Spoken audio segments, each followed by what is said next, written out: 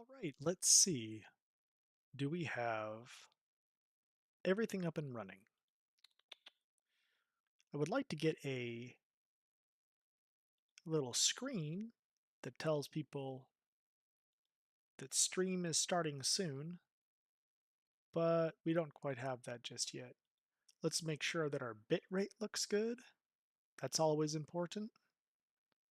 Make sure that nothing is going to be hot miking, and make sure that we edit a quick YouTube we don't a quick YouTube setting. Otherwise, it will not post properly. Take this out. Not made for kids. Save. And we should be good to go.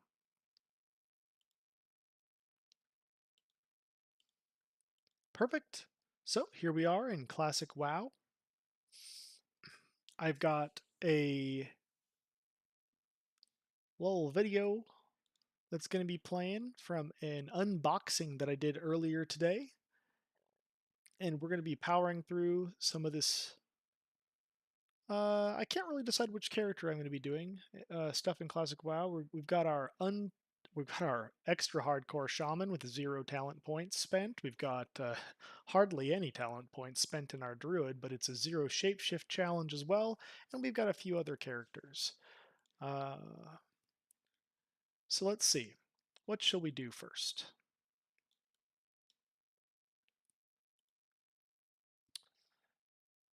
Well, let's get the video going. Anyway, yeah, we have the Crownfall Treasures within the Crownfall archive that I have not opened yet. Purchased these a little bit ago in preparation for this stream today. I've been gone for quite some time.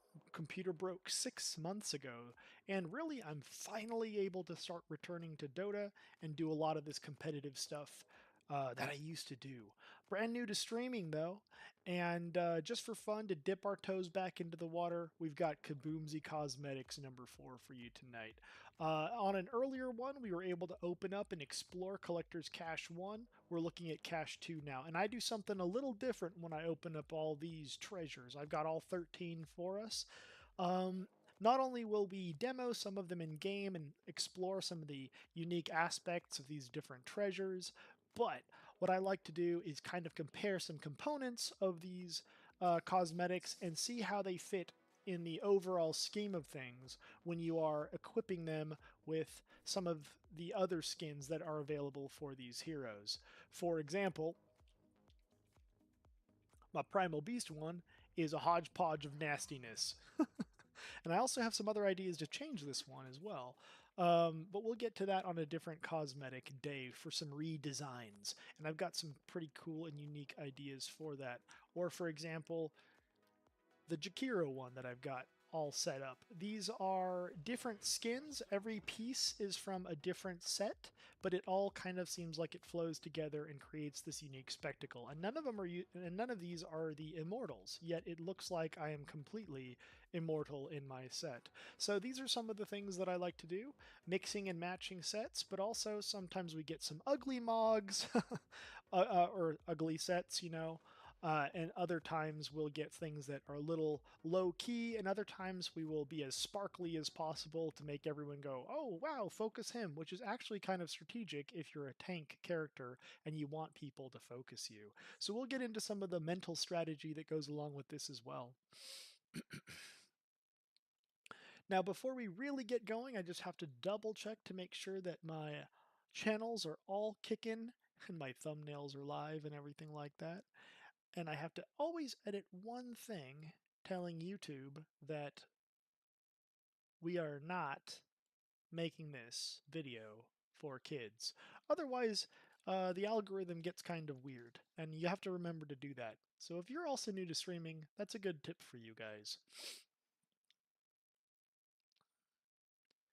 I want to make sure that I'm not going to be hot miking in any of my channels and that they're all muted.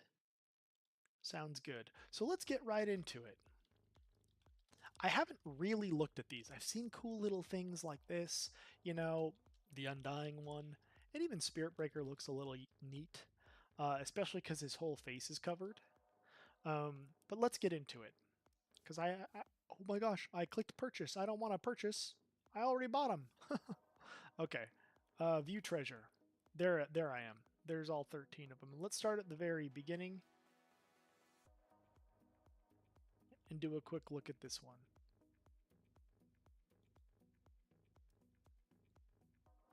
Interesting.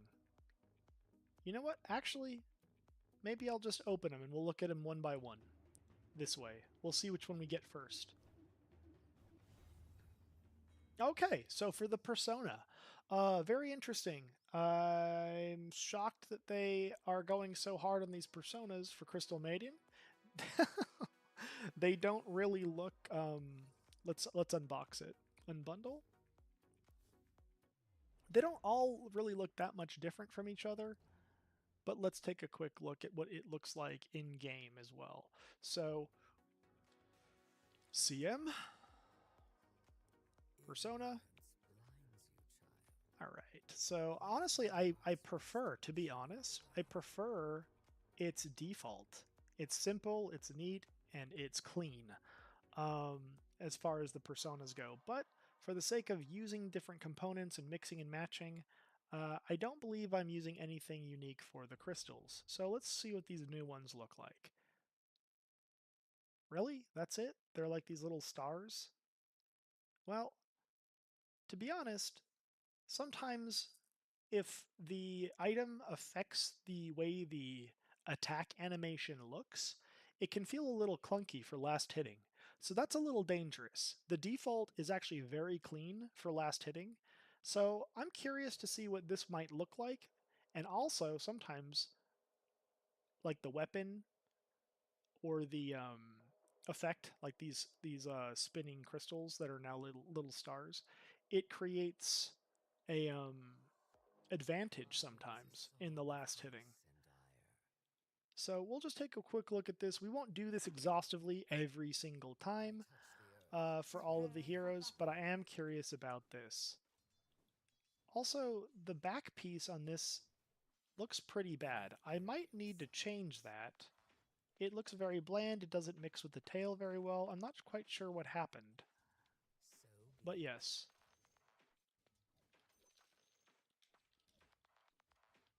Okay, it still looks like it's coming out with little ice shards.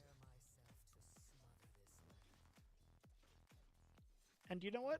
Honestly, I think that this attack animation surrounding her looks pretty darn good. Maybe I will actually use it. And it doesn't affect the attack. Oops. Man, I have not last hit in ages except for a couple fun little bot matches. And I'm surprised I'm actually getting all these. Oh, I spoke too soon. Now, does that change the back at all? It does not. So how do we get better armor? Because it looked really awkward, this default. This one covers it up. This one puts a dumb little baby on its back. Are you kidding me? This one is a little gaudy. So I might just cover her up with this cloak. And what does the face look like? Okay, it's the whole I'm a wizard thing. You're a wizard, Harry. Maybe I'll equip it like that for now, but it's kind of sad because I'm not really mixing and matching pieces. I had to reset my password on this account, so I am actually unable to buy other pieces today. So otherwise I might just buy this headpiece so I get a better mix and match for only like 48 cents, right? For me, totally worth it. But, and I don't like the pet. I don't like the annoying pet that follows her around. I guess I have two of these now because I had one of these from an earlier Persona unlock. But that's what it looks like, and you can have it follow you around and stuff like that. It's not my favorite. I think the pets are kind of annoying. I'd rather just focus on the game. Alright, that was the first unlock. Kind of exciting. Oh, I actually like these little potions on the side. I didn't notice those. I wonder if they are a part of the tail, but this tail doesn't look that good. It's like a unnecessary crystally looking thing. It's all blocky and gooey. You see how gooey it is?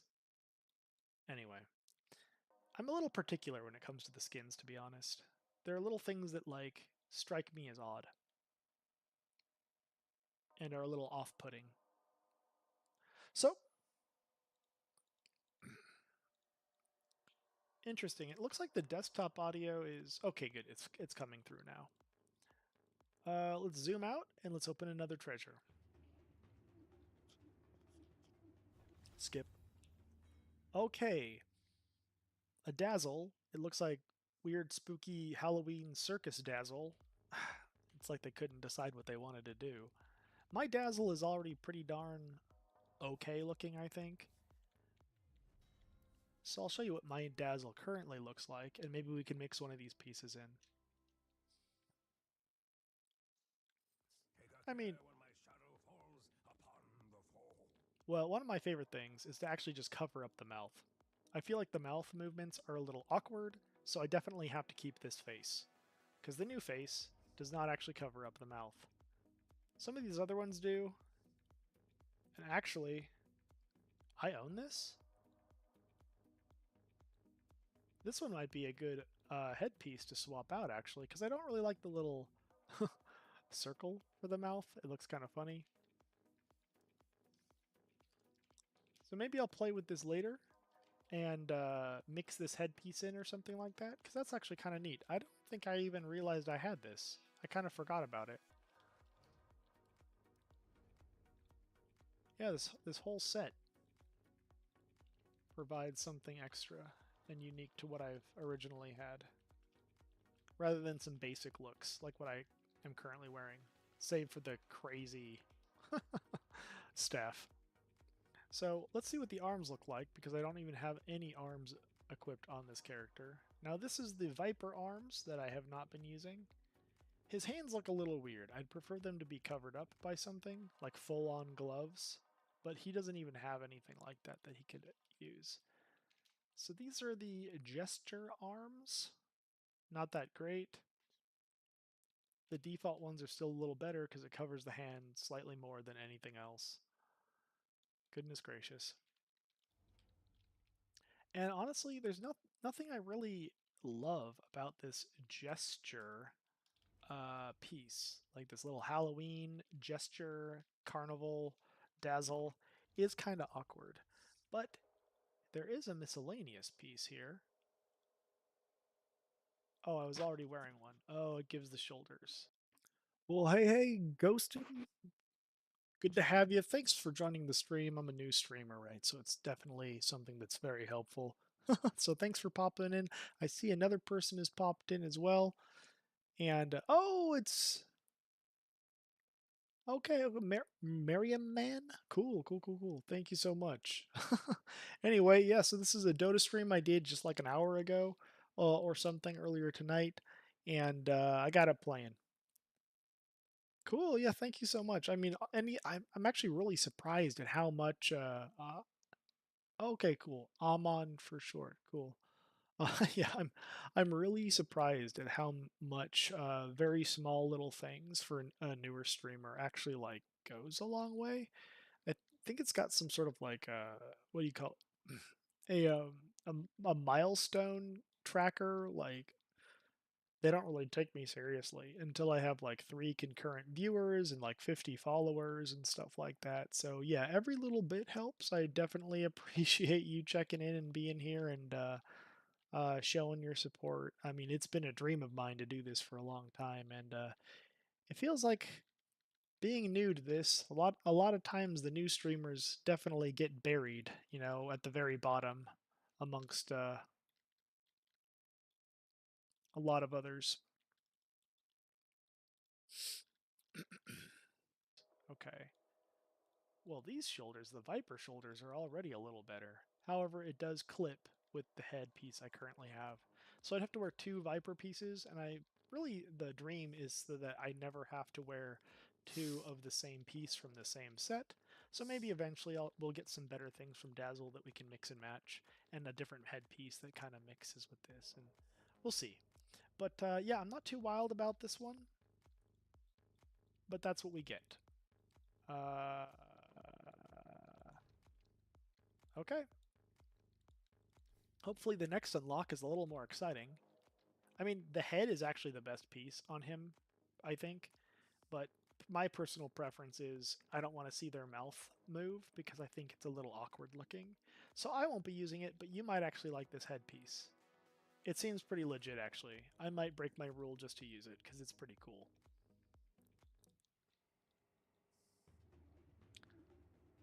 And all right, we get this goofy Zeus. I have a feeling I might want to use a piece from this just cuz. So let's see.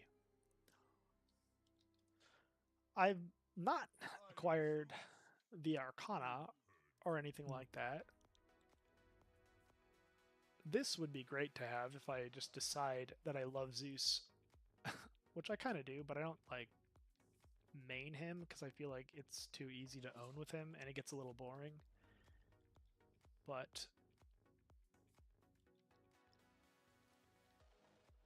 honestly, a mad scientist head really doesn't fit his aesthetic at all. This thing looks kind of strange and weird and doesn't quite fit. And some of these pieces I think are from the same one. So let's see if we can swap anything out. So we get Fury of the Thunderhawk head, his arms. Oh, so this is also Thunderhawk. But Thundervolt is the new thing. This covers up more skin. I kind of actually have this weird preference where I don't want their skin to show. I want them to be as armored as possible, but that's just a me thing. This is great though because it covers up his goofy blue hands, which look really pixelated and dated. And you can see how it actually covers up those hands a bit more. So this might be fine. This is silly how much it flares out, and this back piece, I mean, this one's better, but it shows too much skin, see? And that's a weird preference I have. It's strange to make him like this electrical, like, tech steampunk thing, so I'm not feeling that. Let's click revert, and we will probably change the arms. We've got a decent piece out of this. Well, I'm not actually in two games at once. I did this stream earlier today with the Dota cosmetics, and I was like, you know what? I kind of don't feel like watching. Sometimes I'll have like other videos playing in this area since I don't have a camera yet.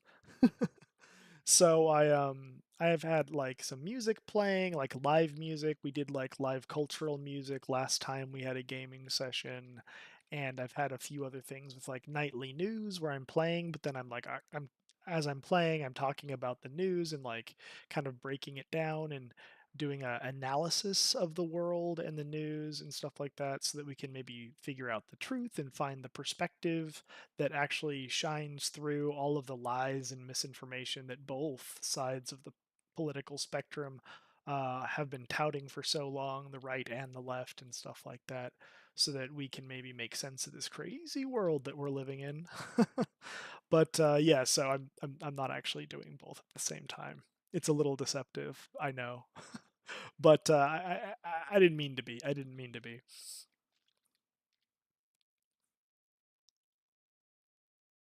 Yeah. So I figured, you know what? I did this whole like cosmetic exploration, and as far as my analytics are concerned, my WoW videos are the ones that are actually getting views, and then my Dota ones, because Dota is far less popular in this day and age, they're not really getting like any views at all. Even the Twitch channel is pretty darn tiny for it. So I figured, you know what, I could probably, instead of just playing other people's content and like reacting to it, I could just kind of play some of my own that maybe people might find interesting, but it gets buried because it's not really like something that people are maybe they don't have it on their radar. So it was just an idea I had that maybe instead of reacting to other people's stuff, I could just kind of play my own, giving that a try for today.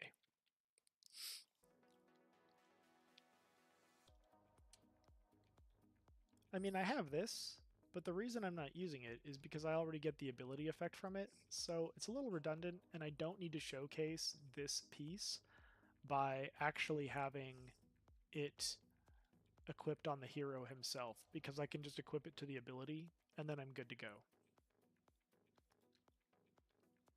Okay. So that's Zeus. I made use of something so far, so we're slowly moving up in the world here. Okay, this is not exciting to me at all, because I kind of love my Ancient Apparition. And, I mean, it's kind of silly to put a big ice block on his head, and if you don't have much for him, that might be great. Or maybe the hands with the chains might work out for a set that you have. Oops, I clicked open another by accident. So now we got to look at two of them at the same time. But this is the Warlock one. This is more exciting. It's kind of fun. You get this fun little bear thing. It reminds me a little too much of League of Legends, to be honest. So that's kind of a problem. Um, but maybe it looks good in game. We'll actually have to look at this one individually, and maybe there's something. Oh, very nice. Yeah, my computer was broken for like a couple months, so cool to find another person that's like a little addicted to watching Dota streams and stuff like that. I I don't think. I guess I'm not really watching the streams as much, unless like I guess I watch Purge gamers. You know, I actually used to play with the guy back in Warcraft 3 a little bit. We were friends, but then like we kind of disconnected, and then I was really shocked to see that he was casting and everything once Dota 2 became live. I was like, "Oh my gosh." Kind of wish I stayed connected with him because we used to play it together all the time. Um Back in Warcraft 3. But yeah, I watch Purge, and I like Dendy as well. And for I think one of the most impressive players that I've seen recently, I think is Collapse. I saw like some old tournament, like maybe about a year ago or something, and at that point in time, I was just my jaw was dropping, watching some of the stuff that Collapse could do. I don't really watch too many people, but that's about it. And then there's some like obviously some like YouTube videos where people make their compilations that I think are kind of neat, and I kind of like watching some specific channels, but I don't know. It kind of seems like some of these guys on YouTube that I've been watching are actually like scripting or like hacking even, because like I've watched them like follow people through like complicated tree patterns, like pixel perfect, and like it's a little too obvious that maybe they can see where they are at. And like they're trying to click spells and things directly on people when they can't see them, but then they can't target them, so then they have to like run around the trees, and it's just a little too clear that some people are maybe hacking or scripting, and it's a little sad.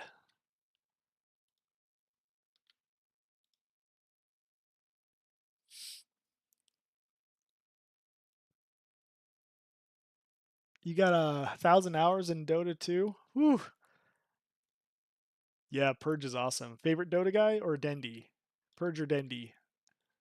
But yeah, Dendy's he's so chill and legit. But Purge is pretty good, pretty great too. His patch notes are pretty awesome. But yeah, 1,000 hours in Dota 2. I'm a little embarrassed. Mine's at almost 6K for Dota 2, and I was very late coming into Dota 2. I was adamant to keep playing Warcraft 3 for the longest time. I didn't play until like Techies got released, which was like Techies got released like, gee, I don't know. Was it like 3 years into Dota 2? Once Techies got released, I was like, all right, I'm going to Dota 2. And then they basically broke Techies and removed him, and I'm super sad. But I was not one of those AFK techies players. I guess I kind of played techie the way that you're supposed to play him now, like a battle techie. I would like blast off into them. I would drop the stasis trap. I would drop mines on top of the enemy team. I'd drop a 900 damage AoE remote mine, and then 5 seconds later, or four if I had like cooldown reduction, drop another one, and then another one, and then another one, and just kind of bait people to like chase me and just keep dropping mines on people, force staffing away, all this kind of stuff, you know. So I loved battle techies is kind of what I called it back in the day. But yeah, I guess the new techies is kind of supposed to be played the same. It's just a little more clunky.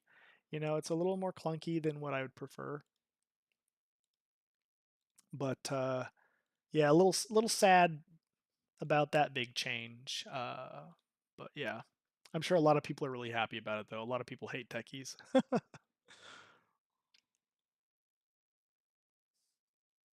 I think most people like didn't like the techies though, simply because a lot of people would just AFK and troll and just like sit AFK and like ignore their team, which kind of sucks, you know. So I understand the reason they kind of changed it, so he can't do that as effectively anymore. But yeah, even with the old techies playstyle, where if you'd be AFK, like it did not like you get enough magic resist, and he could not really scratch people. I was very surprised sometimes if I ever was trying to turtle. I drop like 20 mines and it wouldn't even kill like their Tide Hunter or something. Uh, Not even it would like half health kill him, you know. So, but that was Warcraft 3. You know, it was a little different.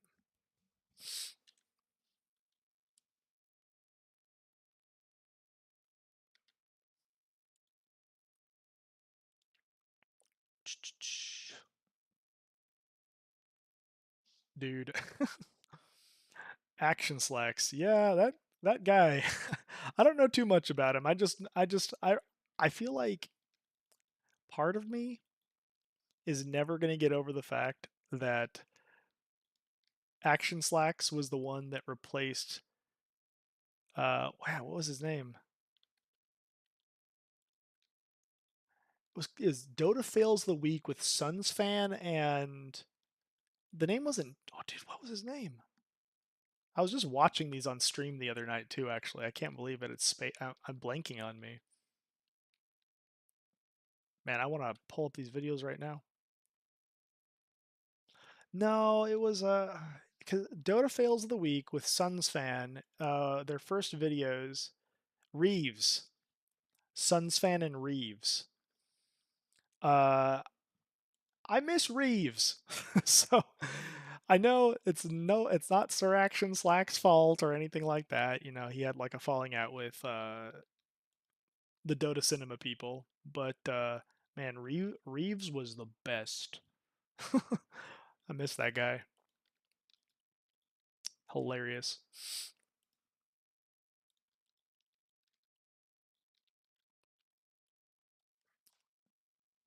Ugh. In his outfit that we can incorporate into ours. Even though this is kind of dumb with it being a spool, the weapon actually is pretty great because you kind of don't realize it's a spool, but it does fit because it's like puppet mastery thing with any of his summons, just RP related. But yeah, maybe something else that he's wearing can get incorporated. I don't like eyeballs that dart around. I think it's unnecessary and kind of goofy. Um, and this like hat that opens and closes. So I'm definitely not going to use the headpiece, but maybe you'll like it. The shoulders have like these goofy little bears on them. I'm wondering if there's something about this that makes his mini summon look like a little bear puppet or something like that, which would be kind of fun. Okay, so we will have to take a look at this one, but first, let's unbundle Ancient Apparition. That's only 4 items. And then we'll unbundle the Warlock. And with this, we are going to have to look at... Uh-oh. No recent items. Not true. Interface. Loading screens. We got this new loading screen. So let's take a look at it in a larger window. I do not want to add this to my shuffle. It does not look that great. I thought I added some of these last time I was here.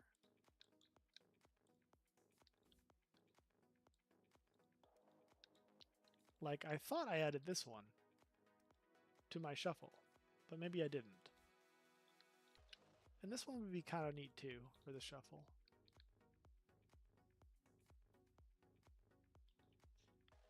Okay, it looks like nothing's on my shuffle. How did this happen? Maybe this is a bug.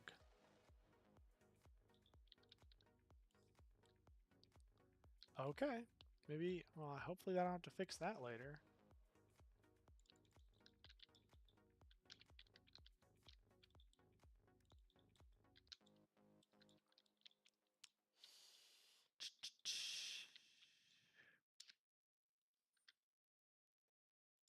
Okay, let's go to Ancient Apparition.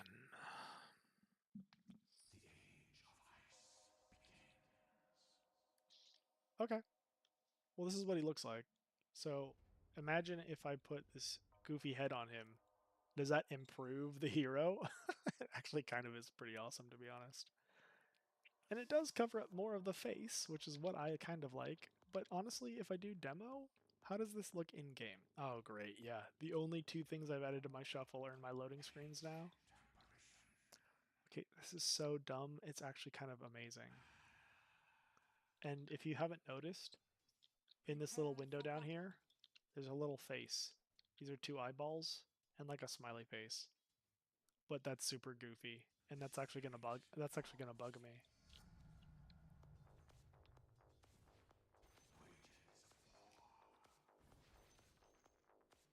Hmm.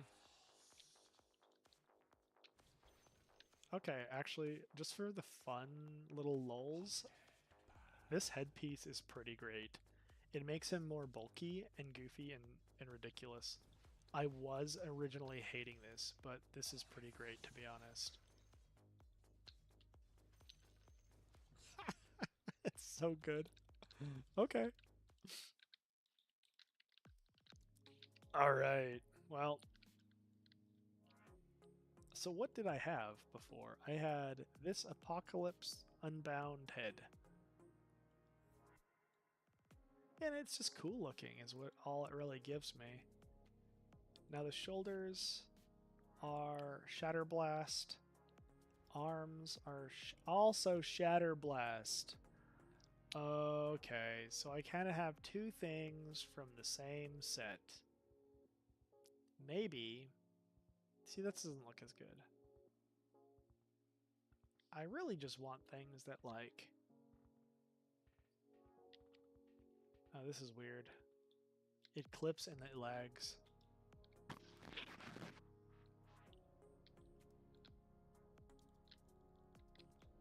Okay, so the shoulders are Shatterblast.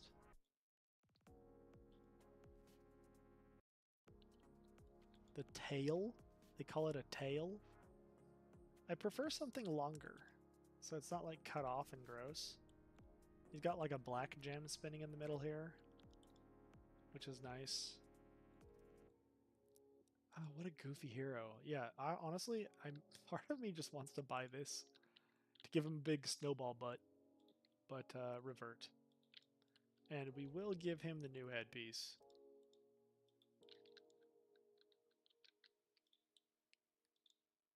Yep, yep, it's done. Equip. This is great. Okay. He's big, bulky, and he does tons of little debuffs and damages. His Death Rhyme and like the Chilling Touch attacking from ages away, extra attack speed, talented, and all that. It's my favorite way to play him. And he becomes like a surprise carry even if he's building support. It's just completely shocking, and it's such a strong hero. But honestly, I prefer to play this guy like mid because he's so strong. It actually works pretty well. Now we need to get ourselves into the Warlock.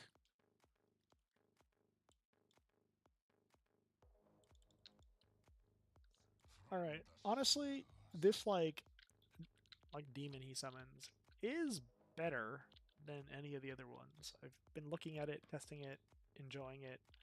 I like his cloak on the bottom here because it's very cozy. But we'll see what we can change. So let's go customize. Are any of the pieces I'm wearing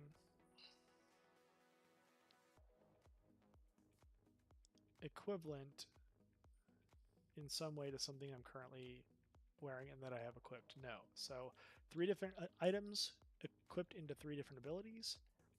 This evil purse is a book, but instead I could make it, what is that, scissors? That's dumb. The book is better. The book even gives him these little potions on the side over here.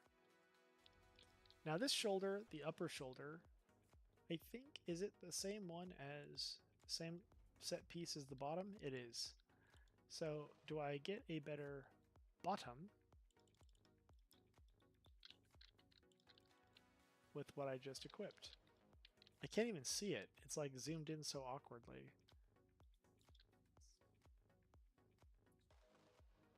It won't even let me zoom out. How do I...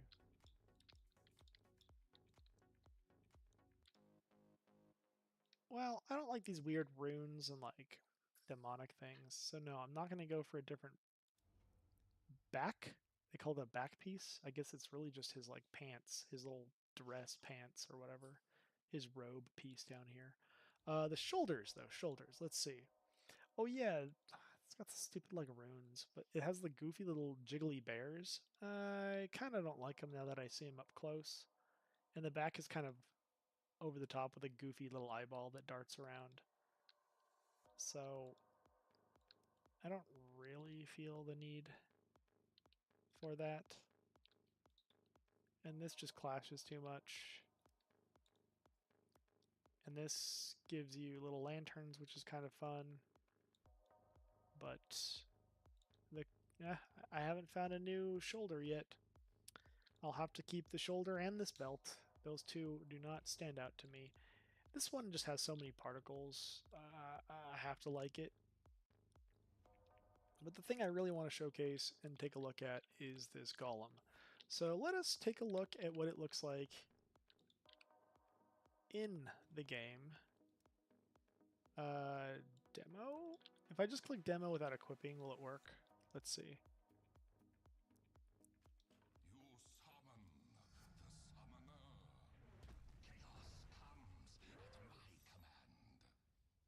Okay, it's this giant bear.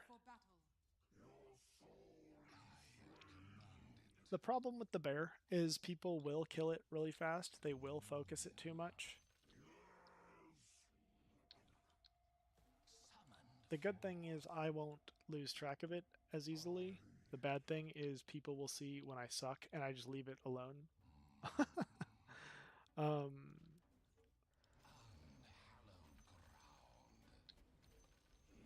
Yeah, the good thing is it makes these little tiny bears that come out. And those, to be honest, look better than what I currently have equipped. But they're so hard to see, people might miss them. So this is actually pay to win, because these look so small and scrawny when they're the small summons, the like little mini things that get popped out. And the big one is actually cool looking, but less demanding on the battlefield as far as a spectacle. So people might not focus and kill it, and you might get a few extra hits out before people focus you. So it is pretty pay to win at this point, just psychologically. So we're going to keep this one for now. Kind of sad I didn't get anything out of that bear. I guess I could put the shoulders on, but I am being a little picky about it.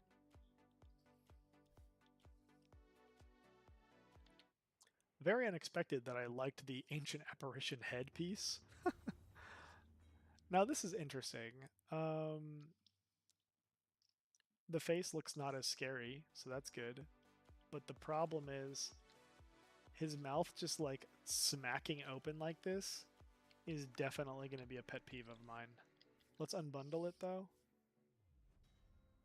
And I want to accept each piece individually because I want to inspect what this looks like. Okay, this weapon is kind of great. We'll see if it works out because it might like psychologically feel like it affects the attack animation, and that might throw something off if you're trying to last hit. The tail looks like a little tail of a bug. It's not even connected here. You see how it's like floating? Little scorpion tail. This is great. Okay. This is maybe fun. The wings are good. The hands are pretty great. Okay.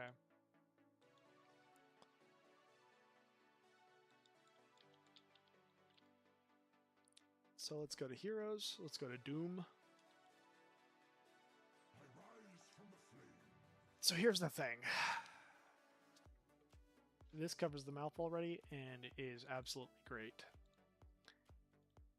The extra bluish particles coming off of this shoulder is absolutely great. This belt and the fuzzy legs is great. This weapon is my favorite for last hitting, and it also feels like you're actually using the infernal blade from the spell. And the wings are so like sporadic and chaotic and wiggly. It's great. Normally I don't prefer to have the immortals equipped, but the way he's like just grabbing the sky by having it equipped makes it feel even better when you select this hero. The problem though is I'm willing to swap it out for one reason, and it's because like having stuff suck into his hand like a little fiery wind tunnel, like psychologically it just feels kind of weird. So let's see what happens and what it looks like when we swap this out with the new hands that we just got. And this makes use of something. It is fiery, it is great, it matches everything else, and I don't have to have that weird like chilly feeling in the back of my mind like, ugh, he's sucking stuff into the open palm of his hand. So to be honest, I kind of like this, and I think I'm going to be using the hands. But just to see, shoulders look like that, conflicts with the little fuzzy hair he's got. The headpiece is called Hell's Raider, is my belt from the same piece.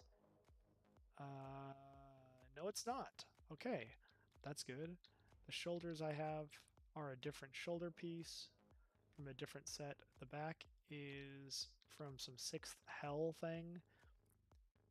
Yeah, all of my pieces are from a different set now. And I'm using no immortals, except for my ability effects down here. If I am going to buy a weapon, it's definitely going to be this thing. Let's take a look at it. Yeah, this is nice and big, but it's not necessary. But if I want something fun, I can always just buy this thing. I wonder what this would look like if I have the arms. Okay, so he's holding it. That actually makes it... These hands... Oh, hey, Cal Music. Yeah, it's not just a moonkin. Check this out. I've only spent 7 talent points. I have 14 unspent. No talent spent anywhere else. And if you take a look at the spell book, I have learned 0 feral. Even level 30. No cheetah form. This is extra hardcore. Spending as little talent points as possible, only 7. And no feral allowed. It's actually one of the original hardcore challenges back with the hardcore add-on before official, and it was no shapeshift. And then I added, mostly because I'm I'm very how do you say, like, I can't decide, right? I'm indecisive. That's the word I'm looking for. I can't decide on what talents I really want to spend, so I figured why not make it a larger challenge and just stop spending talent points at this point. So I've got 14 unspent and no shapeshift. But we're also watching a stream that I did earlier tonight with some Dota loot, some Dota boxes that I purchased, and that I'm yeah, it's a wild challenge. No pun intended, because I'm a druid and they're wild. I don't know. That's a bad dad joke. But yeah. So we got the stream from earlier of my Dota cosmetics and basically analyzing some set pieces and stuff like that, going live for us as well. So great, thanks for being here. A glutton for punishment? Yeah, I hope not. I mean, I'm doing something similar. I've got a shaman level like 25, also 0 talent points on the shaman, but I'm not restricting spells on that hero or whatever you want to call these guys. And I think honestly, it would be kind of fun to just kind of spend all of the talent points in one go. I'm gonna stick to the no shapeshift. No, I'm not. I'm gonna stick to the no shapeshift on this character just for the challenge. But it might be fun to dump all the talent points and just kind of feel what type of a power boost that really offers. Now I can't decide. Do I dump them all into Resto for the utility of survival that comes with Nature's Focus? Because then my heals don't. They have less pushback, some more mana regen while casting, so I can fight for longer, easier. And then also Locust Swarm is kind of nice, or I guess they're calling it Insect Swarm in Classic. But the great thing that I noticed about Insect Swarm is it basically is doubling the damage of whatever Moonfire's tick does, because it's the same amount of damage that Moonfire's tick will do, and it's for half the mana that Moonfire costs. Now you're missing out on the Moonfire initial damage and the crit that might come with it. But so yeah, that also will help with like questing, and you get the utility of making the enemy miss you more often. So either Resto or I just go down Boomkin because I kind of love the idea of doing Boomkin.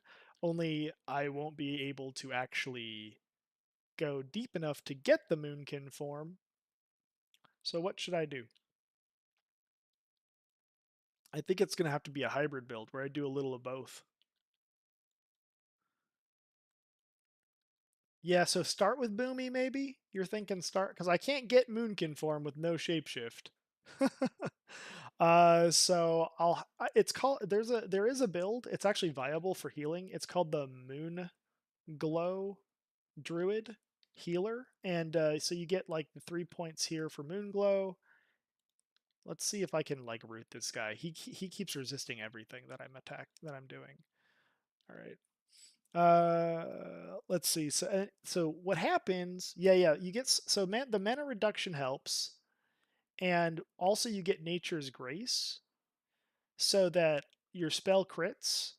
Like if you crit with a healing spell, it'll reduce the cast time of the next healing spell by 0.5 seconds, and you can actually build a little bit into improved regrowth, which I think you can get like three. You can get 3 to 4, depending on how many points you put into Moonglow. You can get 3 to 4 to I think even all 5 points into improved regrowth, and that's insane because that would be 50% crit, and it becomes your main healing spell basically. But you only need like 3 or 4 points, and then you can get some mana reduction stuff over here with Moonglow. Professions, yeah, I got some alchemy and herbalism. That's about it. And mostly it was because I was like, oh, I might need to use these swiftness potions to run away since I don't have like a cat form to run away with. And I like the idea of making them instead of buying them, but at the same time, I'm looking here and going, wait. It shares the same cooldown as my healing potion. So I kind of got to decide, do I heal and keep fighting or do I run? And I don't think I realized that. So yeah, that makes it a little harder.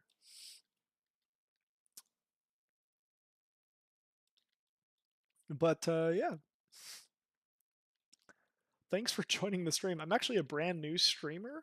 It's been like a dream of mine for like 5 years. So I've had a really crappy computer, my whole life really, and really bad internet.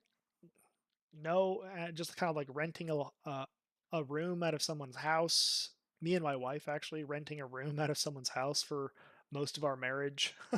We finally have been saving and saving and saving. We finally are in a house, and with that came a little extra savings that we didn't realize we had, and we were able to get a computer for both me and my wife. So we just got these new computers, and we're in a new little house, and the blessings feel just absolutely amazing.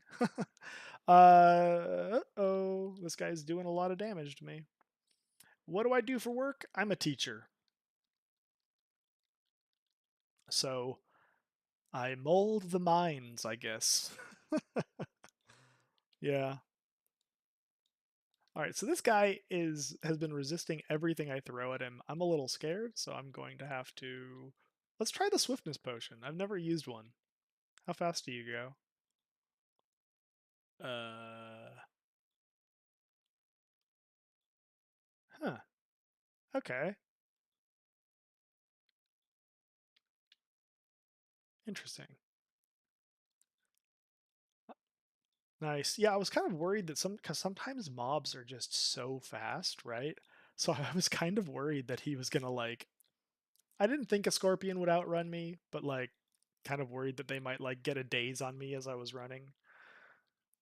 But yeah. Okay.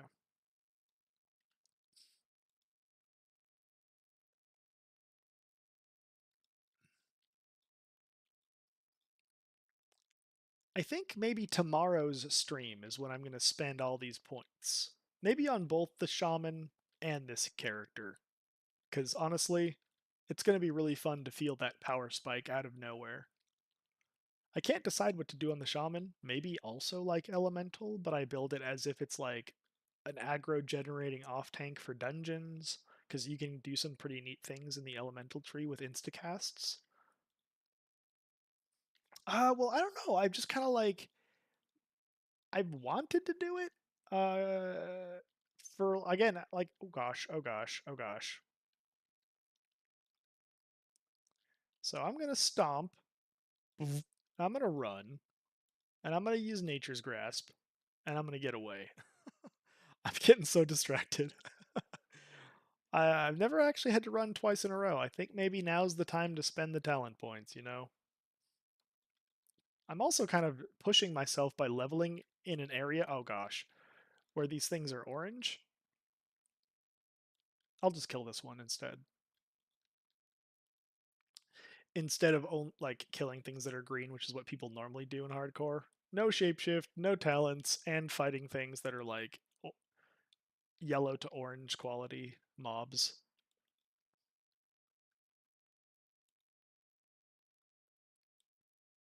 Well, I'm 30, so I'm scared. But yeah, maybe I should just drop them all into Boomy like right now. I was gonna save it until tomorrow's stream just to see like how much I thought maybe today flats would be interesting to see how much I could really push the hero. Oh, Dust Devil's coming.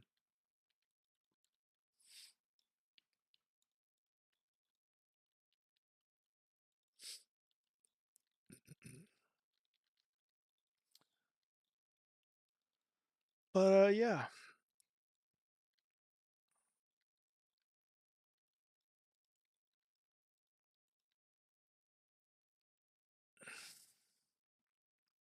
So on the channel we do not just challenges with hardcore, with little gaming sessions.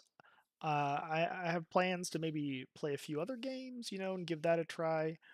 But also I do a nightly news that it's not necessarily like it's not every night, but it's like a little news thing where we look at different news stations and see what they have to say on the right and the left, like CNN, things in the middle like Forbes, and maybe even like see kind of like what radical people would say on both sides of the spectrum, like Associated Press versus Fox, and try to like make sense of what the truth really is between all of the misinformation that both sides on the right and the left might have, so that we are then able to maybe even predict where the, I guess, nation is going, and stuff like that.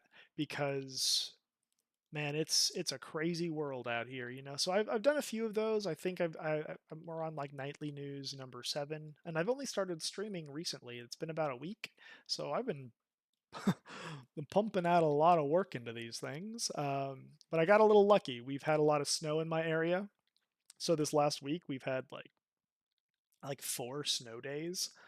So I've just been doing streaming instead. So I've been able to get a good head start on the channel, which has been nice.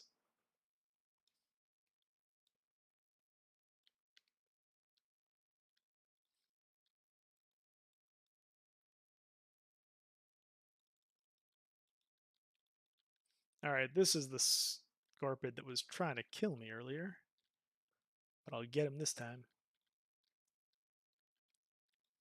No, believe it or not, California. Just in some rural mountains, really. That's where we've ended up.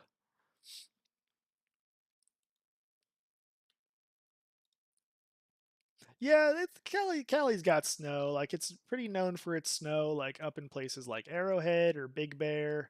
But I'm nowhere near like even I'm like way more rural than even those places. There's a lot of high desert areas in California that get a ton of snow.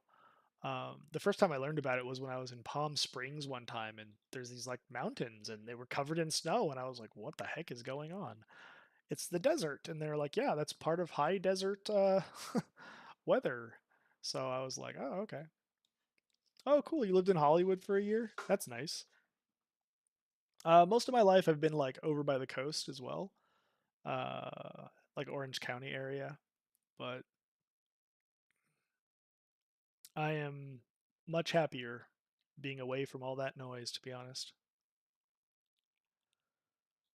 Quiet life in the mountains is much nicer, to be honest.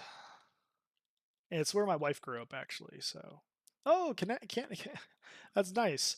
My old landlord was from Canada. He worked for Nvidia. We lived up in the San Jose area for a while, and he worked for Nvidia. And man, that guy was so awesome. 51st state. Yeah, we'll see. Save you? I thought that I don't Canadians don't want to be a part of America, do they? I heard that you guys were angry about the off the cuff remarks. Is that not the case? Yeah, okay.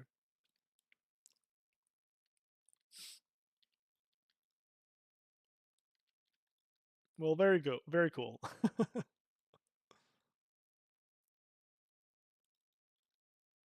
Yeah, I felt like really bad for you guys. That's actually one of the things I covered in one of the nightly news segments recently. It was it was just a little clip about the Justin Trudeau standing down, and then there's like, I can't, oh dude, what was that other guy's name? McCake? I can't remember. But that other guy, like it seemed like he was just a worse Trudeau. And I was like, oh, hopefully that's not really the case. But from what we were watching, it kind of seemed like a lot of people in Canada were, no, no, not Pierre. Pierre, dude, I thought people were pretty into Pierre. No, what's his name? Yeah, Carney. Oh yeah, it's that Carney guy. People were saying that he was just like a worse Trudeau. I don't know if that's true or not, but we were watching something where they were like criticizing him. Yeah, okay, he's a snake. Yeah. I thought so. I mean, what we looked at kind of seemed that way. But yeah, how do you feel about Pierre? I mean, he seemed pretty down to earth when I saw a few videos, like maybe like 6 months back. But yeah, about 6 months back, Pierre seemed like he might be a pretty good guy. But yeah, Carney, yeah, he I can't remember what it was. It was something about like his business like ventures, and there was like maybe a conflict of interest with Carney. But yeah, Pierre did seem pretty fantastic. You're right. Yeah, really down to earth. I think I saw a video where he was just like chewing an apple like Bugs Bunny and like totally trashing on a jaded one-sided like media dude, like some news guy that was trying to like do a gotcha and catch him, and he just totally owned the guy and talked common sense. It was it was peak. Oh, that's what it was. That's right. Yeah, he moved to New York for savings and more profit. That's the Carney guy. Yeah, board of the law firm that moved to New York for savings and more profit. Yep, definitely one of those like conflict of interest kind of things. Ah, I see. I see. Well, I mean, if it becomes the 51st state, like you said, we're taking all the Canadian jobs and putting them in America, right? That's just a funny perspective. I'm sorry. Yeah, you wish. Yeah, you wish.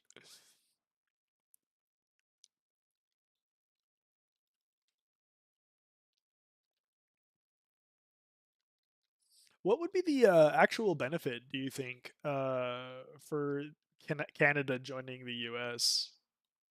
Like, what would that benefit be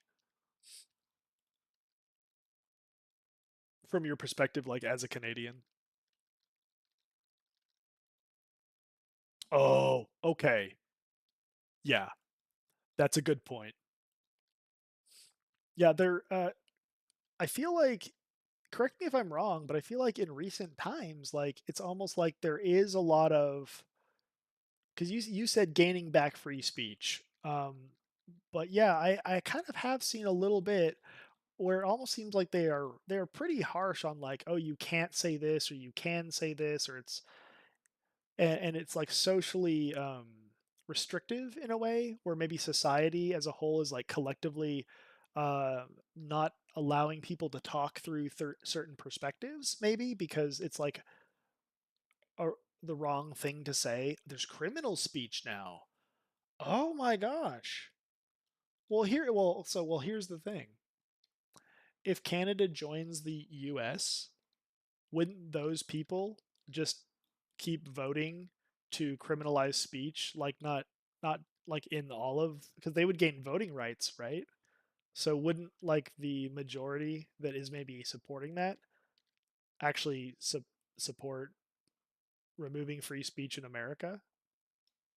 Could that happen? Because yeah, you're saying that they give criminal jail time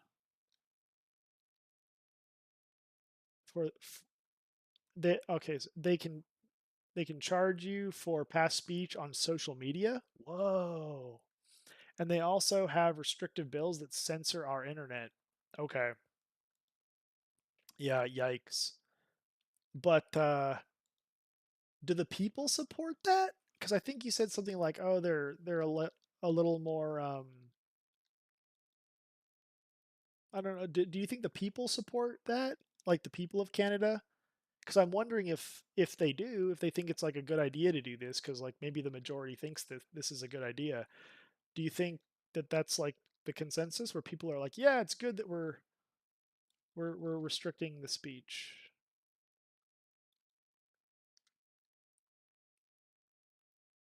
Hidden under the guise of not hurting people's feelings. Yeah. I mean, we've been seeing within the last 4 years that type of thing rise up in America to some degree. It hasn't been criminalized really for the most part. Uh, I guess they started their hate speech thing, and you can get fired for saying certain things in America, which you that couldn't happen before. Like if you said something in your private life on like the internet, historically that wouldn't have like got you fired from your job, but that does happen in America now. They have that hate speech thing, but it's, I'm sure it sounds like you're saying that that's way more severe in Canada.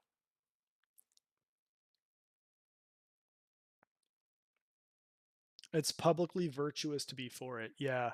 Okay, so that means the majority of the people probably support it because it's hidden under, as you're saying, hidden under the guise of being virtuous.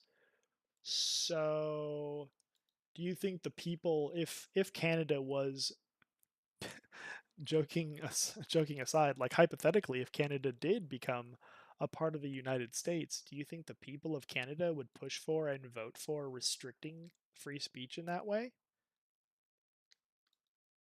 Do you think that like literally the people of Canada would like support that because they're so used to it, like as a majority? Because that's a concern, maybe. Liberals would, yeah. Do they kind of control the political party in Canada? You said the Liberals would. Oh, their majority is falling. Oh, okay. Well, that's interesting.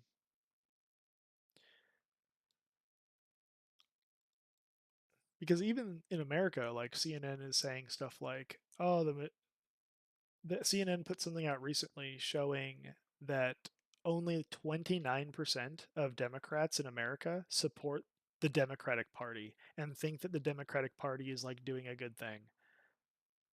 That's an all-time low of support from the Democratic Party for the Democratic Party. So that same kind of thing with like as you said the majority is falling, that same kind of thing is happening in America too, which is interesting. Man, I didn't think I'd get into such a cool conversation with somebody named Thick McNasty. But yeah, man, thanks for joining the stream and chatting with me, man. This is pretty cool. Thank you. If you're in the stream, he's talking to me in WoW chat. So I'm trying my best to like read it aloud and let you guys all be a part of the conversation too. But yeah, we were playing a Dota cosmetic video that I put together earlier today. But you know, I don't mind jumping into like a little impromptu conversation with somebody from Canada. I haven't had much time to actually talk with people from Canada as of late. Not really. uh, I don't really know many people from Canada outside my old landlord. Actually, hit that fall. Cool. Yeah, I mean, I mean, I don't really know what else to ask, but yeah, it's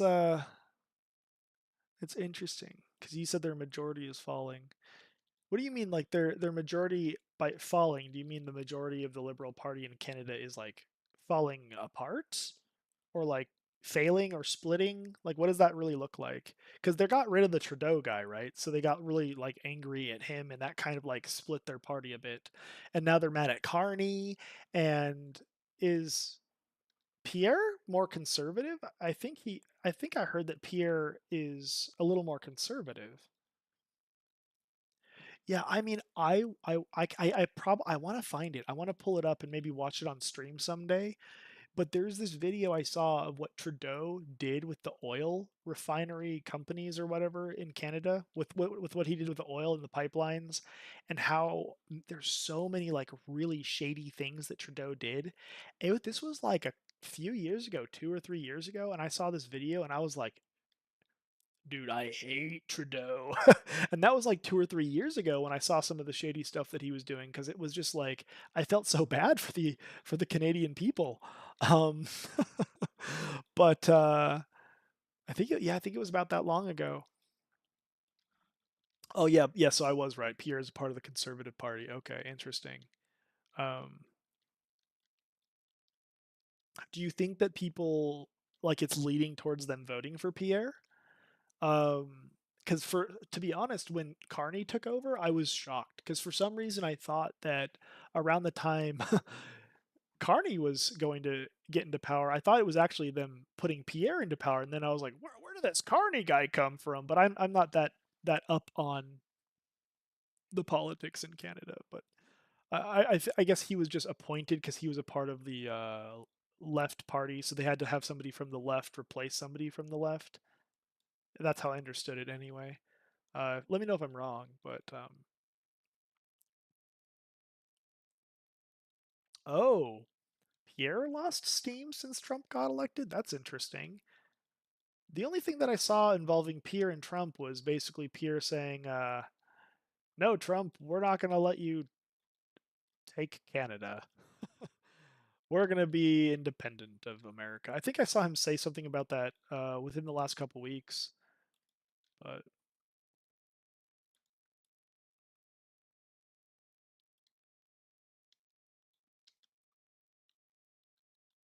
oh, because so they're like, oh, Trump's conservative in America, so they're like now wary of anything conservative. You think that's kind of like what it might be?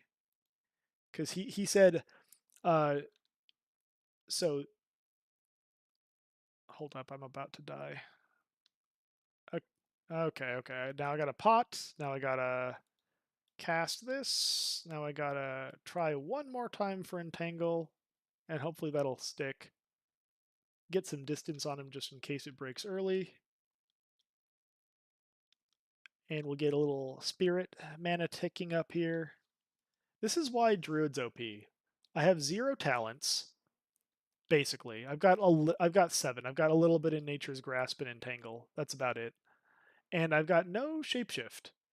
And I'm fighting something that's level 34, and all I have to do is just Entangle, walk away, and wait for my mana to tick back up a little bit. And as long as I'm outside and not in a cave, you can do this forever. I saw a no talent, no shapeshift, naked, wearing, oh gosh, 0 armor.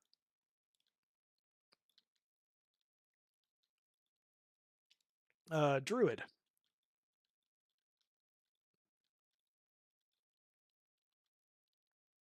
Okay. And he killed a level 55 elite mob in BFD or something like that. It took him like 10 minutes, but he was able to kill it with no armor, no talents, no feral, and all he did was entangle, regrowth, and moonfire, and maybe a wrath or two.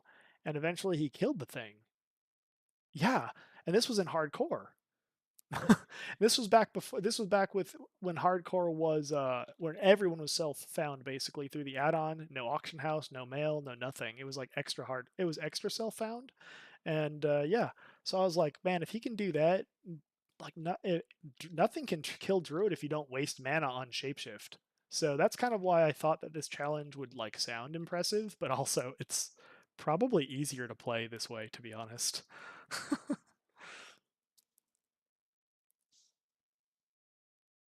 Oh, because Pierre is a part of the Conservative Party, you're saying if he gets into office that he has to have good relations with the USA and Trump. The Canadian people want to hear Trump bashing. Oh, okay. So they want to hear him bashing Trump, but because they kind of share the same party, even though they are across border lines and in different countries and actually probably stand for different things, people are listening to the noise rather than listening to the truth that Pierre has the best interests for the people. Okay, I get it. Yeah, people are listening to all the white noise and the yelling from perhaps the misinformation in the Liberal Party. That's okay. I gotcha. I gotcha. Um, yeah, I mean, it's really sad to see people like just get controlled as easy as they're being controlled in this day and age.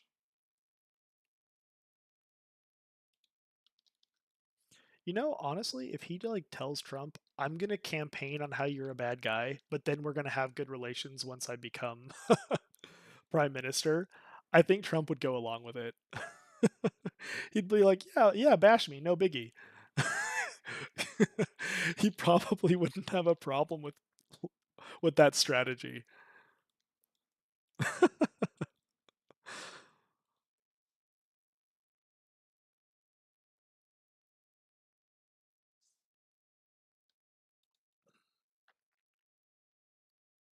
Yeah, Pierre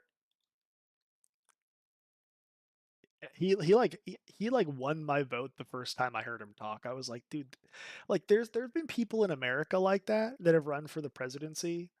Like Ben Carson, absolute genius, but people are like, "Oh, he's conservative and he stands for things that maybe the popular like country doesn't stand for." But I'm sure that somebody as wise and as intelligent as Ben Carson would have done a great job. Or like a while ago, there was this guy named Mike Huckabee that was running, and I remember watching a debate, and everyone back then it was like Cheney and I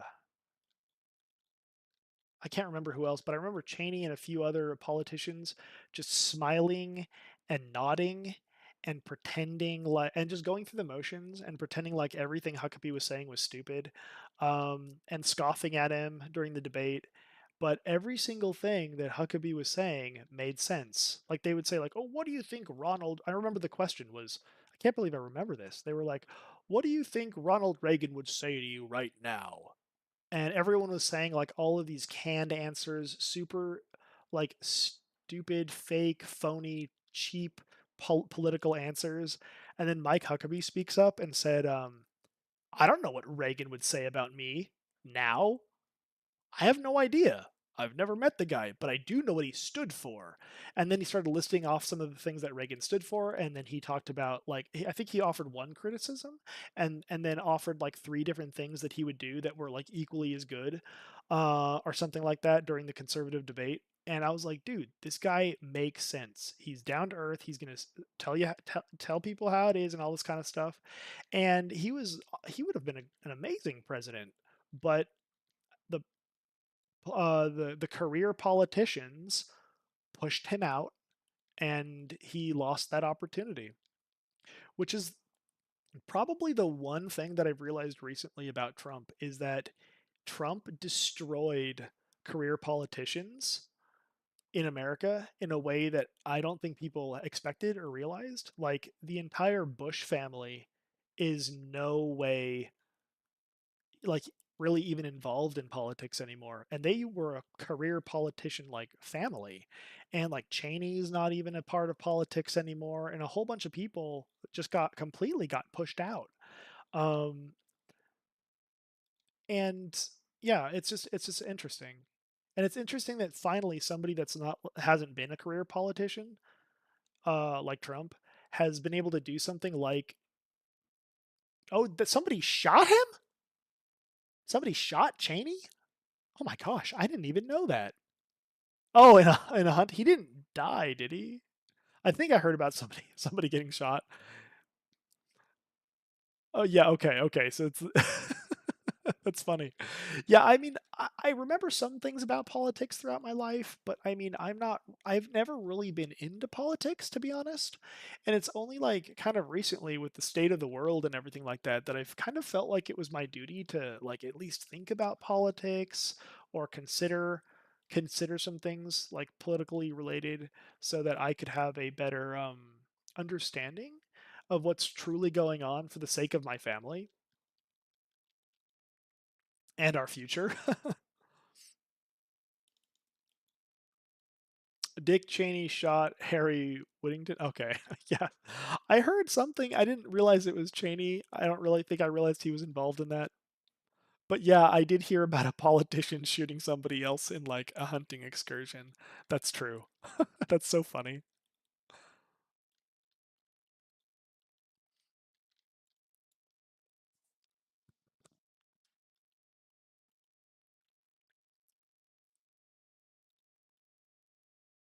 But man,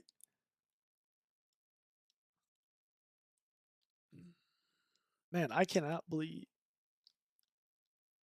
Yeah, I mean, at first I wasn't sure what to think. I remember looking at this guy like many years ago when he first ran, going, "Dude, this is the you got fired guy. What the heck is he doing here?"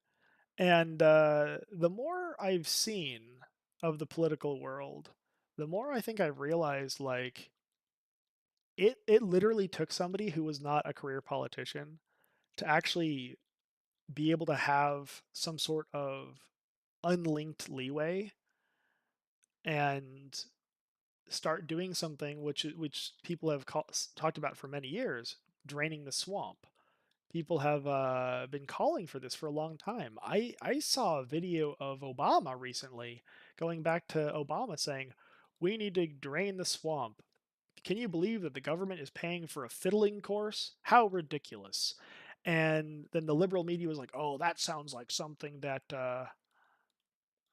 only the conservative party would pay for," and they started criticizing the conservative party and saying how stupid the conservative party must have been for funding all this waste, fraud, and abuse within the government. And then Obama really didn't do anything much with it, but he did criticize the waste, fraud, and abuse, saying that we need to get rid of it. And then that's why I was so shocked recently when they were like, it's the most no-brainer thing. Governments across the world are corrupt. Of course, there's a corrupt government in America, but I can't believe people are like this. How do you say, like, mindless, to where they will actually support waste, fraud, and abuse because a news source tells them to, because Elon Musk bad, or something like that. I mean, there's so many bureaucratic, like, problems within this country, and we didn't elect any of these bureaucrats. There's tons of people in the government that we didn't elect. So we've so Trump hires Elon to basically work for free and help the government with this problem. Now, is he the best person in the world for the job? Probably not. Is Trump the best person in the world to be president? I mean, he's doing a pretty darn good job. I'm actually surprised. But I mean, probably not. I honestly, I have this belief that the smartest person in the nation should be the president. Because he'd be able to, and everybody in his cabinet, also smartest people in the nation, should, not in the world, but in the nation, should be involved. But a lot of these people are just in position because their family had power and they wanted to get their cousin hired for a job and who knows what, right? So it's just interesting. I always have thought, like, why them? Yeah, I mean, he's probably the right guy. He might not be, but I have no idea. I really don't know. But yeah, the Elon hate is kind of crazy. It's just, and the hate for, like, ending waste, fraud, and abuse. Now, some of it might not be fraud, but it's definitely waste and abuse. And the Liberal Party and the Conservative Party over the many years have both talked about this problem and how we need to stop it. And then out of nowhere, people are told to oppose it. So they do. Why? Because Trump can't do anything good, because if they admit that Trump did one thing good, it weakens their party. I think that's what they're thinking. And it's so confusing to me, that people can be that blind. I mean, I remember when I talked about this on the stream the other night. I remember when Kamala, like, it was like a week before Kamala basically commandeered the race for the presidency from Biden, and Biden bowed out and stuff like that. But a week before Kamala became, like, in the running, her approval ratings were, I saw a few of them. One of them said that she was, like, at 12% approval, and then, like, another poll said that she was actually at, like, 5 to 6% in her approvals. They were so low. I've never seen approval ratings that low. I mean, I'm sure it's happened before, but I've never seen them that low. And then right after they announced that she's going to go up against Trump, the news says, "Oh, her approval ratings are at 48% or like 45% or something like that." And I'm like, this is an absolute lie. Or are people that brainwashed that they will just support her because they're told to? And it was so troubling and sickening to me.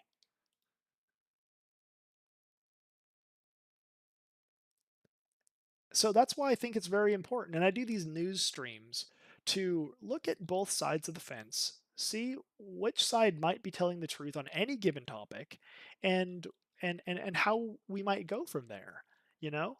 So yeah, you're right. She wasn't even democratically elected, right? This is like an unprecedented weird little thing, and they put her into power. But, like, she was, as a vice president, her approvals were that low, and then, oh, she's the president now, and then it goes up to 50% because people are told that they should support her.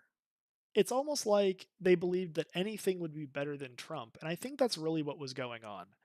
People maybe didn't really like her. They just thought anything's better than Trump because they were told that Trump was dangerous. I'd love to hear your tinfoil hat theory because I have my own, and because who knows what to believe, right? So I'm just like floundering over here with all of my little thoughts. But yeah, please let me know what your theory might be because I'm curious.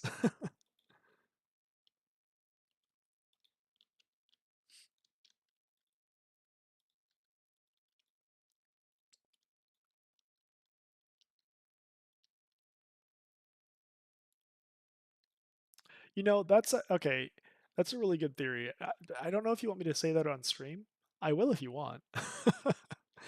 Just let me know if you're like, no, no, this was just for you, because I don't want to say it if. Okay. So this guy, stream, this guy is saying that he thinks that maybe his tinfoil hat theory is that maybe they drugged Biden to make him look bad and force him to step down from the race.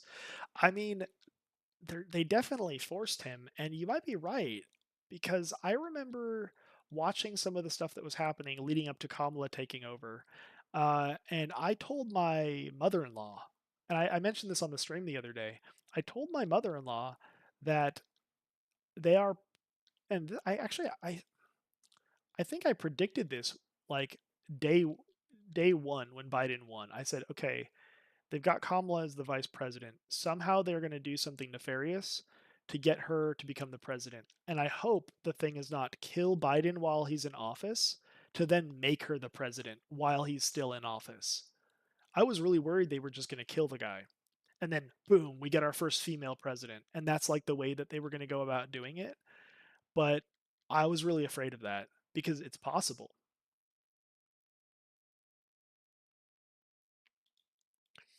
Um, but obviously that didn't happen. I'm so glad that that random like fear that I had was not the case because that would have been really bad.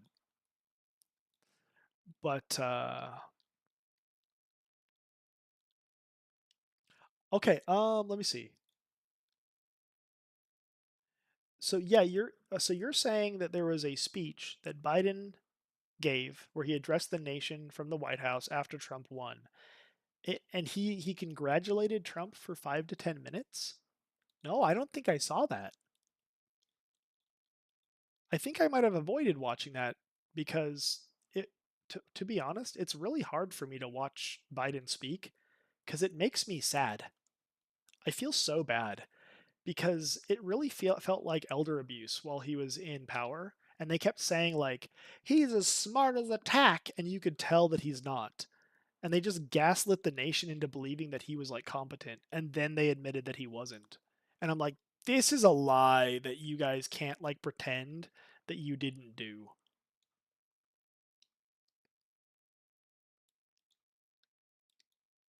Uh, oh, so he addressed the people after the election. There was no teleprompter, and he was perfectly coherent, witty, and sharp. Oh, so you're saying? Oh, so your tinfoil hat theory, obviously, is that maybe because he was so witty and sharp and perfectly coherent after Trump won, that they stopped drugging him. Is that what you're saying? Oh, that's crazy. I gotta see this speech. You got me so curious now. Can you link it in chat? I don't really know if I'm gonna be able to find the right one.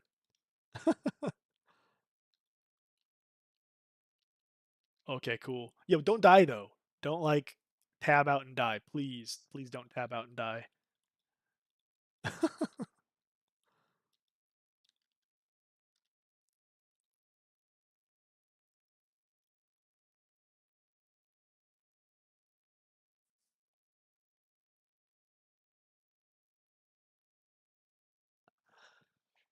Oh,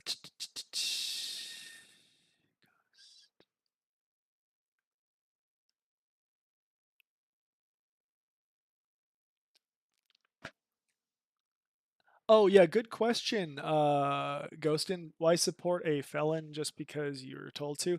Yeah, actually, I don't even know much about as I said earlier, I don't really know much about Trump. I just again when he was first like even in office. I was like, why is this guy here? But I've seen some interesting things that he's done that seem good.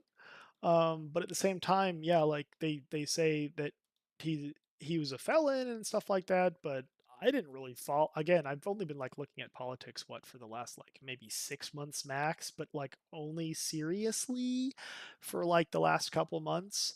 Um, as I've been doing my streams and looking for like what to report on and stuff like that. But I don't. I just all I know is like they tried saying that he was guilty for a whole bunch of stuff, and then he maybe was guilty for some stuff, and then not guilty for other stuff.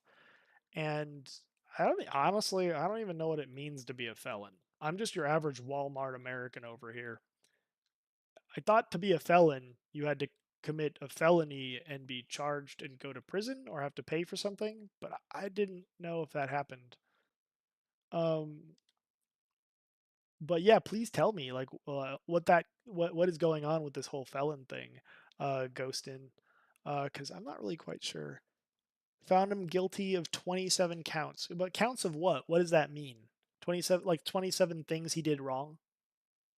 Is, is that basically what that means? Found him guilty of 27 like crimes basically? Is that what that means?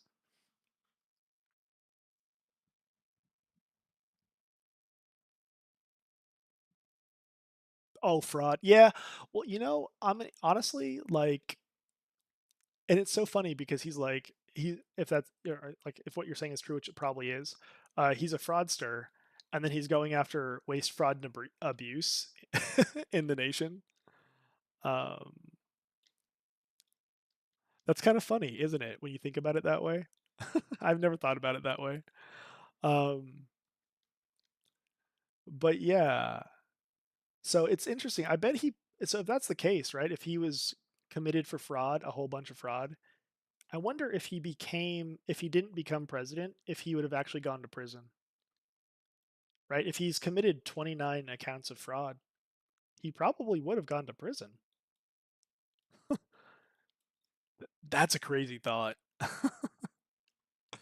That's crazy.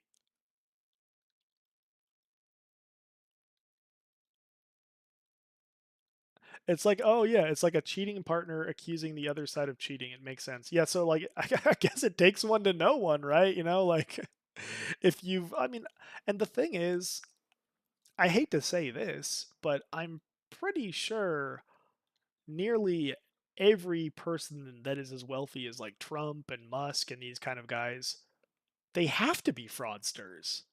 They find ways to avoid like taxes and loopholes and all these kind of things.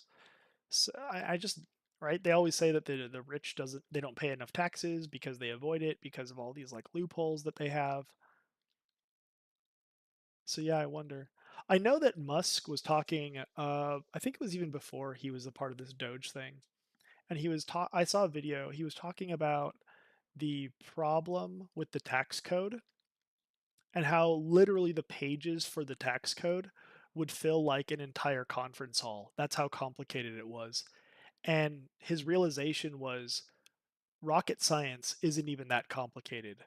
So why the heck are taxes for the American people that complicated? If they're that complicated, it just opens the door for people to find these loopholes and do bad things and stuff like that, right? So hate Musk or love Musk or hate him or whatever. Hopefully, the altruistic side of him, which probably is very sparse, actually does something to because he was actually saying what he would like to see happen to the tax code is that it's so simple, it's like a 4-page document.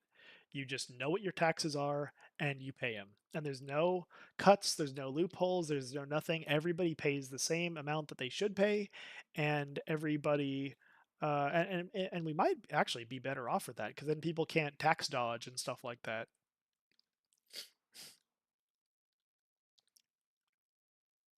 Oh, the tax code is there to protect government insider trading. You're saying?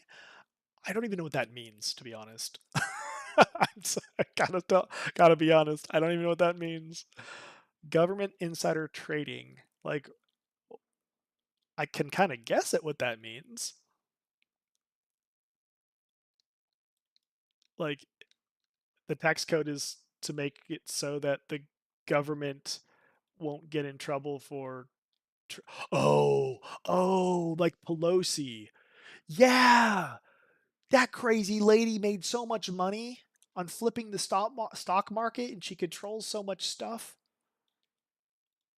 I saw something about Pelosi and I was like, this seems really sketchy. I don't know enough about it to really make any judgment calls, but man, I saw some stuff that made me raise a few eyebrows.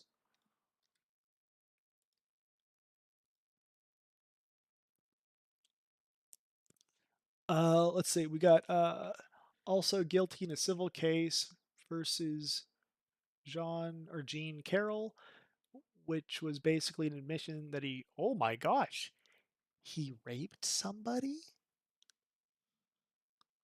Okay, well, that's really bad. Because secretly, I think people that rape people probably deserve the death penalty because you're torturing somebody. To be honest, if you torture somebody, what should be the penalty? Like if you actively actually torture somebody. And isn't that what rape is? I don't know. It sounds. That's really bad. That is really bad. He would have the judge. Yeah, same for pedophiles. The case was iffy. Like they weren't sure about stuff, you mean? But yo, bro, yeah, I gotta watch that video. Okay, okay, I'll pull it up. So this guy, Cal Music in game Thick McNasty, epic name by the way. Honestly, I knew somebody named Thick McNasty in Era, or the name was very similar, and part of me is like wondering if you're the same guy. To be honest, did you have a character in Era named Thick McNasty? Like, okay, never mind then. Okay, the name was very similar though, and he was on my friends list like forever. Um, okay, that would have been a crazy coincidence if you were the same guy. But okay, let's get that let's get that video up here. So he's saying that this video has Biden in it, and Biden is speaking coherently. And this is after Trump wins. So this guy is saying that it seems like Biden was completely incoherent before, like maybe the conspiracy theory is maybe he was being drugged to seem dumb. And then right after Trump wins, he makes a speech where he's essentially congratulating Trump for 5 to 10 minutes, and he's completely coherent. So let's see what this looks like. I've never seen this. This sounds really interesting, and I'm very curious.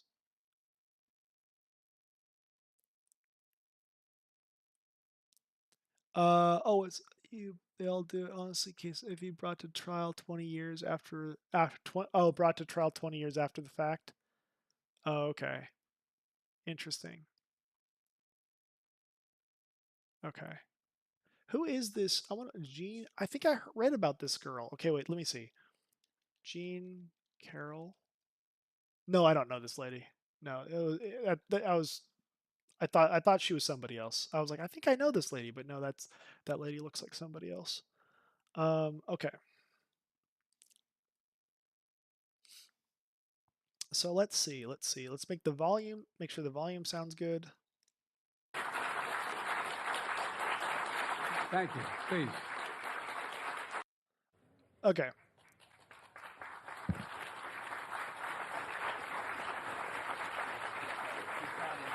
Oh, and before we watch this, because I see there's a lot of new viewers here that are like hanging. Well, not that much, but there's some of you hanging out here, lurking in chat and stuff like that.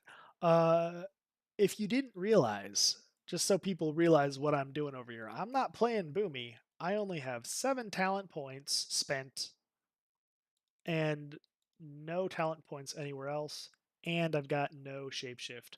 I am going extra hardcore with this character. So it's been a little bit of a challenge. And I think today or tomorrow I'm just going to spend all the talent points, but I'm still going to avoid shapeshift. I want to do that no shapeshift challenge. It's one of the original hardcore challenges. So if you're wondering like why I'm kind of going a little slower in with not using my shapeshift here and there, that's why. Um, anyway, here we go. We'll watch this video. I'm super curious to see what it looks like. Good morning. Good morning. Good morning. Thank you. Please. Thank you. Good to see this cabinet and staff together here. Thank you.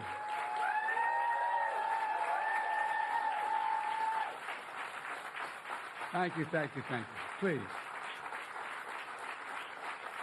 Thank you, thank you, thank you. It's good to see you all. Particularly good to see my granddaughter sitting in the front row here. Hi, Finn. How are you, honey? For over 200 years, America has carried on the greatest experiment in self-government in the history of the world. And that's not hyperbole, that's a fact.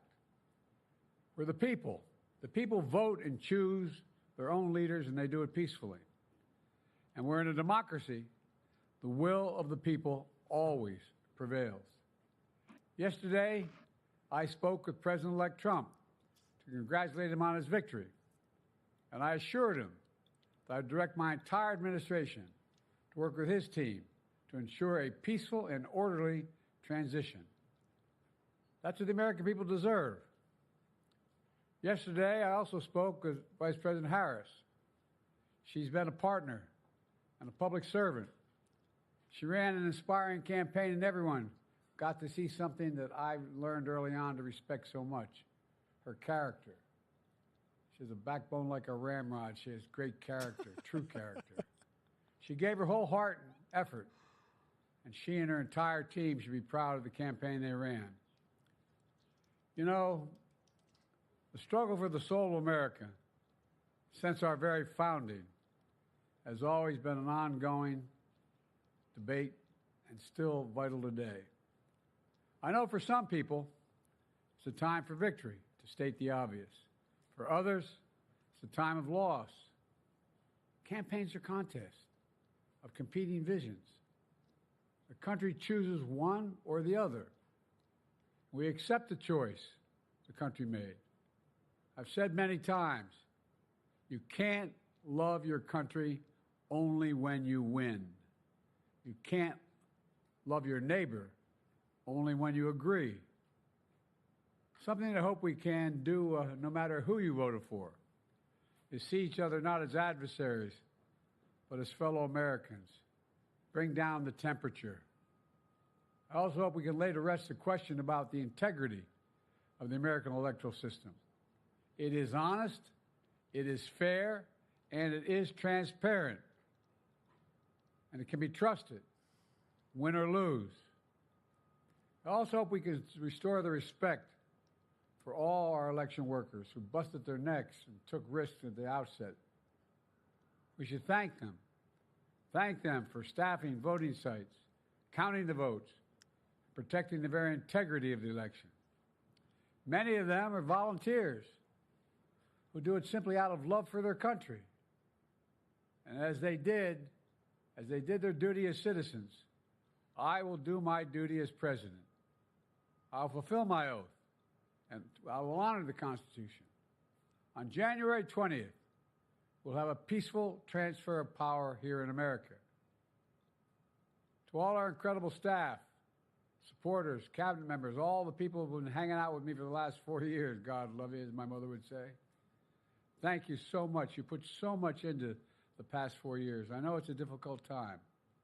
You're hurting. I hear you and I see you. But don't forget all that we accomplished. It's been a historic presidency. Not because I'm president, because what we've done, what you've done.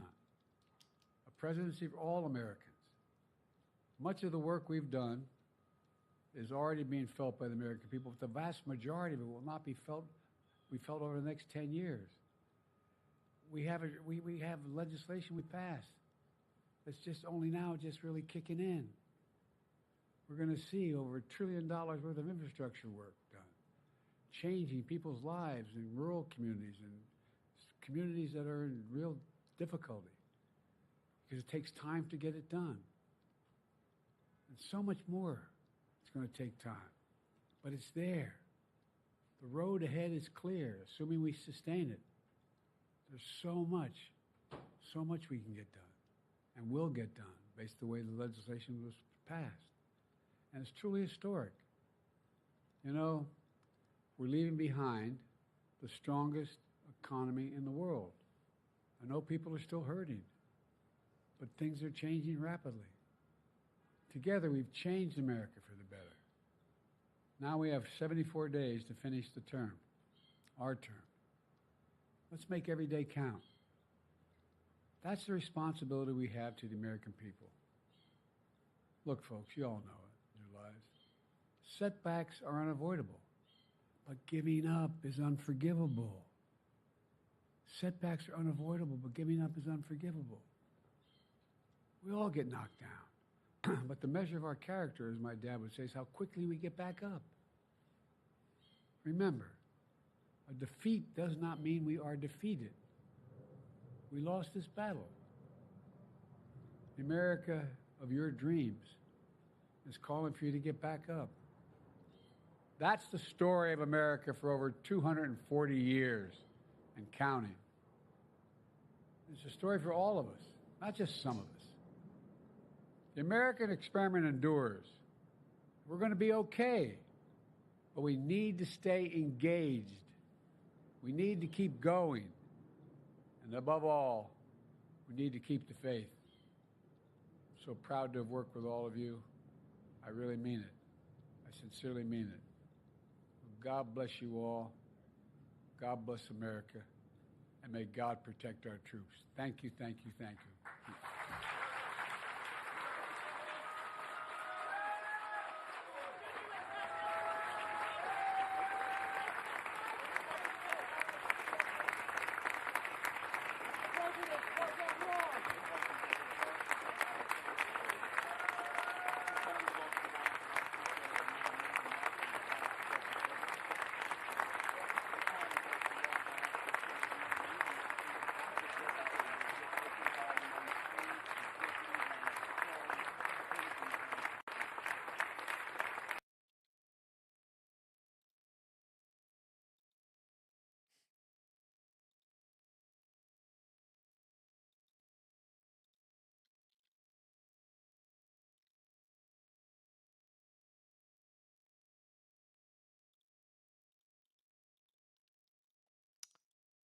That is interesting. That is very interesting. Sorry, I had to kick somebody from. I invited the wrong person by accident. I right clicked on the wrong person. But interesting, because you're saying that was not even a teleprompter. Oh my gosh. No teleprompter, huh? Yeah, he was looking all around, like he was not looking at a teleprompter. You're right. That is a huge difference from what we saw for basically like 8, 9 months.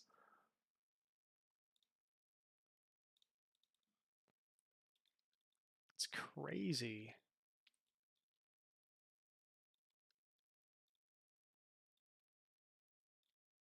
I mean, the only devil's advocate that I can really play in this situation is like, well, if it is something like dementia, like it comes and goes, even like if it is something like brain cancer, those kind of problems, mentally can come and go.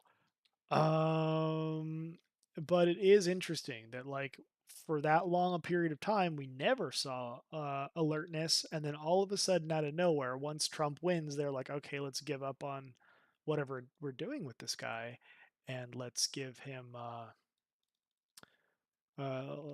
let's just let him. Let's just leave him alone and let him be, and all of a sudden he's coherent, right? So I see what you're saying. It's like it's a lot to put in my cart and buy. The metaphor that my wife and I always use. She says, "I don't know if I buy that, but I will put it in my cart and I'll push it around a little bit, and I'll and I'll think about it. It's definitely in my cart, but well, I mean, yeah, I mean, you said it's your tinfoil hat theory, but like crazier things have happened, right? I mean, so it is something to think about. Like, why did he become coherent all of a sudden? What's going on? You're right. It is interesting. It's definitely interesting. Crazy. Interesting. Yeah. That's cool, man. Thanks for sharing. I didn't expect to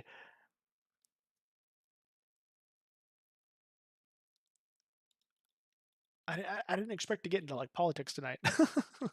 I was gonna just play a little WoW, do a little quests in the Shimmering Flats, see how it felt, and then I was gonna like hop into Dota for the first time in 6 months, and see if I completely get destroyed by by people in matchmaking because I haven't played in 6 months. But yeah.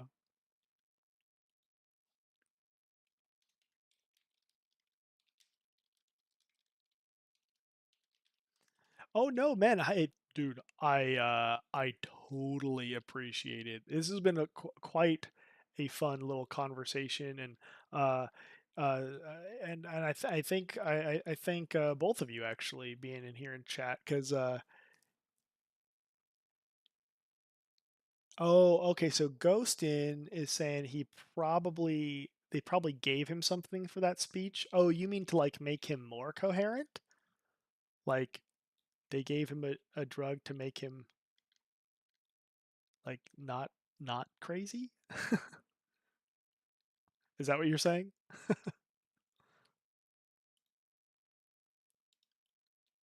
Yeah, maybe. Because the reason why I don't put it in my cart and buy it, but I'm still pushing it around, is because what I'm always looking for, and this is what I do when I'm looking at the nightly news and stuff like that, is I'm looking for the motive and I'm trying to follow the money. And I'm trying to see where the manipulation might be leading, because that's what politics does. They manipulate thought, and it's really just this huge propaganda machine to control the populace. In a sense, that is a big part of it. Not always, but it is a big part of it. So I'm wondering what motive they have to either stop drugging him and then make him appear coherent, or to drug him and then make him appear coherent. Was it like a, see, he was fine all along?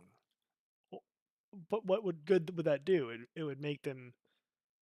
It would still make us wonder about all this other time, and it makes me wonder. They can't just be stupid. There's got to be a reason for why they either did this or didn't do it, or maybe there's something else going on that we're not quite able to see. Oh wait, this guy's 35. I don't want to fight a 35 red when I'm level 30 if I'm doing no shapeshift. That's where I'm going to draw the line. No, I'll do orange. I'll do 34. I've killed like 100 scorpions, but I don't know about this level 35 turtle. He's going to resist way too much. And I don't have shapeshift, and I don't have like any of my talents. So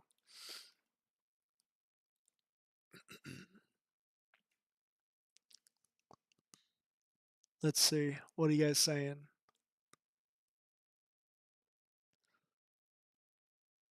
Maybe something to make him lucid temporarily. All I know is debate Biden equals that Biden. I don't know what that means. It's been said that life is just one big Ponzi scheme.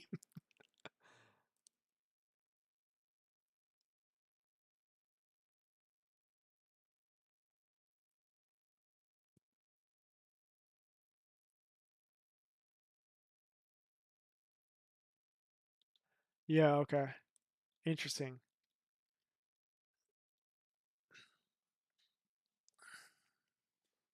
I think they knew he wouldn't win against Trump, but he also campaigned on never backing down.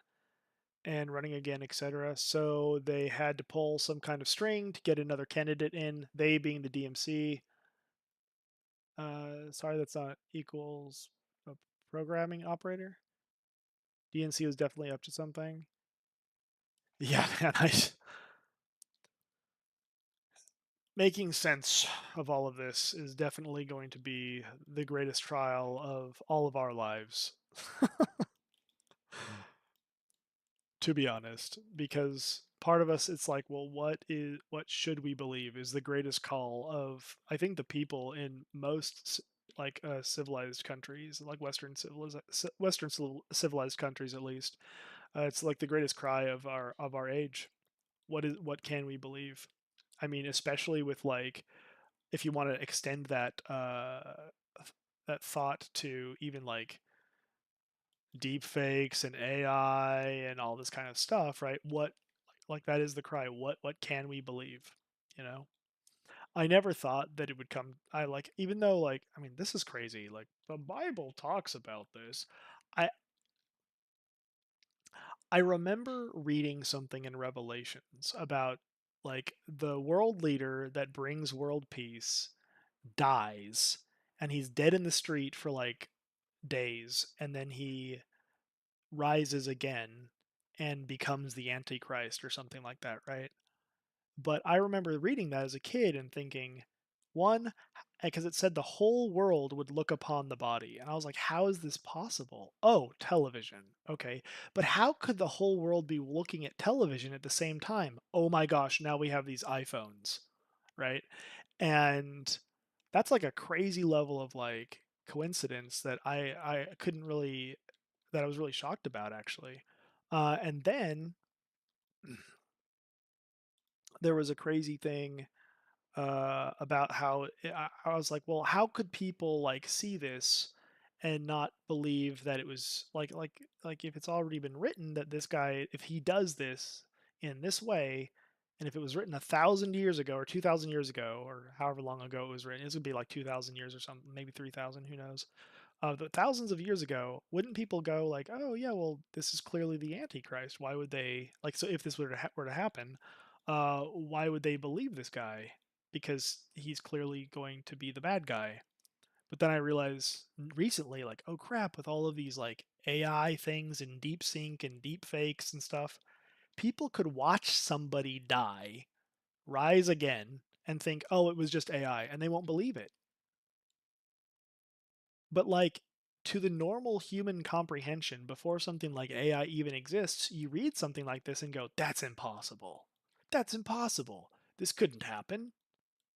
Before I could even conceive of, before the world could even conceive of something like the entire world watching one event happening, it was written that this would come to pass, that the whole world could watch a single event happen. And now the whole world could see something happen and still not believe it. And it's because of this whole AI and deep sync thing. And that just fascinates me. But that's the Bible side of my brain. I've done a lot of Bible study in my life.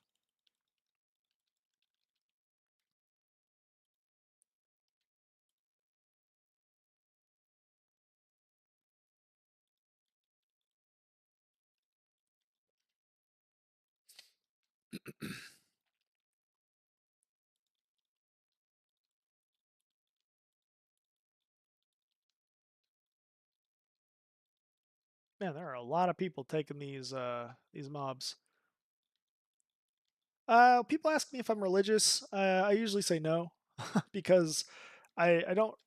You've probably heard people say this before in your life, but I've heard people say this before, and I kind of ascribe to it. People ask me, "Are you religious?" And I go, "Well, no, because religion is oftentimes rules without reason, and rules without reason leads to rebellion. So I don't see my life as a person that follows religion. It's one of those perspectives where it's like, no, I just believe in a relationship with God.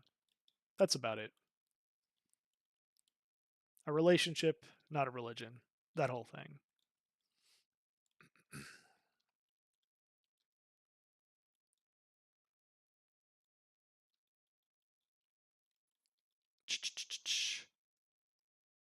Man, there's so much going on with people running around killing things. I keep getting afraid that a person is like a mob running at me. My gosh. Uh,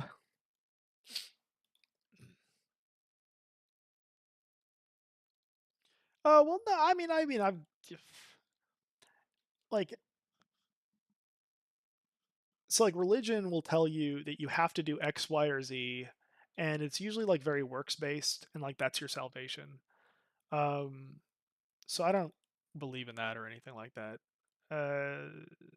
Because if you actually look at what the words of like the Bible say and stuff like that, it says that it's about that a relationship with God and stuff like that. So I yeah, of course.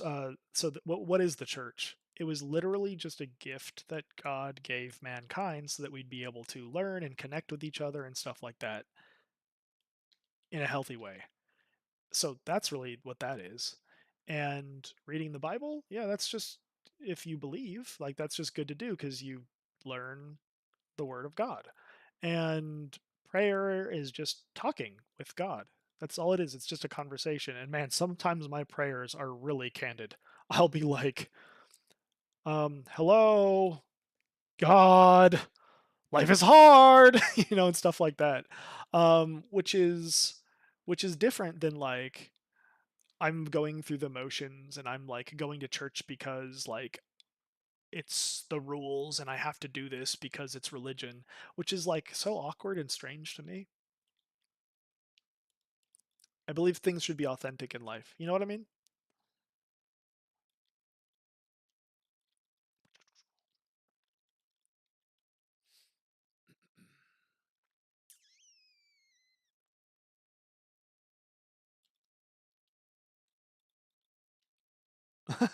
Well, that makes sense. I mean, a lot of people that I used to go around and just talk to people about my faith a lot. I guess they call it evangelism, but I used to go around and talk to people because really I'm curious about what other people think. And also, I think that what I believe is true. But and I've heard it put by an atheist one time, once upon a time, that the greatest evil that a Christian, for example, can do is not tell people about God. Because if you really believed that this was true, and if you really believed in like heaven and hell and that kind of stuff, and you didn't tell somebody about God, you would have to be a very hateful person. So there was some like atheist. He was like a YouTuber or something. I think he also like was a speaker, kind of famous guy. I don't really know the guy's name, but like I've seen the video a few times, and he talked about how important it was to not um, hold back if you are a believer, because if you do hold back and you don't tell people about what you believe, to be honest, that is pretty terrible because you would have had you really would have to hate somebody to not talk to them about something that you believe exists, something as terrible as like hell, for example, right? Um, so yeah, I thought that was really interesting when I heard somebody say that. Um, so I was like, you know what? That's true. I should not ever like just be afraid of what people might think about me, or anything like that. And he's right. I should, just be bold and open and tell people what I believe because if I believe it to be true, which I do, um, then it would be pretty cruel of me to withhold something that I think is that true. You know what I mean? So but yeah, I hear you because you said you're an atheist. You appreciate religion to a degree, but you also despise them to a degree and stuff like that. And I get that. I mean, I've talked to a lot of people that are either atheist or agnostic or somewhere in between, and stuff like that. Which these are different things, but um, and a lot of times people come up to me and they're talking to me about it, and a lot of times it really just seems like they've been they've been burned and hurt by people or talked down to or judged or something like that. And really it's like sad in a way because it's like the people of the church or whatever you want to call it, um, a lot of times are some of the greatest detriments to their own belief because they're so judgmental and cruel about it and stuff like that. I've talked to people with tears in their eyes, like remembering their like. because I used to walk up and down like main streets and just talk to random people and stuff like that. Um, like waiting in line for bars and stuff like that. And a lot of times people just really appreciated the conversation. And I mean, I've talked to people like literally like grown ass men, like bros about to go to a bar because they want to get laid. And they're like crying as they think about like the pain they existed that they experienced in their life from like their mom or somebody like judging them. And it's really sad that, some people might be that cruel, but people are cruel. People are selfish, people are cruel, and people really a lot of times I think people mean the best, but then they are they're just they make mistakes, or they let their own things that they struggle with like anger fly, and then it conflates it with like faith, and then people get like sad and they turn away from whatever they grew up on, or like God or whatever. Religions were used, ancestors, point of social understanding, science, literacy. Sorry. Yeah, there's a lot there to unpack with what you're saying. um, I'd need specifics to be able to talk about any given thing. Otherwise, I'd just be guessing at like exactly what you're talking about. But yeah, that is a lot to unpack.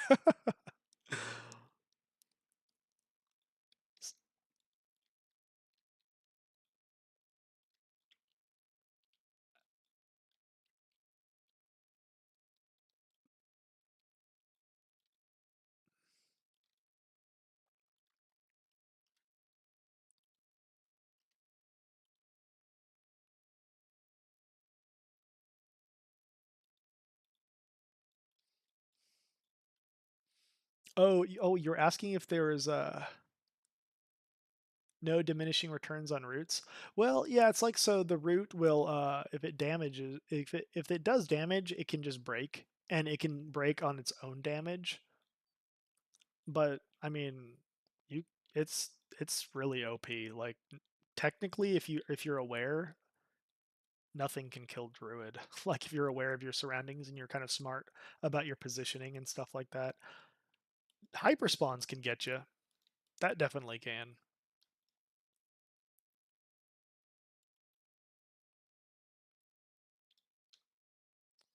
Uh, well, I mean, here's an interesting thought. My wife is a science teacher. She was not a Christian. She was going to college, and she was learning about the universe and like much deeper levels of science than like high school science. And during that experience, this was before I even knew her, nobody was like telling her about God or anything like that. And she was learning about the complexities of the universe and everything that she had to study in college. And throughout her like first few years, she came to this conclusion that no, this is very apparent that there is a God. And through her studies of science, it then led her to start just going to church and being like, is this stuff true? And eventually she like gave her life to God and stuff like that, the whole Christian thing. But it was literally through her study of like deep science as a scientist. Now she's a science teacher, but she was getting her like degree in science. And it was through that she became vastly aware of how there must be something like a creator, uh, that goes beyond like simple random chance or whatever that they like briefly talk about at the high school level and stuff like that. And she was raging like atheist and everything like that, and I wouldn't say raging really actually, but like she was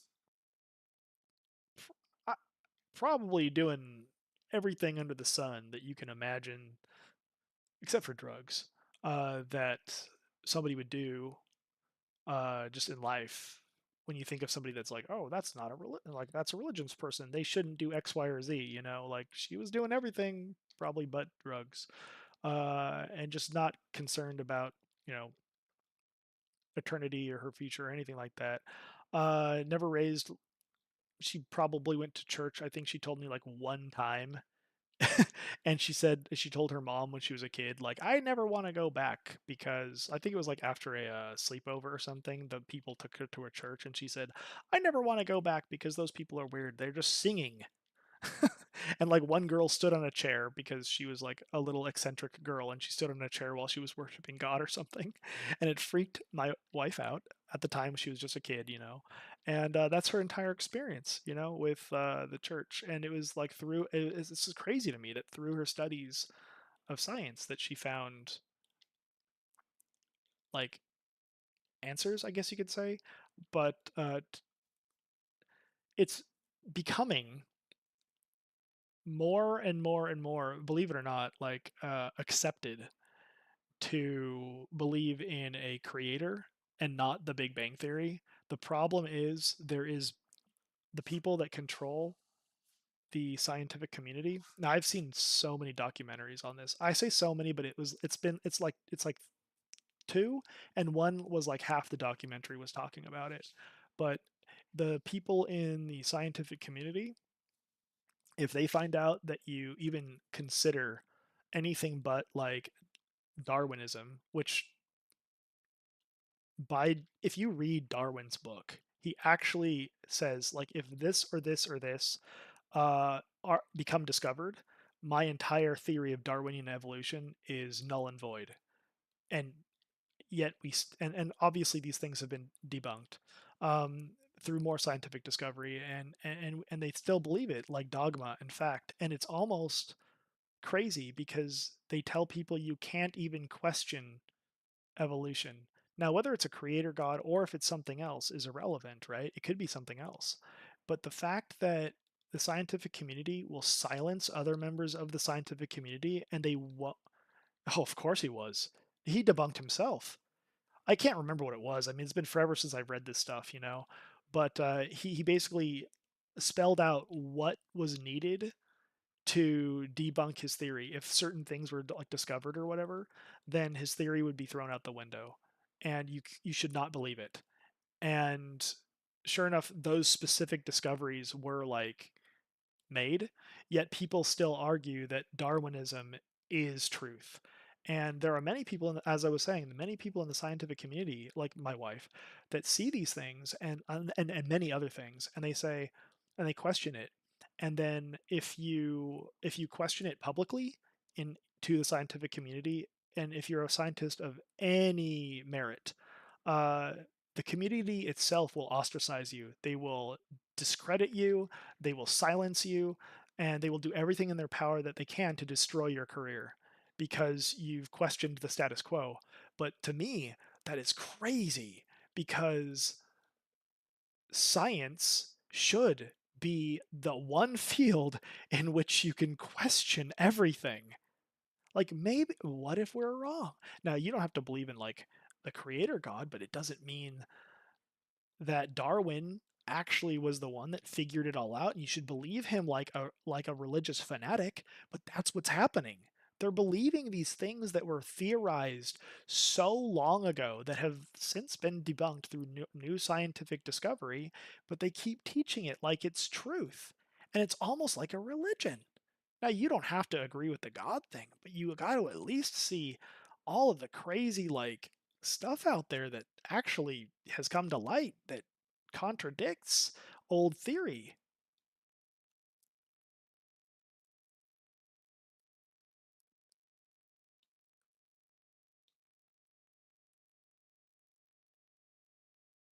Ah, I can't remember which name. Oh well, thank you, Ghostin. He was saying thanks for the thought-provoking stream and the lesson on druids. I'm gonna lurk for you, but it's late for me. Yeah, it's a little late for me as well. Thoughts between Old Testament versus New. What do you mean specifically? I mean, there's probably 20 random thoughts that I could have. What do you mean specifically about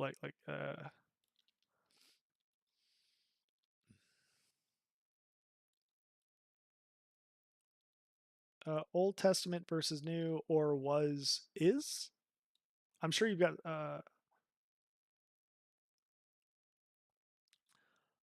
Uh, so the 5K year old Earth theory is. I don't really. I mean, so there's the 10K old Earth theory. I don't think it's 5K. I think it's 10K. Um, and it has to do with them basically adding up.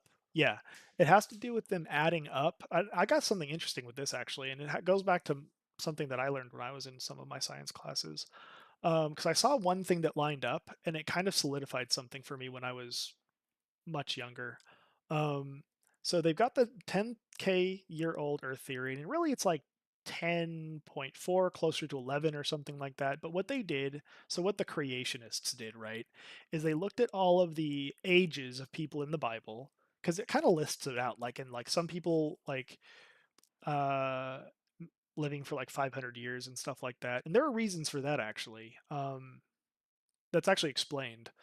Um, and there is evidence for that even with like certain rock sediment things that they found. But I won't get into that. That might be an interesting thing for later. But like literally proof that of the Bible claiming that people could live for 500 years. Like there's like actually slight connection and proof for that. But I can get into that later.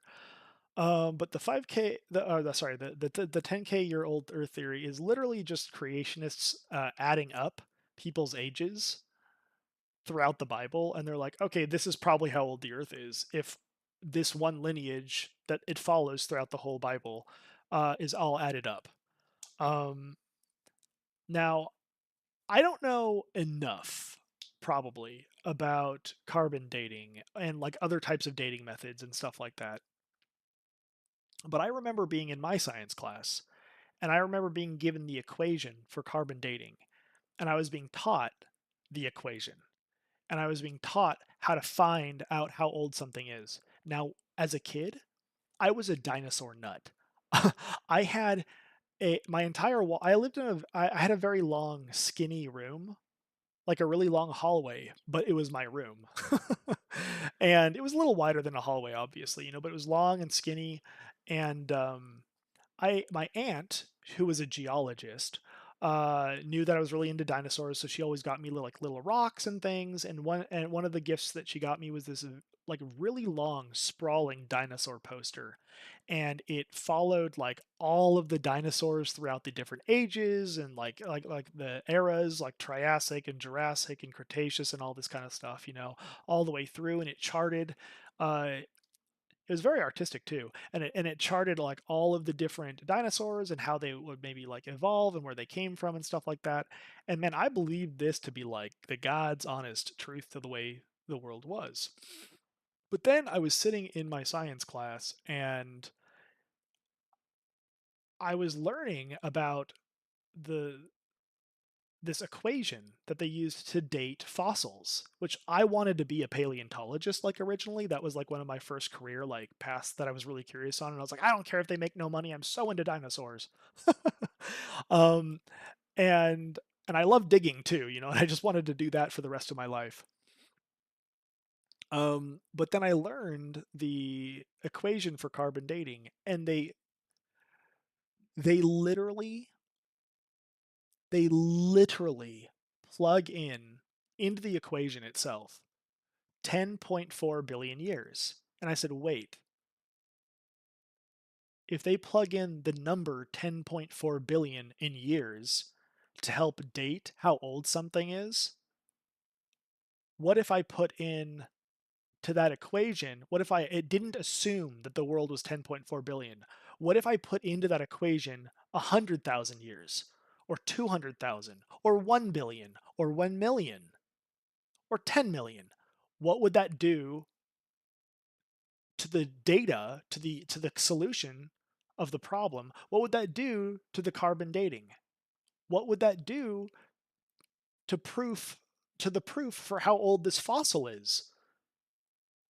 And my science teacher said it would change the amount. And then I remembered, and I wasn't really big into like Christianity or anything like that, and I was really into like science and paleontology. So this was like a paradigm shift for me. And I said, it clicked, and I went, what if I put what if I put 10,000 years in? What if I put 10,000 years into this equation where I'm supposed to put where science told me to put 10.4 billion? Would that change how old this fossil is? And he said yes. It would put dinosaurs living within our lifetime. And then he kind of scoffed, and I was like, what the hell?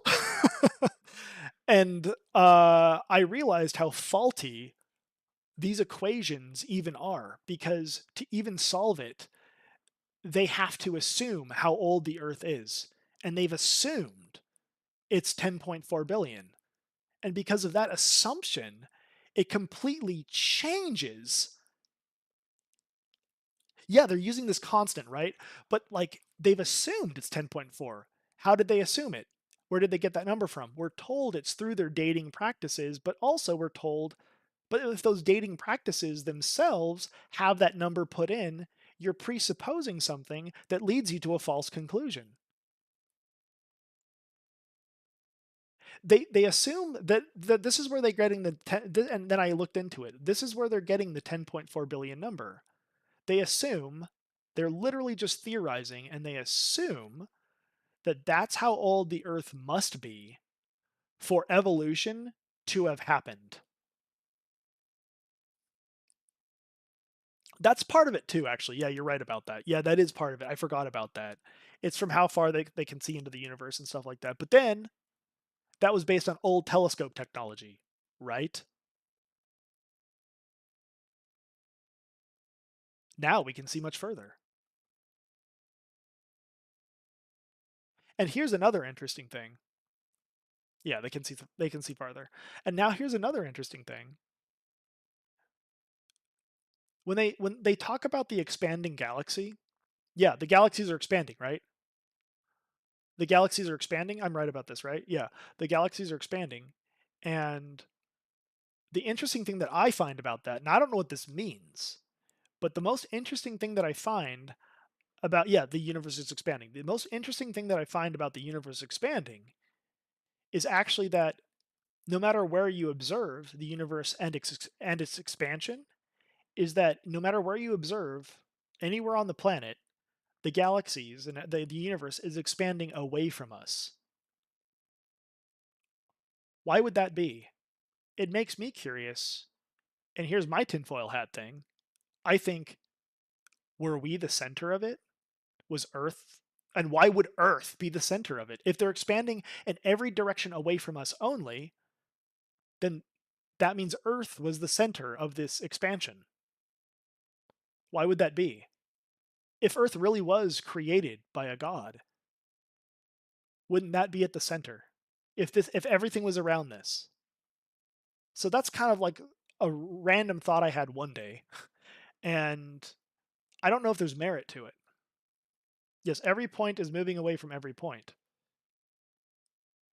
Yeah, but it's literally moving away from us, though, right? Specifically us. Am I right about that? That's kind of how it was taught to me. Now I might be wrong about that, because maybe I'm not understanding. Yeah, I don't. We're not supposed to be the center of anything, but if everything is moving away from us, that sounds like we're the center, right? Isn't that what that means? I don't know, but that's what it sounds like. Like in every direction, like if I throw a pebble into a pond and that ripple expands outward away from where I threw that pebble into the pond, then that pebble was the center. So think of it 3D. Those waves, or the expansion, is moving away from the thing that's in the center. We shouldn't be the center, but if it was created by God, then we are? So that's like a curious question I have about that. Because that's what it sounds like.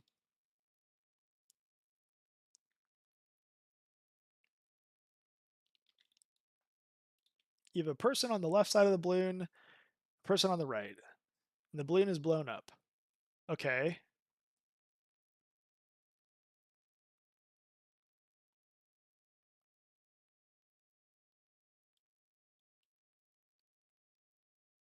Both people would experience it as if the other person is moving away from them. So it's like a relativity thing. Like things are relative to the perspective.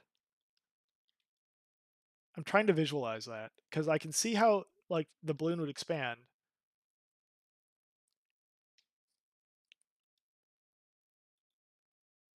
But there's stuff behind you, and you would be moving closer to the stuff behind you or moving with it at the same rate.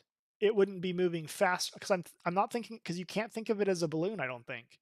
Because a balloon is stagnant in one place and you're only looking in one perspective rather than the perspective of everything around you moving away from you. Because if everything around you is moving, it's like if I'm on the balloon and the balloon is expanding in one direction, but the stuff behind me is expanding at a faster rate, I don't see how that. Yeah, the balloon's getting bigger and bigger, but this, and I see that every point on the balloon is getting further and further away, right? But the stuff behind me,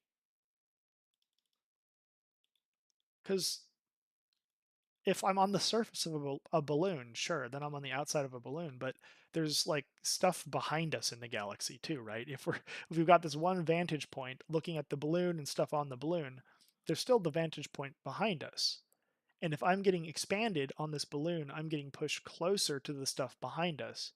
But if the stuff behind me is moving away as well, faster than I am moving away, why would it be moving away at a steady rate that is faster? And things even further away aren't moving even faster than that. Everything's moving at the same rate away from us. So it's really hard for me to visualize. I'm trying my best here. I'm so sorry. I'm really trying. It's hard to visualize.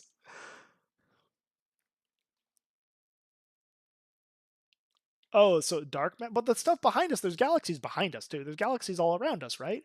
They're not just like in one direction, right? I thought they were all around us. Am I wrong? Are galaxies like not all around us? I thought they were all around us. Or do we only see galaxies on like the arm of the Milky Way or something like that?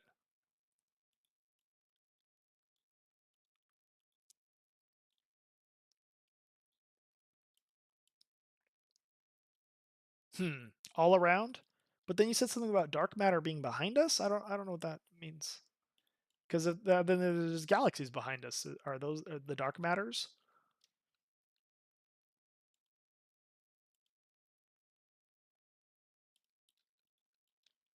Hmm. Not sure what this means.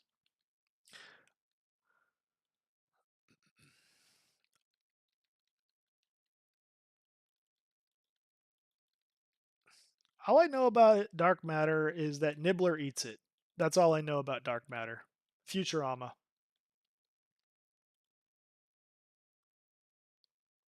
Oh, science. It's the. Oh, is that what that is? Dark matter is the scientific description of what is pushing everything away.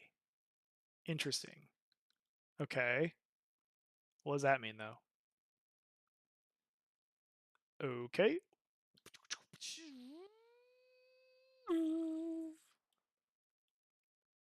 Run, run.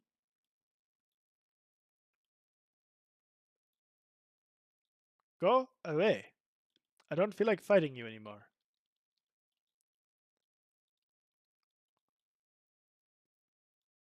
But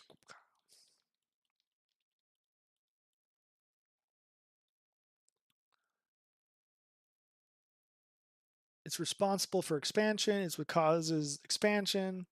I don't even remember how we got on this topic, but I think I had a weird theory about like why is everything moving away? Does that mean we're at the center? That sounds like a creation thing.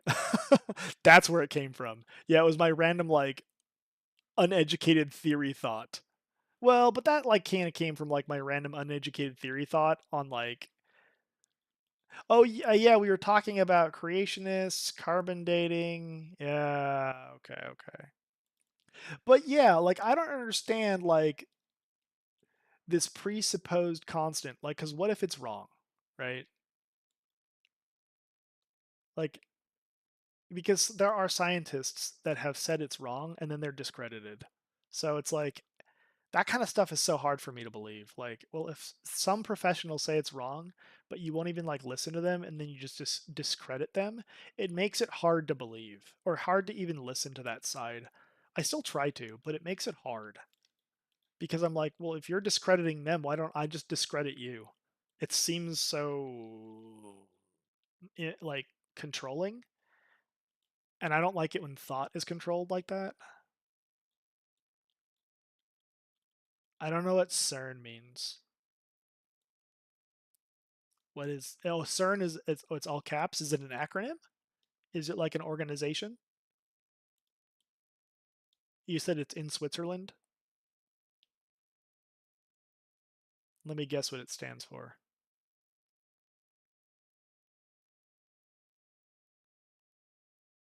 Center of Environmental Rational Nationalists. No, that's not what it stands for. It's funny that we're talking about like God and stuff, and I literally have a character named Doom from Dota, which is basically Satan on the on the screen. Do you see that? it's, it's kind of funny. Oh my gosh.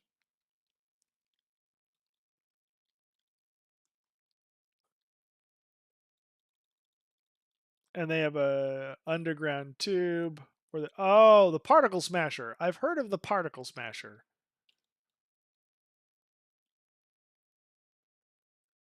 They've been smashing particles for how long? I don't know what the particle smasher is. I just heard that it exists.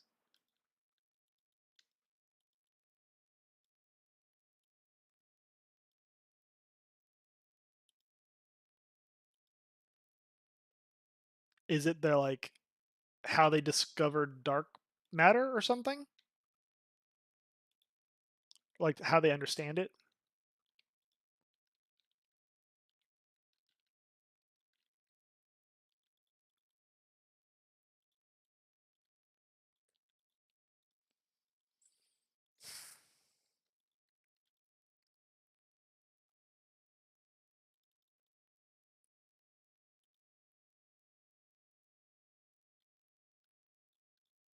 Ah, quantum physics. Yeah, I mean, to be honest, I'm not really sure. I don't know much about quantum physics. Obviously, I'm not like super scientist or anything like that. But I is quantum physics like dimensions? Is it like another dimension of existence? And is that what quantum physics is?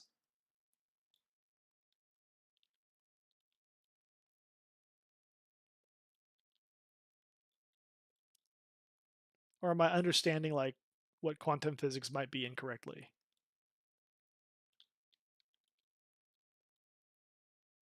Higgs boson. I've heard of that. Yeah, and I didn't know what it meant, but I've heard of the Higgs boson. Probably because I've watched Big Bang Theory and I've just heard these things, but I have no idea what they're talking about. That's probably where I've heard of that, to be honest. I think that's the only place I've heard of this particle smasher before. That's okay. That's a little sad, isn't it?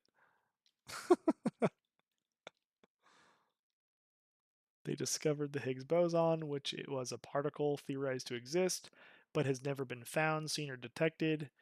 No, quantum physics is the science of the particles and the quarks that make up things like protons and electrons. Okay, yeah, right. Okay, that makes sense.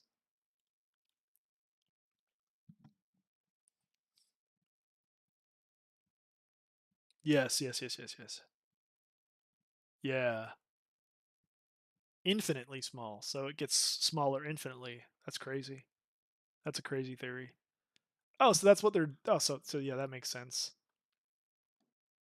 That's what they were trying to depict in like those Marvel movies, I guess.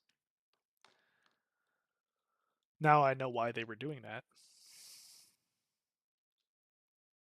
Okay, Higgs boson discovered in the mid 2000s.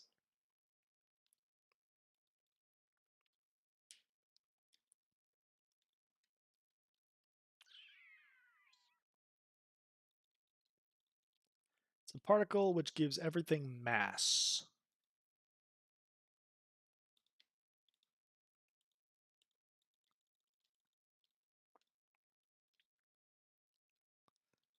Okay.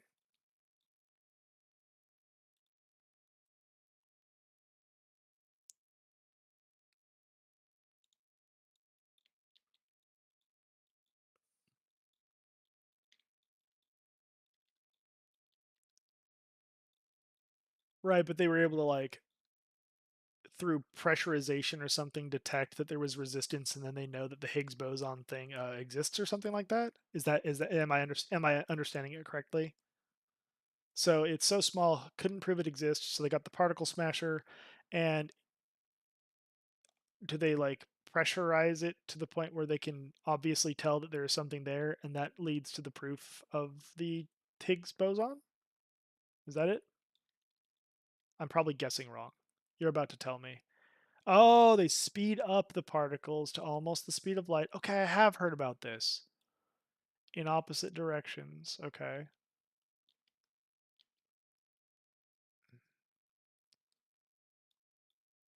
And then crash them.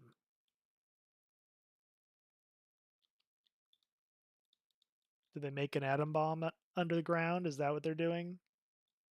Is this where cancer comes from? Just kidding. This is where cancer come from. I've decided.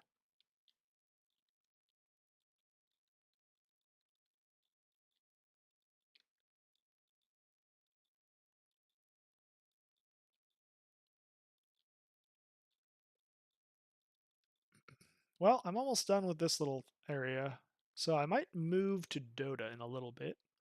And I mean, if you've never watched someone play Dota, or if you have, or if you've played it, you might want to see me play it because this is my first game back in like 6, 7 months. And I am going to get owned worse than I've ever been owned in my life. I have no muscle memory. I've been trying to get it back a little bit with bot games here and there, but I am about to get destroyed.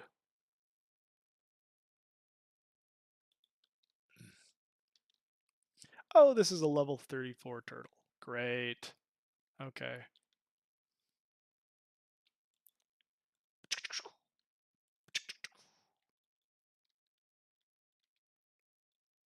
Be real nice if I had potions. Oops.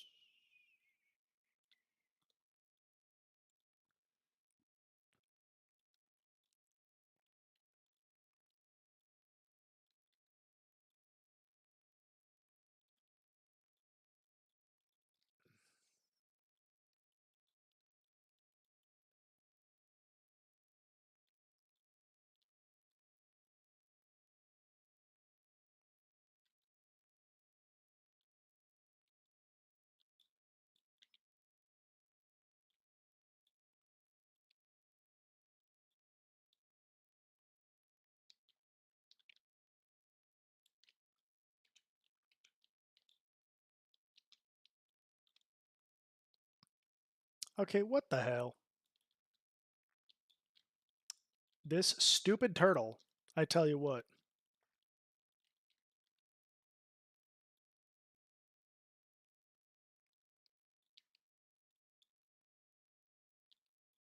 Oh, so that's why where you're getting that idea of the. Oh shit!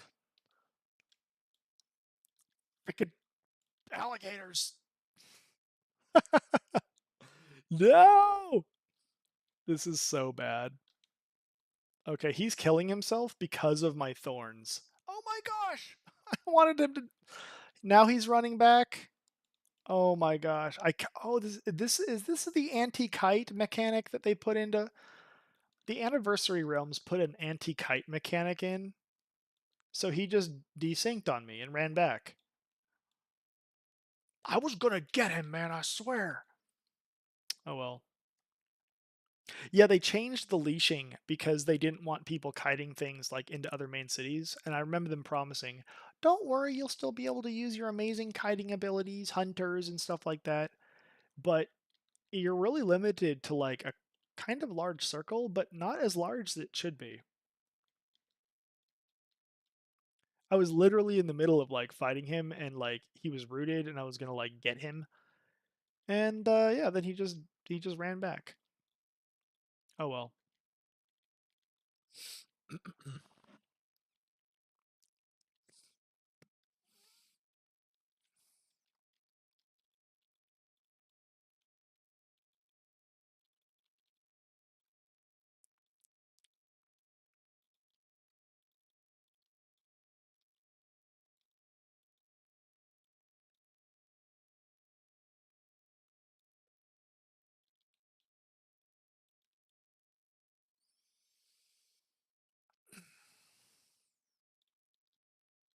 Yeah, scientists do cool things, but they're still not mutually exclusive.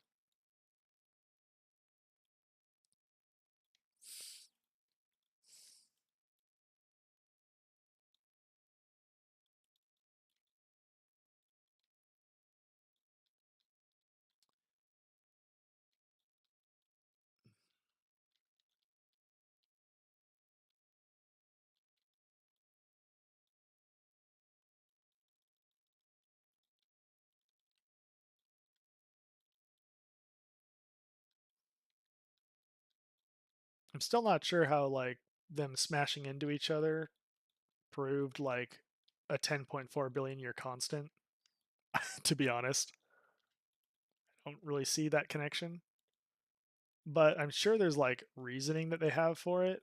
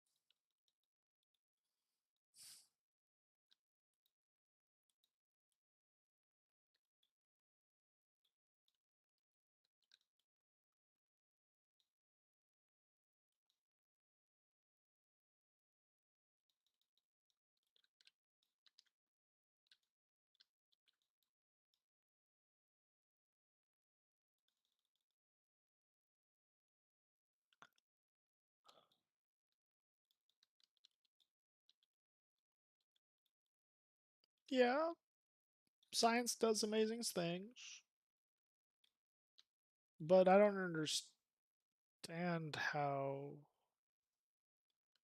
it proves the 10.4 billion.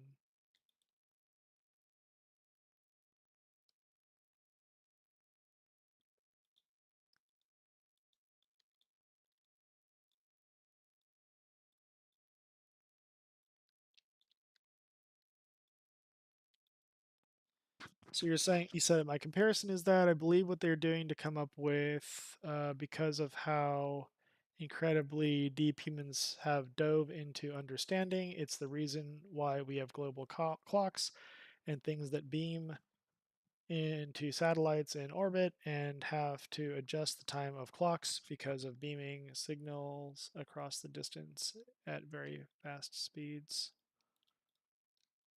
What?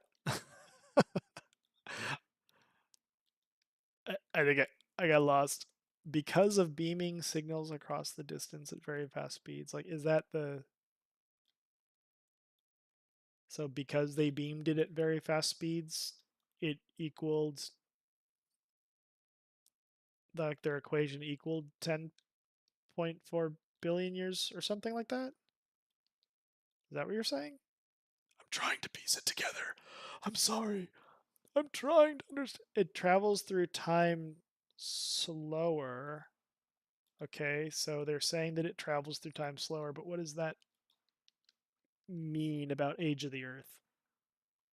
Or existence, or whatever you want to call it? Because don't they believe like also age of the universe is different than age of the Earth? I don't know.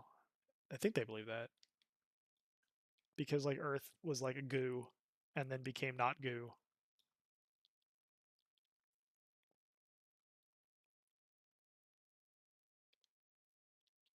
Well, yeah, the speed of light is, and science and mathematics has to adjust. Science, so you're saying, and science in general and mathematics in general has to adjust to constants like the speed of light and gravity because time ticks slower the faster you travel. Okay. I taught like a science English before. It was like a science English. No, yeah. I've heard about this, but my skibbity kids were talking about this, and they couldn't explain what you're talking about. They were saying like, because I was like, they were talking about something that was like what you're saying, and they explained it so poorly. They said they put they put a clock in a plane, and they made the plane travel really fast, and the plane traveled close to the speed of light, and that the time was different in the plane. And I was like, that didn't happen. That's impossible. We don't have a vehicle like a plane that can go at the speed of light. High school kids, man, I don't know where they got airplane from, but maybe it was a maybe it was a reading comprehension issue where they were reading a scientific article and they were reading about how like the particle smasher thing has a plane, like a space, like a plane of existence where they do these tests underground or something like that. And they read the word plane and thought it meant like vroom vroom, I'm a jet, I'm an airplane. Yeah, space station's going super fast.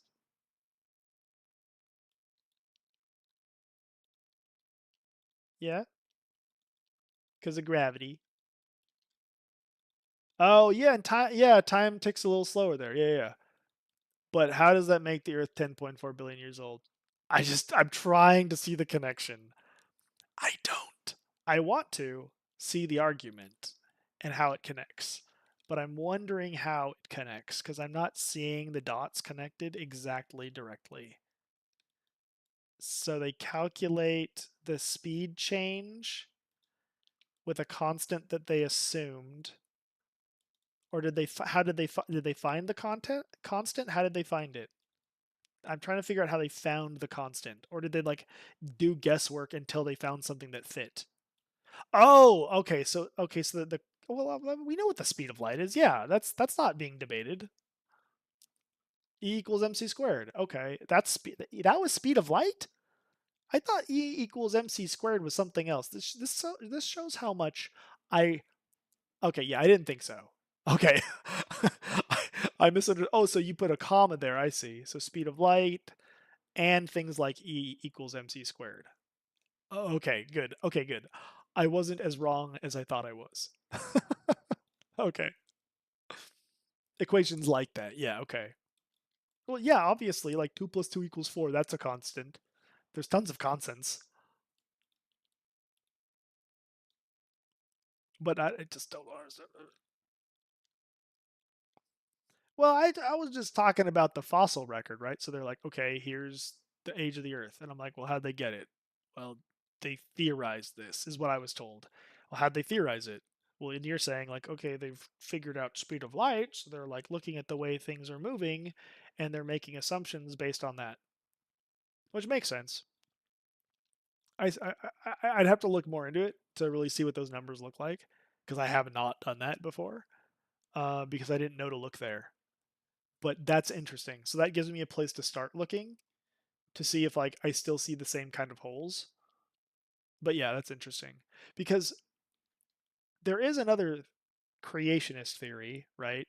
They don't it's not the new earth or the young earth creationist theory. There's another one which I'm not sure I agree with because it kind of in my eyes is contradictory. But they talk about how well Genesis talks about the different things God made, but a day might not be a day. It might be like 3 billion years or something like that every time there's a day. That day in the world of God is represented as millions of years because God is eternal. So that's one theory that people have. So, in a way, you could say that these two things, like Age of Earth and Creationist, is not mutually exclusive. But yeah, so we were talking about the 10K Earth thing and where that comes from, and kind of like why some people might agree with it, and why I guess I talked about why like I kind of saw some merit to that. But yeah, I'll look into what you're talking about. But then if what you're saying makes more sense, then well, so if what you're saying makes more sense, then there you go. The It's still not mutually exclusive with the fact that the other creationists, like literally the other half of them, who talk about old Earth theory through creation, um, it doesn't become mutually exclusive in that way on the surface. But I mean, there's still possibilities that like this whole constant thing could be a little faulty here and there and stuff like that. So I'd have to look into it because I'd have to see like really where they're grabbing those numbers from, and I'd have to have some time to look into it. But that's very interesting. So you've given me some stuff to look into because either theory could work. So why trust it? Why trust the Bible? Oh my gosh, where do I start? I guess I'll start here. I've spent a lot of time in my life trying to disprove the Bible. Like before I became like, oh, I'm not saying why not trust. What? I didn't say that. I didn't say not to trust science and mathematics. What I am saying is I've seen both things to prove themselves wrong time and time and again as new discoveries are made. So I'm wondering if there are other assumptions being made for that young earth theory to then debunk it once again. But then there's the other side of it, which is, well, young Earth theory is not the only creationist theory. That's just the red herring that people like to focus on because they think it's the easiest to debunk. Oh, no, I'm not necessarily questioning the validity of constants or carbon dating. What I'm questioning is mankind's ability to be accurate because we have made many discoveries, but we've also been wrong time and time again, scientifically, uh, throughout the ages, where new discoveries are made, and then like the old theories are improved upon or changed entirely. Now I'm not saying that that's going to be the case for this, but I'm saying, oh, that's interesting. I'll look into that because who knows? What if what you're presenting to me disproves the carbon dating question that I had, right? Because if it disproves the carbon dating question that I had, cool, awesome. Well, then it still doesn't disprove like creationist if you ascribe to the creationist theory that has to do with what was I saying? Sorry, I got afraid of dying for a second here. uh the old earth theory, right? Because there's the old earth theory that says, well, I mean, maybe a day was a millions of years or billions of years or something like that. It directly does disprove it. Yeah, okay, yeah, it probably does. But I said I just don't believe things that I'm told, right? I have to look into it and like really see what those numbers look like. And as I said, you're probably right, and they're probably right, or whatever's probably right. It's just something that I haven't been presented with directly before, so I like to look into these things. That's all there is to it. Um, so yeah, but yeah, then there's the obviously I've said it a couple times. Then there's like the other theory, that people say, and I've always kind of been like, well, I mean, maybe if the Bible's true, right? If there is a God, then why couldn't an all-powerful being do something in one day? So I've kind of like ignored that possibility. Uh, but it's possible that those creationists, like literally the other half of them that talk about older theory, are actually right. It's possible. So yeah, that's a thought. Yeah, I love the double slit experiment. I was first introduced to it by What the Bleep Do We Know? Have you ever seen that little like I don't know if you could call it a documentary, that little like movie? It's called What the Bleep Do We Know? Dude, double slit theory from there and also dimensions. Oh my gosh, it's freaking amazing. It's a little dated. It was an independent film. It went out to like all the independent film theaters back when I was like in college or something like that. And my buddies and I like went nuts for it. It talks about a lot of really weird things about the quantum realm, actually. So it's kind of cool. And that was my first introduction to it. But and that's it was probably a little earlier into the quantum theories, but it does go into like different dimensions and like theories about dimensionality, and it uses a interesting comparison with like the what do you call it? It's like a 2D character, like a 2D character. How does a 2D character perceive the world around it? Well, a 2D character perceives the world in the first dimension, and a 3D character perceives the world in the second dimension, and a fourth dimension character would, and it goes on and on and on and on. And for me, actually, when I learned about those different like planes and dimensions and things like that, that the movie kind of like broke down and talked about, I was like, well, holy crap, that explains how, like in the Bible, an angel, for example, could just appear out of nowhere. But yeah, they also talk about the double slit experiment in this movie. But this was my favorite part of the movie because I like conflated it with my own like faith, which I don't know if I should have, but I thought it was neat, and I started coming up with my own theories. And I was like, dude, like, so are angels just on a higher dimension in a dimension that I can't conceive of because I've never existed in that dimension?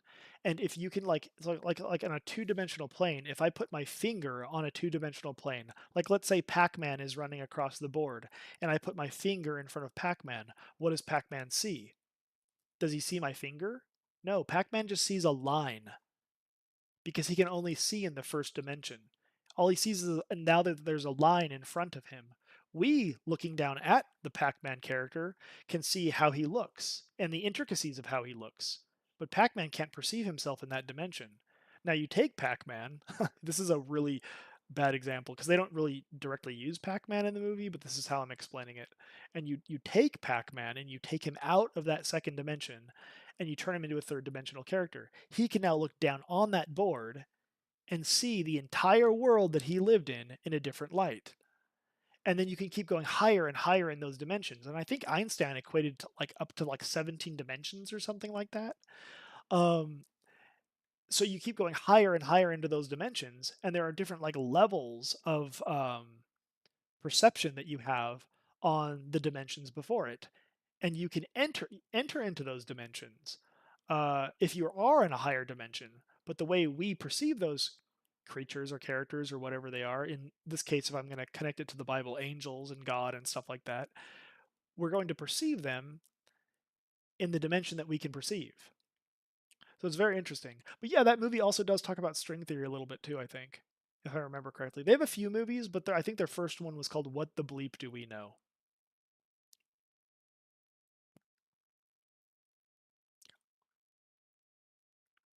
That's one of your biggest qualms with religion? What? Just like connecting like faith to our perception of the world? Well, I mean, it's like an occupational hazard almost, right? Like it's part of your worldview. So you're like, hey, does this connect with what I have always wondered about? Maybe it does, and then you just theorize about it. But drawing conclusions and saying like that's the way it is, I don't think anybody has like in the world. other than me, maybe decided that angels are like in a higher dimension because they saw the movie What the Bleep Do We Know? I'm not using science to try to explain my beliefs. I'm looking at science and going, well, is that what's going on here? And you just have to wonder, right? Because there's faith, and then a lot of times what happens is actually science proves something that was mentioned within your faith. At least for my faith it does. For like Christianity, for example.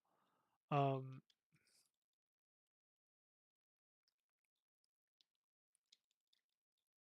like hold on.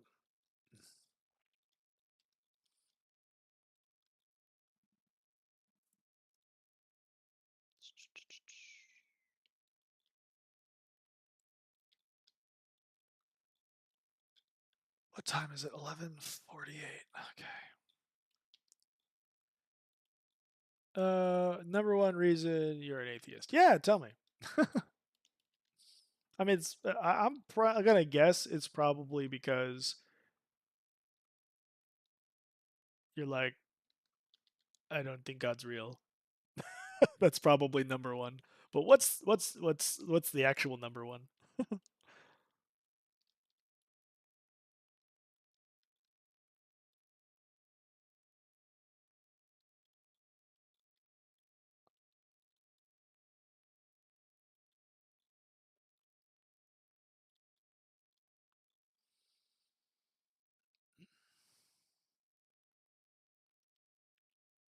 So it's like overwhelming.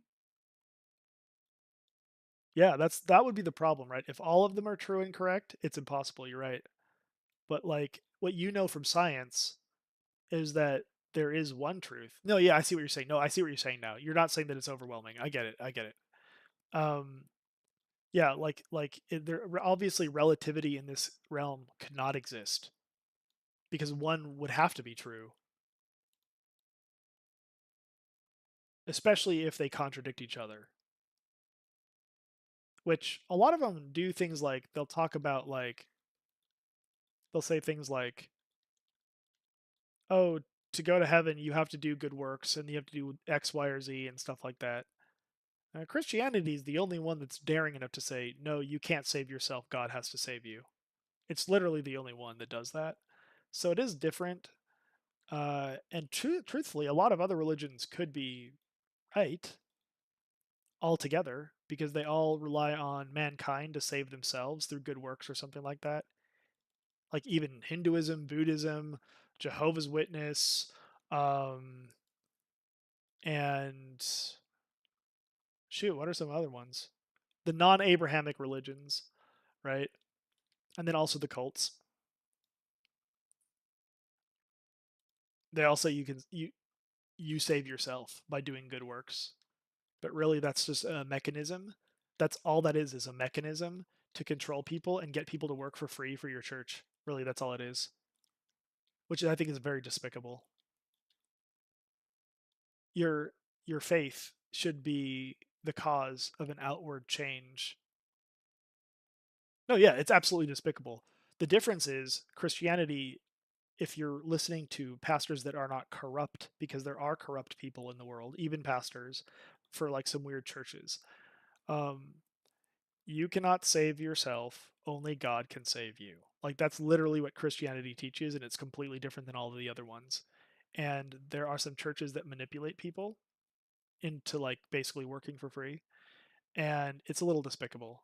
But the thing that I will say about that is if you truly do have a change of heart and you love God and stuff like that, and it should create in you a desire to be different and do good. And I mean, sometimes that might cause you to like do something for, I guess, quote unquote, God's kingdom. But does that mean you're like working for free for a church to go around and be like knocking on people's doors so that your church can gain numbers, which is what some cults do? Yeah, you should. No, that's not what the Bible teaches. But that's what a lot of religions in the world teach because they're trying to promote their own like success, or they're trying to garner their own success or whatever. I don't know. There's that whole coexist movement.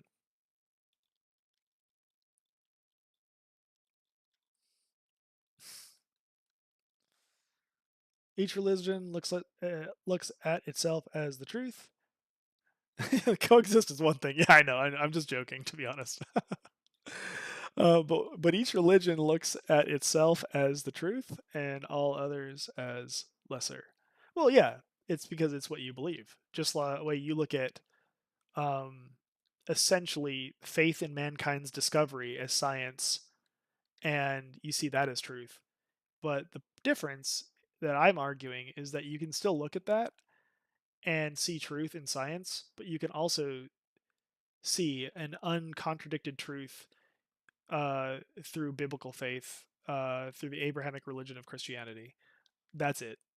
I think that there is enough that actually aligns, that actually doesn't contradict, and I haven't really found anything that directly contradicts like anything except for probably the scientific impossibility of Christ resurrecting himself. Right? That would have to be a god. So that's where the faith comes in. Yes, science brought the astronauts home, but it didn't blow up, did it? I'm just kidding. But actually, that was scaring me because literally, didn't his rocket like blow up? Like literally, the one that they launched right before it. I was really scared. I was like, dude, that one just blew up, and now they're sending people. What are they doing? I was pretty scared, to be honest. Yeah, that was. I know that was the other rocket. They're not sending people up to space in the same rocket that blew up. That's not what I was saying. The manned missions in orbit is on Falcon 9. Oh, it's like a different model, you're saying. Okay, well, but still, I was like, wait. Okay, I thought it was the same model, to be honest. So you can see why I was scared. I thought it was the same model. And I was like, wow, they built a second rocket pretty fast. Starship is in testing and is going to be the rocket that goes to Mars. Man, it was so despicable too, watching people like cheer, like on the left, cheer when the rocket blew up. Because I'm like, you're cheering for like scientific discovery to fail? That is absolutely terrible. Especially because the mission is to like rescue people. I was really mad at some of the leftist news sources that were literally celebrating the blowing up of the rocket. It made me sad. It made me embarrassed as well. Yeah, they do. No, dude, this conversation has come back in a very full circle way that I did not expect. It's kind of freaking me out right now. We, we started talking about this.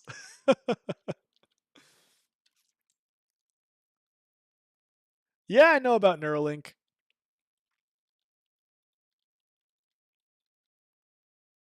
Neuralink scares me. It seems a little too sci-fi for me. I don't want to get that. I don't think I ever would unless they force me to, and then I guess I have to.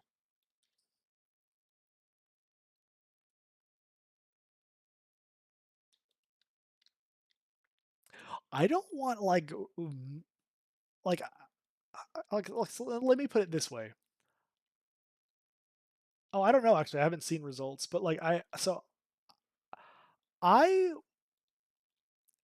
am so health conscious that I am afraid to take 2 Tylenol. Okay? And it's not because like, oh, I'm just worried about like a doctor will say, "Oh, your back hurts. Okay, take some Tylenol and take this other medicine." And I'm like, "Are you sure they're safe to take together?" You know, and because I guess I've had bad stuff happen to family and stuff like that, you know. Um, but I'm like really hyper conscious about that kind of stuff. So the idea of putting like metal in my body that like is robotic metal or like wires, I don't really know what it is. Is it like wires? I just putting that in my body, it sounds like maybe it wouldn't jive with my flesh.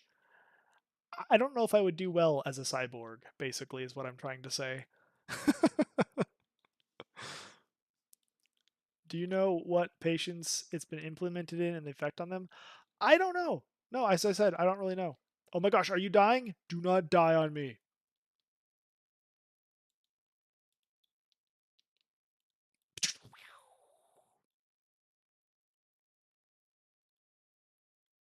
I'll never die. Good, good. I just looked up and saw your health and got scared.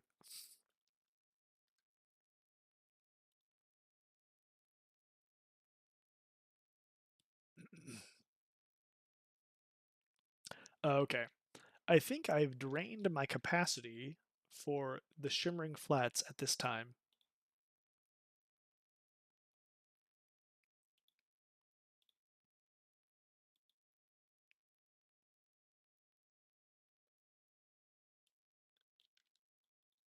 Okay, cool. Let me see. It's implemented in two people, quadriplegics. It allows them to walk? Oh, control computers with their minds and thoughts. Oh, interesting. But I thought they already had something like that. I guess Neuralink is just like a better version of it. Is that what it is? Dude, by the way, I just got to say, it is so fun talking to you. Thank you so much for being here and talking to me on the stream. I just got to say. And also, I'm super curious about the particle accelerator and looking into some more information about this and really what that means about like how it proves constants. I'm like super curious about this. Hopefully, I actually find the time to actually start looking this stuff up, or at least remember to talk to my wife about it because she might know, but I mean, she might not. Um, she might though. I don't know how much she knows about like physics. She was more of a she's a biologist is what she is. She was not a physicist. She was a biologist when she was getting her degree. She knows a lot, but probably like everybody there's always like gaps in knowledge, you know. You physically can't know everything in this world. It's like actually impossible. It's crazy.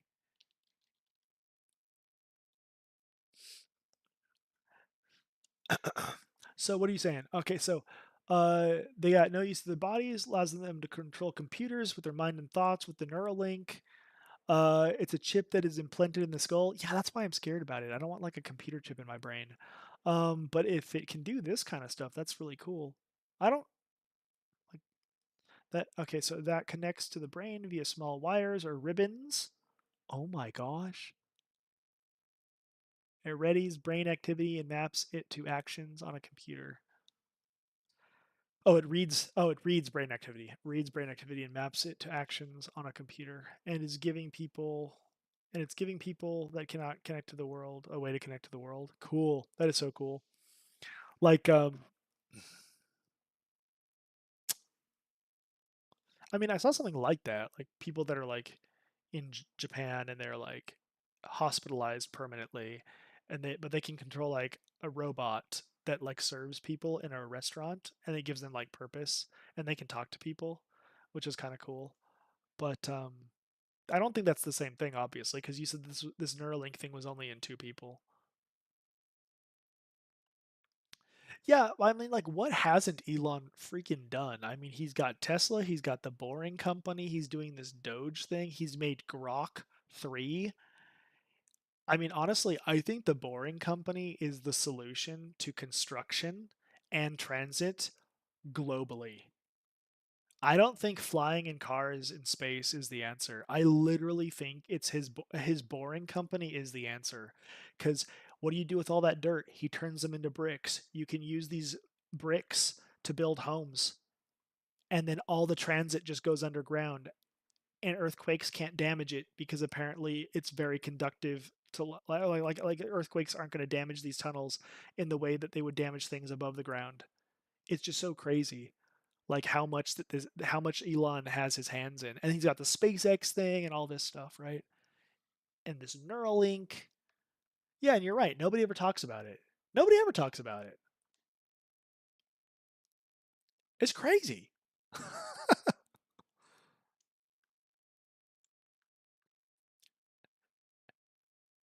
And apparently he's also really good at Dota 4 or whatever it is. I'm just kidding about that.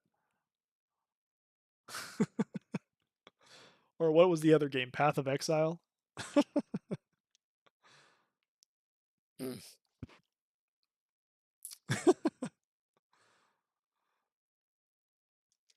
I saw a bunch of videos where people are criticizing it, but it is what it is.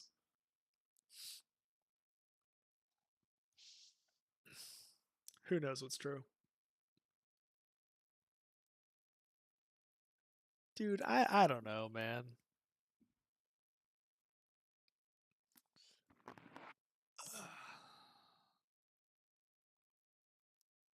Right, exactly, yeah.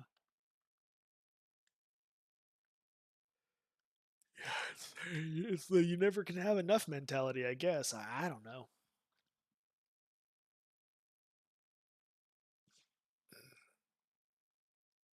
Hands look really good with the guitar, to be honest. Okay, well, I'm gonna close my little this video in the corner here. I forgot it was even there, to be honest.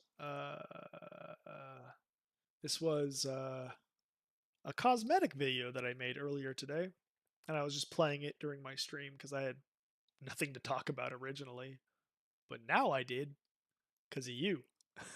Thanks. Uh, you just said guitar. Oh well, no, like so I said guitar. I don't know what I said. I must have misspoke. I'm getting tired, I guess. So you got this Doom character from Dota 2. I don't know if you can see it on my screen, but I made a cosmetic video for Dota 2. I was unboxing a bunch of like loot or treasures or whatever you want to call them that I bought. Because I like to buy their like there's a certain treasure that they release every once in a while. It's not that often, and I always like to buy it because it's very limited. It's like FOMO. It's limited time only. They have a lot of other treasures that are not limited time only, but some of them are. Anyway, so this is a character Doom. It's from Dota 2, and you can see that it's got a guitar. Here, I'll hit play on it. But this hand looks really dumb, like a little Hellboy red hand. So going with this gives you the fire, and honestly, that looks the best. So yeah, they get you his weapon instead of like a sword for fun. You can get this guitar. It's really rare that Dota has like things like that are a little silly in their cosmetics. But sure enough, they have this guitar for him instead of a sword.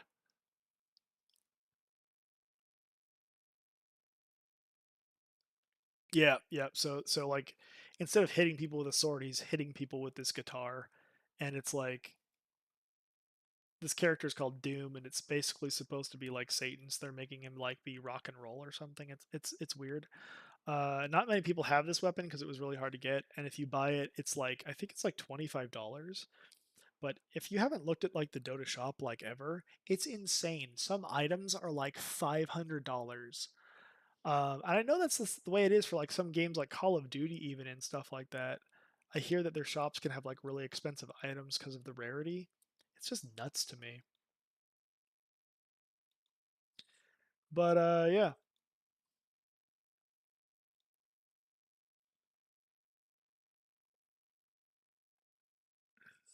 all the companies are doing it. Yeah. Well, the thing is, like, it's not $500 to buy the item. Well, yeah, it's like so. The thing is, like, if you get an item that's really rare, it's not like Dota or Steam or whoever that's getting the money. I think they take like 10%, but it's whoever's selling the item. So like if you get that item and you sell it, you could make like hundreds of dollars. It's crazy. Um which is a little different than what some companies are doing, right? Where they just say like, "Oh, this is a really rare skin that we want you to buy and it's $300." Yeah, they take a cut of all sales, yeah. But here we go. I'm gonna move OBS over here so I can see chat in stream better now. So I've got OBS on my other window since I got rid of that video. And I think it's time for me to. I'm gonna have to log out of WoW, but I'm gonna log into Dota. And if you are watching the stream, you're gonna see me get absolutely destroyed. Again, my first time back in like 6, 7 months, something like that. Um,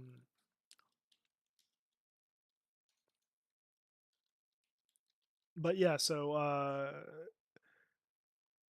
let's. It's getting late. So I got to get this last game in because I put it in my stream in my details for the stream, and even my thumbnail is like Lena from Dota. So I kind of feel like I have to get that in a little before I go to sleep, even though it's late and I probably should sleep now. I'm gonna get this last game in, but I'd love to keep talking with you about some like science and like other cool things and stuff like that. Yeah, I played League a bunch. I played Dota, then I played League, then I went back to Dota because I realized something about League. They don't have a turn radius mechanic in League. So literally the entire game of League becomes who can kite another player the best. If you can kite better than somebody else, that's all it takes to be top in League. Really. That's really all it takes, right? Because if you can just keep kiting, you can turn poke, turn poke, turn poke, turn poke. But in Dota, there's a turn radius. So you can't do that. It's like, and every hero has a different turn radius or a turn rate, like a speed at which they turn around. So it enhances like the critical decision making behind movements, and you can move wrong, and it could be detrimental to your success. But yeah, I didn't know that about League, but then I learned that because I was watching a bunch of these heroes, and I was like, they are turning and poking instantly. How are they doing this? And then I learned, oh, they have no turn radius or turn rate. They could just click behind you and attack instantly, and then click forward and keep walking. And if you're playing the right hero, like I'm sure not every hero can do it. Yeah, turn speed, right? They don't have that. Dota does, and it's different for every hero, so it makes it a little harder. And I was playing against, really it was me raging. I was playing against some heroes, and I was like, there was like 3 on the enemy team, and people on my team as well, and they were just kite baiting each other. The whole game was just kite baiting. And I was like, is this all the game is? And I had played the game a lot up until that point, and I never really played that fashion. But I realized, like, dude, if you play the right hero that can kite well, you could just kite bait until you win. It's kind of what it felt like. League's problem is bloat. What bloat in what way? I'm gonna log out of Dota, but yeah, I'll keep talking in stream. I'm sorry, I'm logging out of WoW. Man, I'm tired. Okay.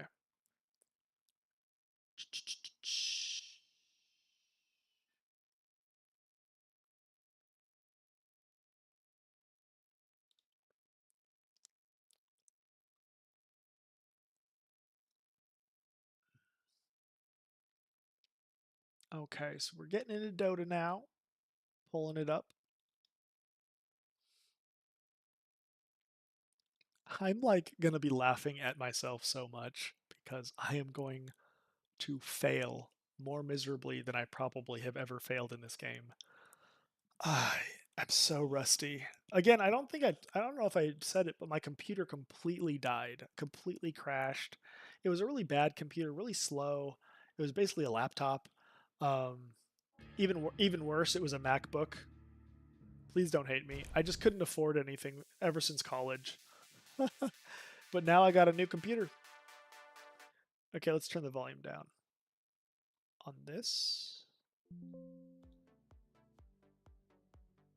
Okay, so the music. Yeah, I'm sorry. It's just the way it was.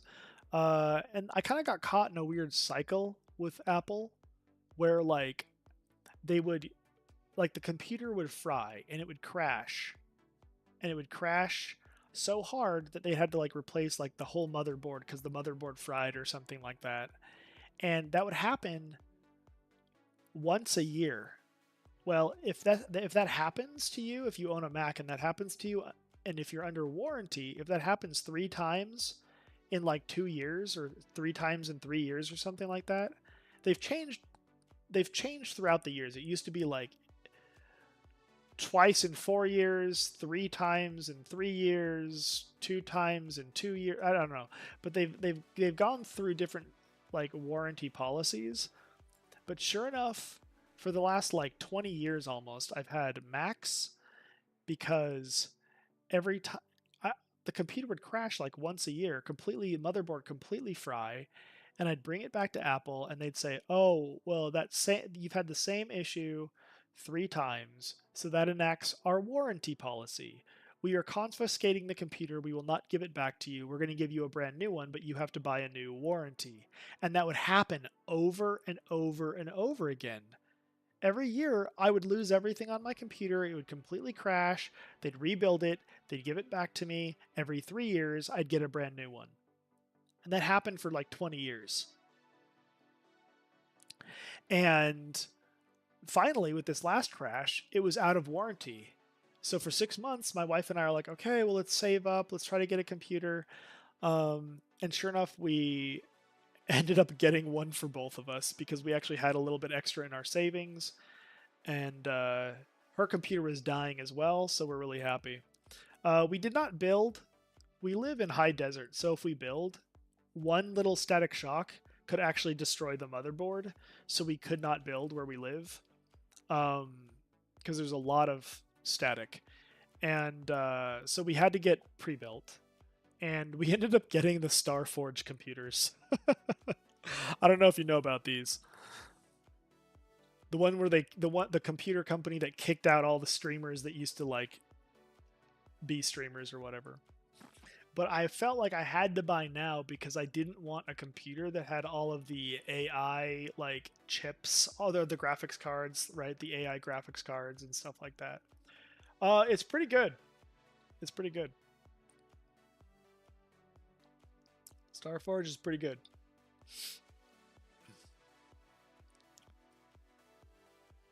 I I have a, what do you call it? I have a Ryzen, it's AMD Ryzen 7 9800X3D chip, and it has the AMD graphics card from like last year. I can't remember the actual numbers that go with it. I used to have all this memorized, but it's got 20 gigs of RAM in it, and in the graphics card, dedicated RAM, and then there's also like a dedicated graphics card inside the computer chip too, which is interesting. I'm not really sure how that works. And then there's 32 gigs of just straight RAM in the computer. It's got an MSI motherboard Wi-Fi thing or whatever. I don't know. Yeah, it's not. No, it's not the XTX. I wish. It's just the XT. But honestly, because like if I got the XTX, that would have cost me like the compute. I don't really know. I don't think they had an XTX available. If I was going to go up to like XTX quality, they just, as far as the computers that they had available, they were forcing you to go into Nvidia, which I say force in quotation marks, because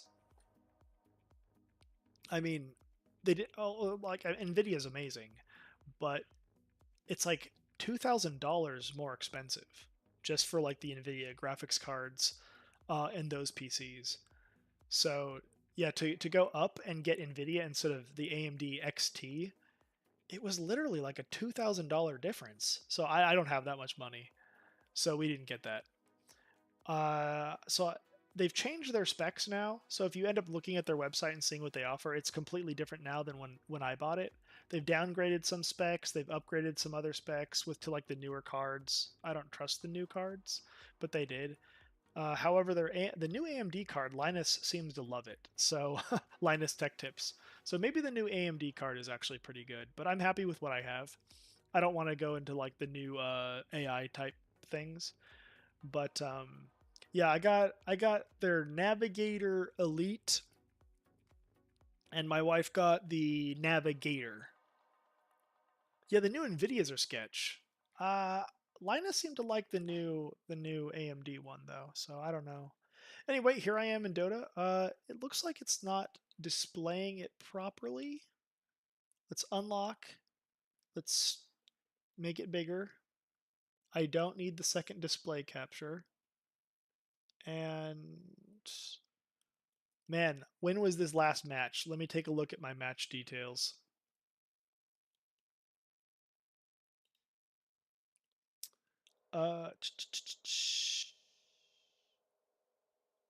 Where does it tell me the date? 6-27 2024. So yeah, it's been a minute because this day was basically when my computer crashed on me, and I hadn't had a computer. I finally got this new computer. I got the computer like a couple weeks ago. No, it's been about a month. I've had the computer for about a month, but I've only been streaming for like a week or week and a half or something like that now. Yes, this is going to be a very rusty match. I don't know how it's gonna go. Let's see. I jumped into bots a little bit just to like practice clicking, but that was only like a couple times recently, and I'm a little nervous. I don't want to make my friends play with me, all the people that I used to play with. I guess this one guy's finding a match. I don't want to make him hate me. What should I play? I have a feeling that I will have the most success with Queen of Pain. All right, let's do it.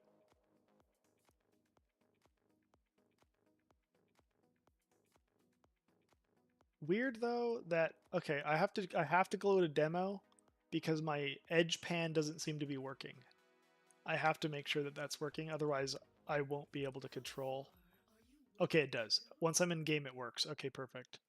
Okay, I can quit. I don't really know if I like this Queen of Pain dress.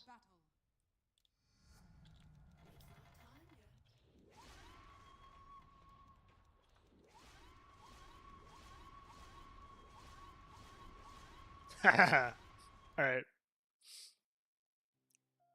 let's go. Oh, I'm so scared. Unranked. I'm like actually nervous. I'm like so nervous right now. Oh my gosh.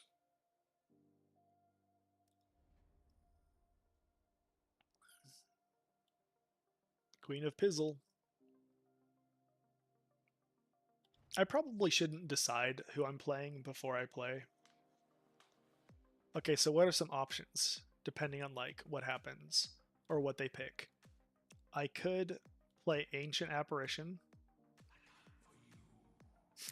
He's so dumb looking.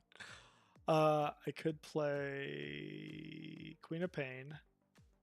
I could AFK play Shadow Fiend and then show up and kill everybody. I know that that'll happen. My Shadow Fiend build is always a surprise to people. I could play Viper and I'll definitely win probably. I'm just having so much faith in myself all of a sudden. But there have been so many changes with this new patch, I have no idea. So Viper, my Viper build is absolutely insane. I know it's still going to work from when I used to play. The only thing I have no idea about is I do not understand. I have not looked at this new hero at all, and I've heard he's really complicated. I saw Dendi play him a little bit on like one of his little shorts that he posts, or one of his games that he posts. I'll probably kick ass with Weaver, Viper. These are easy people to play when you're coming back. Honestly, I'll probably kick ass with Rubik. Even though he's a caster and he's really hard because he steals spells and you got to keep track of all of it. Queen of Pain's the easiest. Hoodwink used to be the easiest. Now she's not.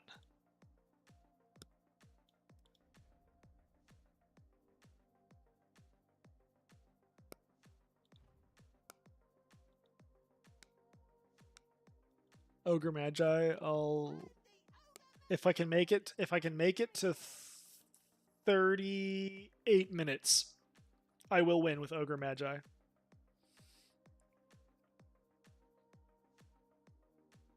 What follows the same problems as League?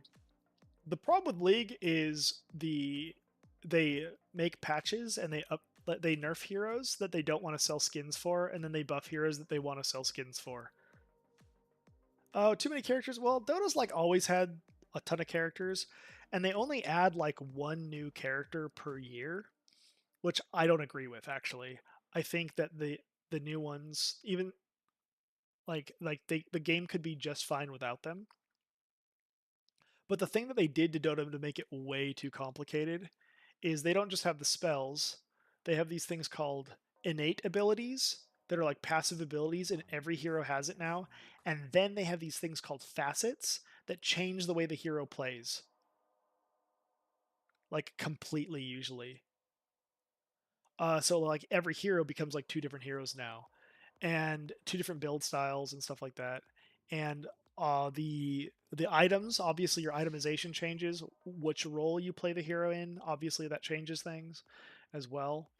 And they've just done something crazy with this map with like water everywhere, and the water gives you buffs and stuff like that. And I have not necessarily read any of it really. I watched like a little video from a guy named Purge. He used to be a caster for Dota. I actually used to know him and play with him back in Warcraft 3. We were friends, we were buddies, but we kind of lost touch. And then and then one day randomly I saw that he was casting for Dota at like a tournament, and I'm like, "Oh my gosh, man, I wish we never lost touch." Cuz I'd have loved to do that with him, you know? We were both Dota masters back in the day. But there's just heroes that I have my own strategies for that I kind of know how to abuse, and I think those strategies still work. Like strategies that other people don't really use. Um, like my Chen is absolutely bonkers. I used to play him as a carry, and people would laugh at me, and then I would go like 17 kills and 0 deaths in like 15 minutes sometimes.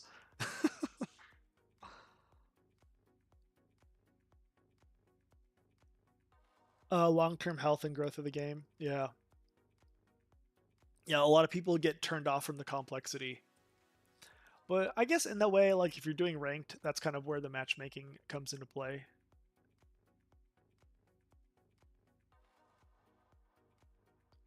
I don't know. I've done that a few times where I had like a friend come in and try to play, and they've been interested up to a point. When they have one good game or like a few amazing kills, they feel the rush, and then they're like, "Oh, I want to play again." But then if they have like a losing streak, because it's still trying to figure out their MMR and if they're really a new player or something, if they have a losing streak of like, I don't know, like 10 games, right? They're gonna never want to play again. So that's kind of the problem. Um, so yeah, because there's a lot of stuff that you can just ignore, right? Like so, like this hero, Ancient Apparition, he's pretty simple. You put a stun on somebody, you put a little air, like gooey stuff on the ice, you put ice on the ground that slows them, and then you can also attack for a lot of damage from really far away. And then his ultimate is just like a little ice blast that you cast out. So pretty simple. And if that's all you focus on, you're going to do okay. But then your strategy just keeps compounding. Like you could pick this facet so that all of his abilities reduce their health, their max health. Or you can make it so that this single target stun becomes an AoE stun, which sounds really good. Um, and then he's got this passive ability that like adds more slow and damage on them, and it stacks over time. And for how like so, if I get 4 spells on him, this is gonna stack 4 times and do uh, basically 8% slow and 40 damage, which isn't very much, right? So there's all these little like talents and things hidden to make the hero kind of play different and be a little stronger. But really, like if you pick certain heroes, it's not that overwhelming. But then at some point, it's like, well, how did I die? Oh, that's Juggernaut, and he can become invulnerable and slash you, and if you meet him in a river and it's just you and him, you're definitely probably going to die, and then you learn that, like, oh, okay, don't engage him solo if he has his ultimate. And it's just a slow learning process as you learn each hero. But for some people, right, obviously just like League, you find that kind of fun, like exploring and learning what each hero can do. And usually what happens is like, whoa, that guy killed me, he totally destroyed me, I want to try that hero next game, right? And that's where the curiosity comes into play, where it's like, Lena just killed me in one shot. What did she do? Well, actually, buddy, she hit you with a combo. She hit you with 3 shots, but yeah, her ultimate does do a lot of damage. She slapped you with 540 damage out of nowhere. Yeah, that's what killed you. You only have like 800 HP, so yeah, it completely deleted you. And then your friend might say, oh, cool, I want to try her next game. Because they want to do that to somebody else, right? And that's where the curiosity comes into play. Yeah, okay, see, but that's the thing. That's the thing with League, especially because certain heroes go on rotation. It it forces you to play a small pool of like in League. That's what you do. For some reason, the way that game is designed, I did the same thing. I had a small pool of heroes that I really liked to play and I focused on. And really, in this game, I kind of have my favorites, and it usually tends to be like magic damage heroes that I feel like I can go crazy with, or like bruiser heroes that I can just jump into a fight with. Rarely am I ever playing carry heroes that do a lot of like carry damage. Yeah, so you just play the stuff you master, right? Exactly. Um, I mean, I've been playing the game ever since it came out back in Warcraft 3. Um, they have, I remember playing heroes that don't even exist today. But yeah, and I kind of remember how the heroes have changed over time and stuff like that. So I just have that like historical knowledge. Um, so obviously it's a game that I grew up with, right? So that's kind of why I'm still here and excited about it and keep coming back to it. Just the way like WoW is a game that I am excited about. How many did it have on launch? Uh, Dota 2 on launch didn't have much, but Dota 2 was based on Warcraft 3 Dota called Dota All Stars, and I would say it had most of these heroes. Let me look. There have been, let me count actually. It had all these heroes. It had all these heroes on launch. Dawnbreaker is new. There's one. It had all these heroes. Nope, Mars is new. That's 2. Primal Beast is new.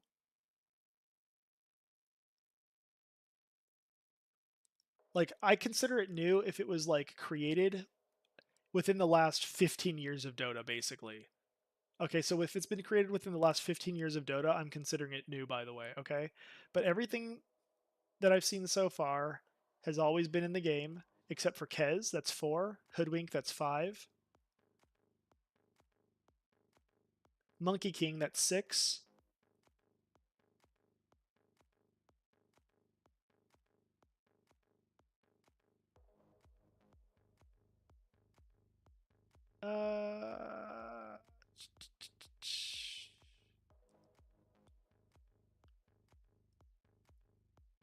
Uh, Dark Willow, that's 7. I think Grimstroke is pretty new, actually. That's 8. I say new because he's like a 15. This hero is like from 15 years ago. But yeah, new to me because it's not Dota. It's not Warcraft 3. Ringmaster, that's 9.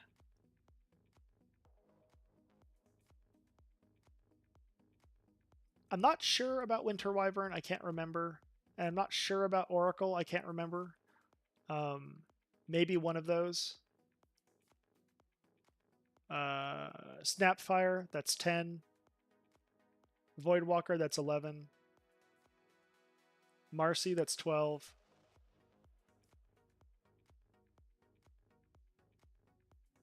Yeah, so 12, and then probably also Oracle and Winter Wyvern, I'm guessing, if I'm remembering correctly. Oh, and Moretta. So that would be 13, 14, 15. So either 13 or 15 new heroes within the last like 15 years. So basically a new hero per year. So one hero per year is what they're doing. Um, Overwatch used to be a perfect game. Oh my gosh. Don't even get me started. I remember when Overwatch came out, I was so sad that I could not play it because my computer couldn't handle it.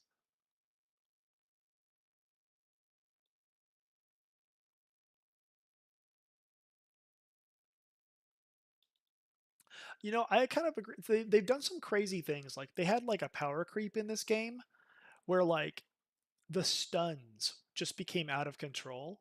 And like last year they did a balance patch with Dota where so like every single stun in the game got gutted to where it got cut in half or something like that. So instead of having like a 3-second stun, your stun was only like 1.5 or actually like 1.6 seconds. And that was like game changer for Dota, right? Because we used to be able to stun lock people and all that kind of stuff, but it was the power creep was getting kind of nuts, right? And they've done a lot of stuff where they've reworked heroes completely so that they feel completely different over time. Uh, so yeah, you're right that they do need to like do things where they completely gut stuff. They also do things where like the map itself completely changes, like completely. Like League has never changed their map, right? Not really. But Dota, like every couple of years, the map is completely different. So that completely changes strategy and meta and stuff like that. You know, that's the thing. I know why I have a 14-minute queue. Oh, they have changed it? Okay, cool. I didn't know that.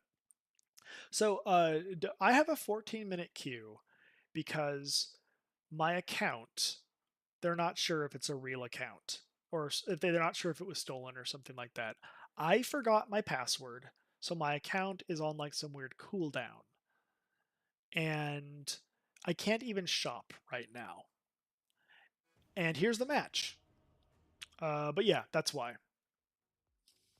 So they and because I've been gone so long, they don't really know what my MMR really is. Yeah, kind of like a goon queue. Yeah, and they don't really know what my MMR is either, because it kind of like becomes unreliable if you've been gone for over 6 months, and I just made it over 6 months, right? Um, but it's like a 6 month cooldown or something like that. Dude, I'm so okay. I'm getting so nervous. I am so afraid. I have not played this game in so long, and I almost clicked Queen of Pain, and now I'm scared. And now I'm like, maybe I'll play Trent Protector, and now I'm scared. Jakiro, I'm really good with. When I stopped playing, like right before I stopped playing, I had a 17 game win streak on this hero Jakiro. I don't know who to play. I'm playing Ogre Magi. I'm so scared. Ah! I'm gonna get so destroyed. I'm so sad. I'm so scared. Okay, I'm gonna go top and I'm gonna try to support this guy. I'll try to support him. I'm probably gonna steal his gold and he's probably gonna yell at me. His name is Terra Oxide. And he's a character called Chaos Knight. And I really should give him all the gold in the world, but I'm not that nice. And I'm new, right? I'm returning to the game, so I'm allowed to make stupid mistakes. I never knew that League drastically changed their map every year. Maybe I did know that. Oh, I did. I remember changes with like Baron and stuff like that. And yeah, I do remember that. For some reason, I thought it stayed the same because I think it's because my memories of League were from like an isolated like like time period of like yeah the bushes, right? Yeah, like the I played like a ton for like a year straight, like within one patch, and then I left and I remember a change. I do remember that, and then it was yeah okay, I get it now. Yeah, I remember. Okay, okay, so Ogre Magi is really easy. He's super easy because you don't even build intellect on the hero at all. You only build strength, really. And the more strength you have, the more chance you can multicast all of your spells. So you just build strength and other such tanky things. And then you get so fat and tanky that the enemy can't even touch you. So that's going to be my plan. I'm going to get so fat and tanky that they can't even touch me. How do I do that, though? I'm going to need... I want Quelling Blade because I want to last hit and steal last hits from this guy, but I won't. I'll be cool.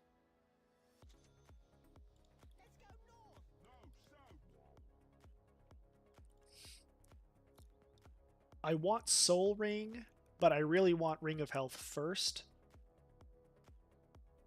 Because then I can Ring of Health and Soul Ring. Soul Ring will basically take away my health and give me free mana, so I can keep spamming all of my spells. I can just spam cast my spells for the cost of life. So I'll do that, and then I'll also get Ring of Health so that it completely nullifies the detriment to Soul Ring, and then I'll boost it into Vanguard so that when people hit me, and I'm already going to be super tanky, so when people hit me, I become even tankier. It's oh crap! I forgot I'm playing against real players. Okay, I played like a couple bot games, right? I have no spells, and it's not because I'm being a noob. It's because I picked a facet that does not give me a spell at level 1, but then I get 3 spells, or 3 talents, or whatever you want to call these. So I can't... Man.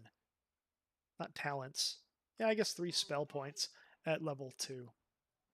So at level 2 I'll get 3, so I'll get a little... It's called Learning Curve. I'll probably crush this game, dude. I have no idea. he denied! Oh my gosh, I'm being harassed. Oh my gosh, they both have slow. This is going to be stupid. Okay. Okay, so he's getting bullied. I have no spells. We just have to... Okay. I'm okay. Everything's okay. I can take a lot of hits as Ogre Magi. You start with a decent amount of health and armor. These guys are probably used to like comboing these 2 ice slowing attacks, and they're probably used to destroying people. Oh gosh, my pathing. So bad. Alright. Mouse 4. Get some more healing. Hit it. Okay, good. Hit it. He missed! He missed the gold. This is why I don't give gold to anybody else. No, what are you doing? Don't leave it here. No, what are you doing? You... Oh my goodness. He's gonna die for no reason. He should have pulled it into tower. He really should have pulled it into tower. Wah! Okay. I act like I know a lot from this about this game, but I'm probably wrong about everything because it's a new patch. And I haven't played in forever. Okay, yes. Alright, now I get all my spells. And now I just spam the poop out of them. Oh gosh. Why aren't my spells... Oh, my fingers are on the wrong buttons. Oh my gosh. Yes! He's running back into the stun. What is he doing? Oh my gosh.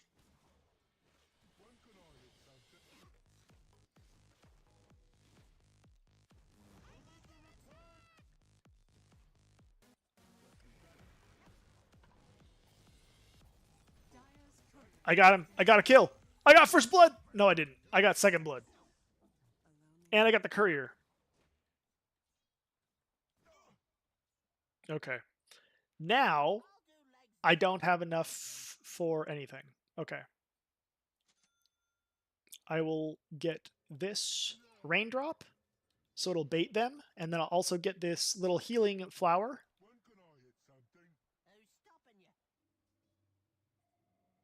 I hope I crush this game. Thank you. All right. This is already a good start. I coming back after how long?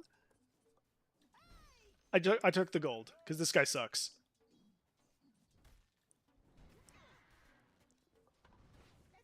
Just kidding. He doesn't suck. I'm just being mean. Ah.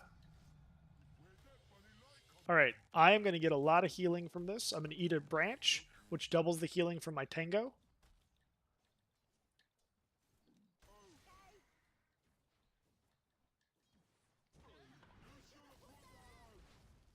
Oh gosh, oh gosh, oh gosh. How did this happen?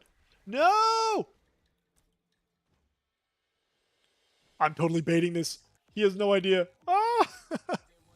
I baited all that damage. He didn't even attack my carry. This is so great.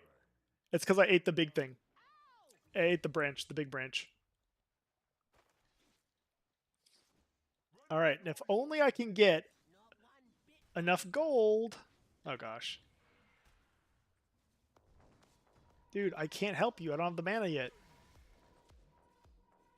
Don't! You're gonna run into the freaking... Okay, oh my gosh. Oh, I got both of them! My fire hit both of them. This is perfect.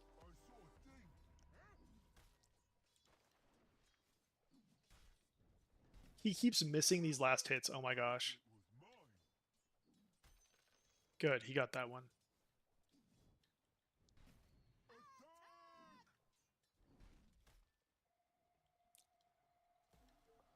Okay, okay. I need 56 gold and I get Ring of Regen.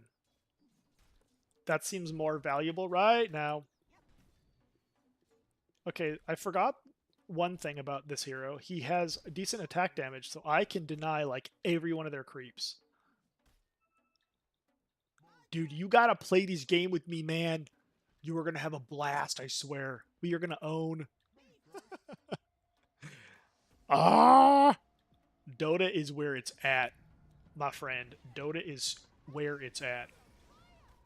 Oh gosh, I should have leveled first. Dude, why is he diving? He's diving the tower! He is gonna kill this guy. I'm trying, my friend! Okay, I can't. I gotta get out of here. Freaking... I knew this was gonna happen. My man.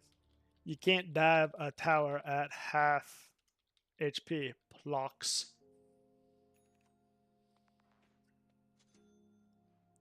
It okay. I love you, BB.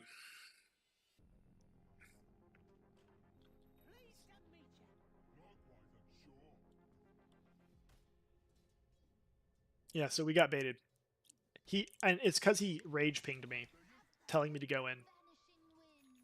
This is what happens when you listen to a guy that can't even last hit.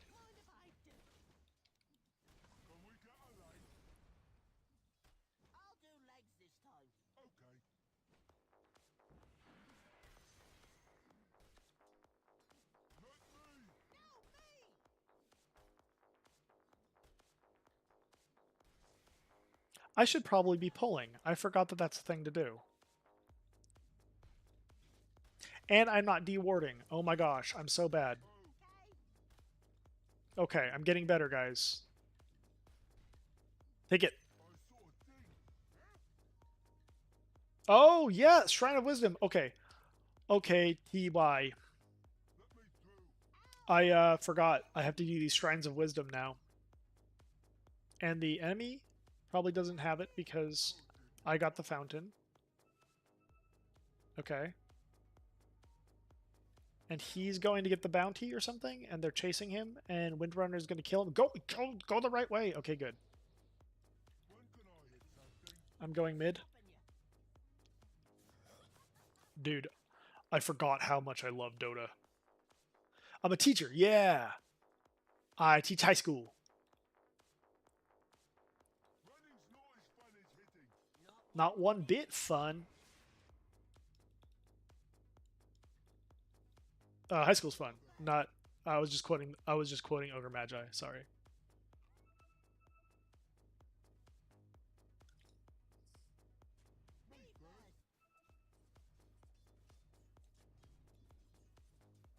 Okay, I ate my flower by accident because I am new. Again. Take it. Okay, now I got multicast. I got my ult. At level 5, I got my ult. This is amazing. Because I got the facet that lets me get it everything a level early.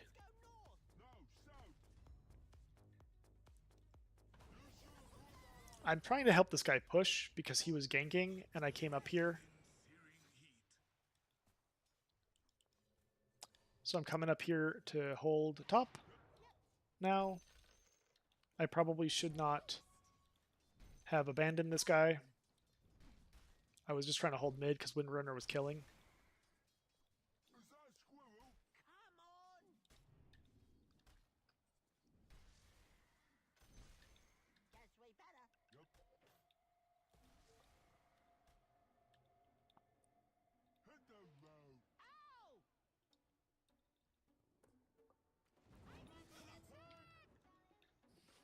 Oh gosh. Oh gosh, I should have known. I should have known! I'm like, oh yeah, I'll just go up here and get this obs after we clear their ward, after they both were hiding, after this guy goes AFK, after I've got this. Oh my gosh. Okay, this was my bad, my actual big mistake. Oh my gosh. I cannot make one more mistake. Not one. Not one. And I won't. Oh gosh. Run, my friend. Look. Look.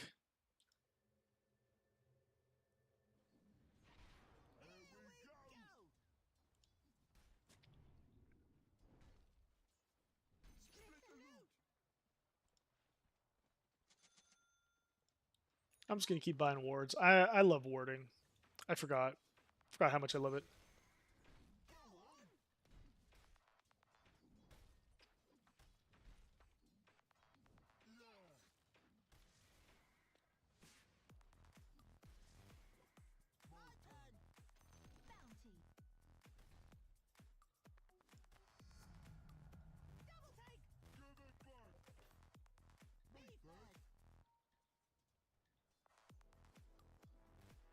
Okay.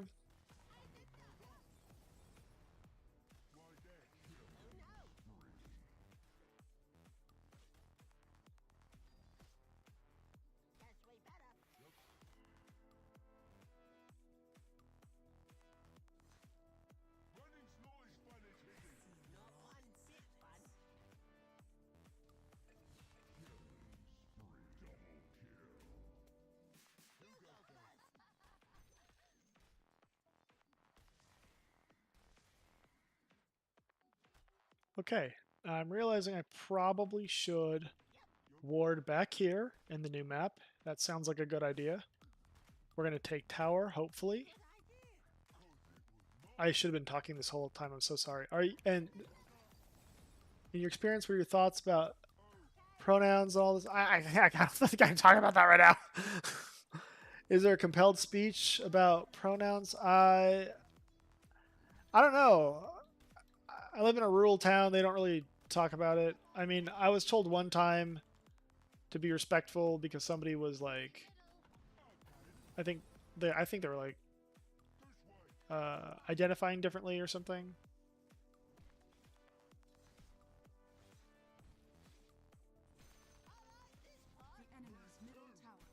So I took this whole wave, obviously, creep cutting.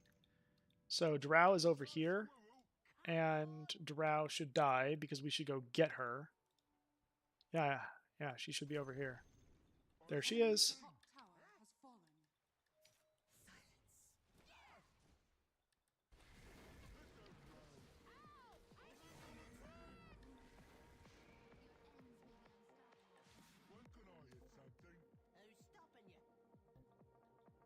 They were seriously just like standing and hiding and protecting her this whole time. I should have known.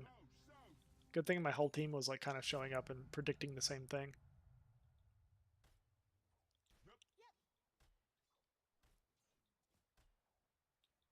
Pin anything on me? Yeah, I don't know what that means.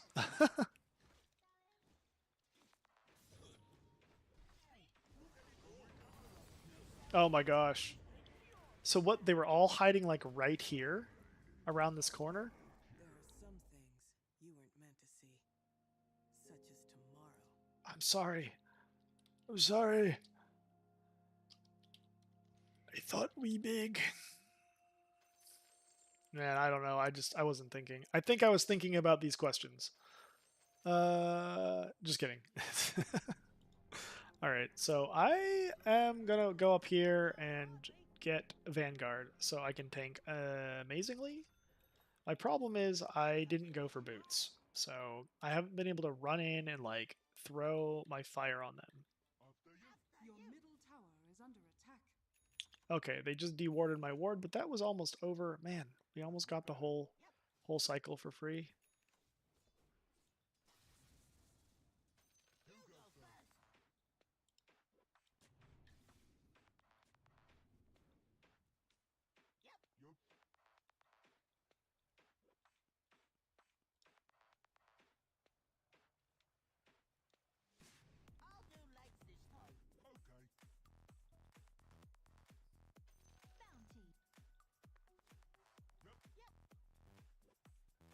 Bruh, I don't even know what to do right now. I'm just gonna wait 10 seconds in jungle because they're not making. Nobody's doing anything to make plays.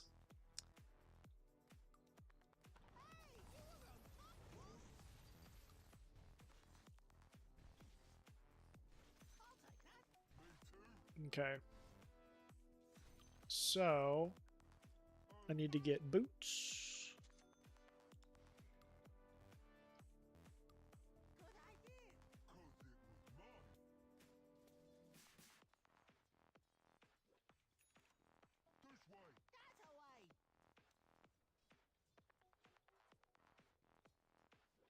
They're all hiding. The whole enemy side. And they're like not going to allow us to do anything. He's walking in a very dangerous spot. They're all bottom.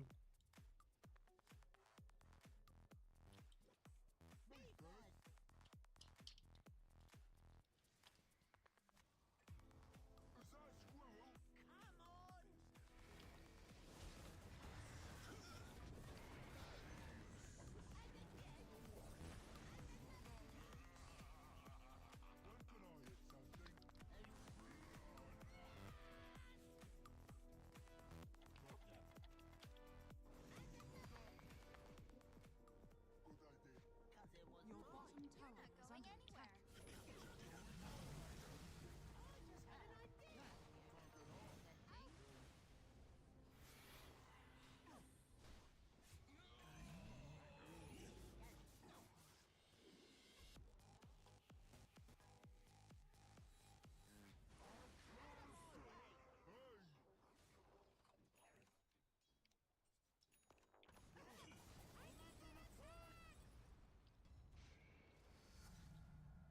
I'm just trying to be a distraction right now as I walk in.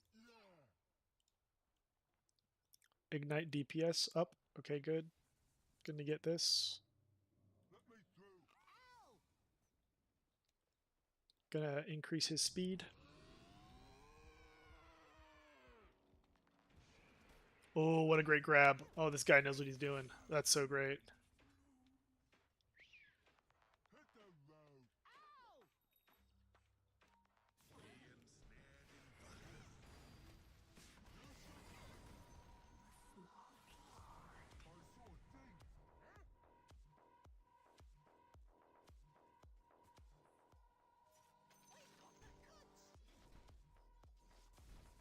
It's funny how these guys think like it's is it like meta now to just like hide like behind one little tree and then everyone jumps in? Like this is not the way people used to play Dota. Like well they do, but like not like this commonly. Maybe it's this weird pool that I'm in. Maybe I'm against people that are a higher MMR than like a returning player should be in. I don't really know. But yeah, it's very interesting how like sneaky the enemy team is being. It's like they're all in voice together. I wouldn't be surprised if they're like all in the same team. Am I crushing? I don't know. I've got 1 kill, 3 deaths. I made 2 very big mistakes, and 1 death was just because I was like listening to the rage pings. Uh, But I could be crushing way better. Let's see if he lets me take this. Nope. It's because he almost has ult. That's good. Alright, so I could use this and give myself more life at the cost of mana. Orb of Destruction. This is probably going to be good. Magic resist, cast range. I don't know what the right answer is.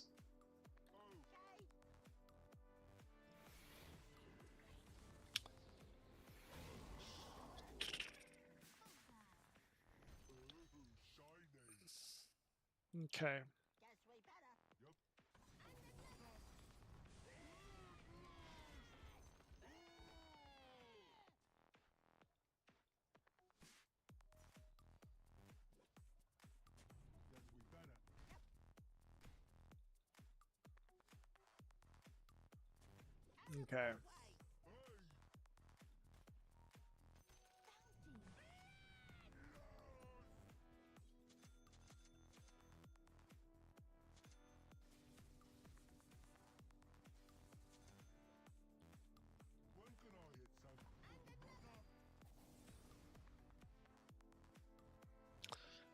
Okay. Okay. I like the map of this game more than League. Yeah, it's interesting. Like the water will like give you buffs and you can like run faster in certain places.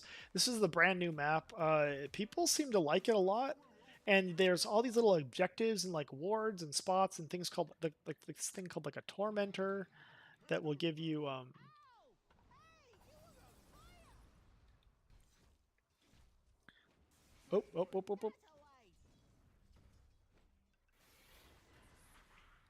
Who do I want to help kill right now? I'm trying to find the targets.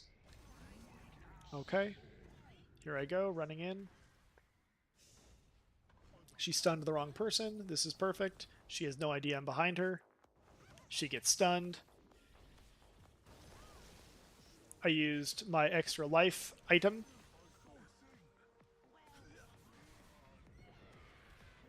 These people are really being dangerous.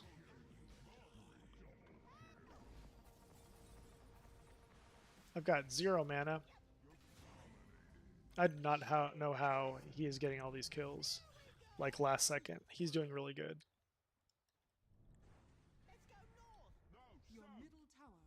Okay, I had a smoke too, but we didn't smoke to get that kill. It kind of just arrived like after we engaged though, so it's not really like any problem with miscommunication except for me not telling him smoke inc. Alright. I'm going to get a big flower. Time for big flower. So I just got these flowers. It's going to heal my health and mana when I use it. They stack. I'm going to go through... I'm going to go... Oh, okay, that's why it keeps casting this. I didn't know I had this on. Not enough mana. Oh my gosh. Good thing I can sacrifice my life to get mana. Now I'm going through the portal. Now I'm down here. Check that out. Did you see that? I go through this portal. I skip the whole map. Now I'm down here and I get some more flowers. And now I have a greater 900 health and mana. Greater flower. Everyone else is ignoring it. I got it.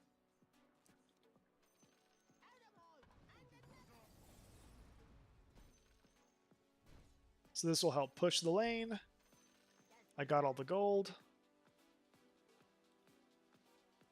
Mana is really low. It doesn't matter. I'm going to get Sange, which is going to give me slow resistance. And they have a lot of slow, so that's going to be great. Now I have damage block with this item, and I'm going to get slow resistance with another one. And all the strength that I get will increase my multicast chance. All my spells have a chance to multicast. That's what my ultimate does.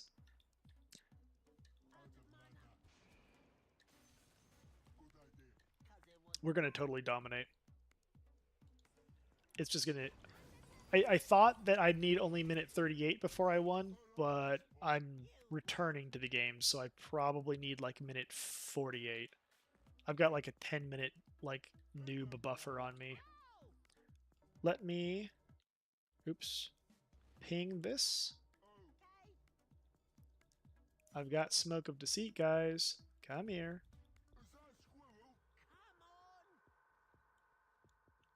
Now we'll find out if they knew. It looks like they knew. It looks like they knew. They looks like they ran away. I can go back and ward that later. Cool. You see that? My smoke got the kill, baby.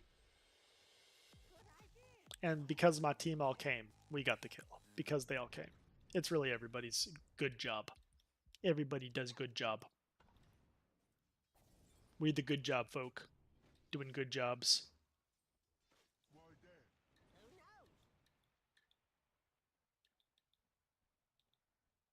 Man, the amount of ward spots that they've completely like altered and changed in this game has made it so that it's like near impossible to like really know and guess at where to place them. I have not been using Soul Ring as much as I was supposed to. That's another thing that I've been forgetting about because I'm returning. Now I've got this item, the flower, that's going to heal me because I went around and collected them. It's going to be a huge help in a big fight, obviously.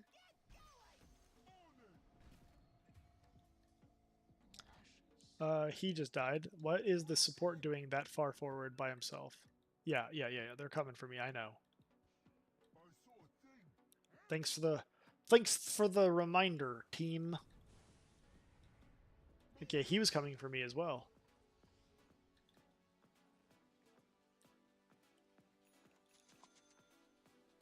Okay.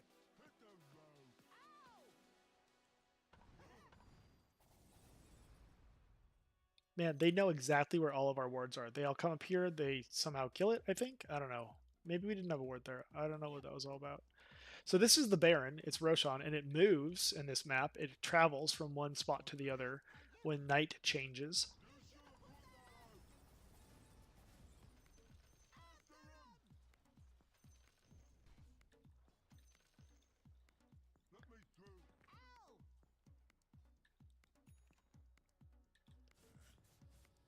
My gosh. So stressed. So scared. I'm making a lot of mistakes, but it'll be fine.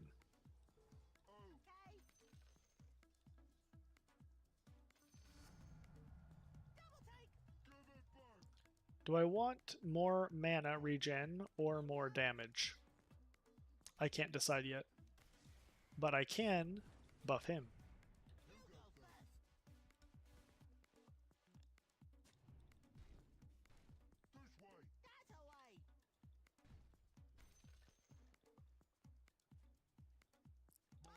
I think they just smoked. I think that was bait, and I think they just smoked.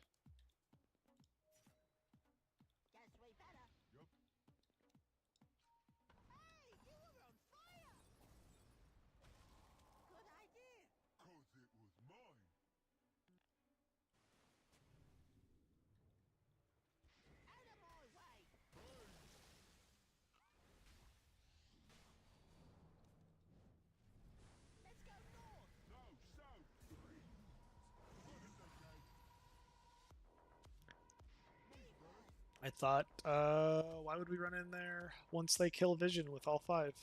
I didn't think we were going to go in.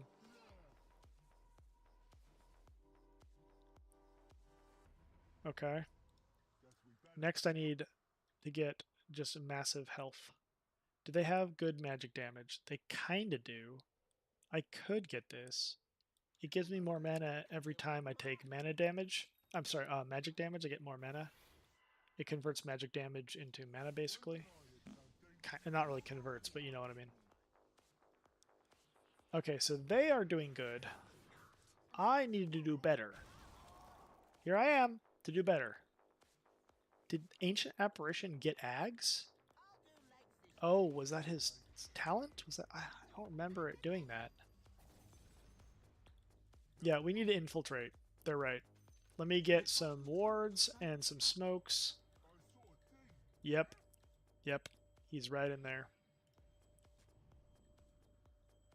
Your top tower is under attack.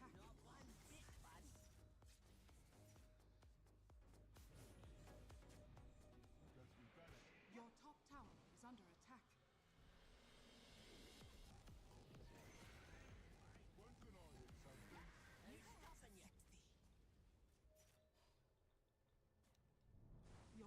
bottom tower is under attack.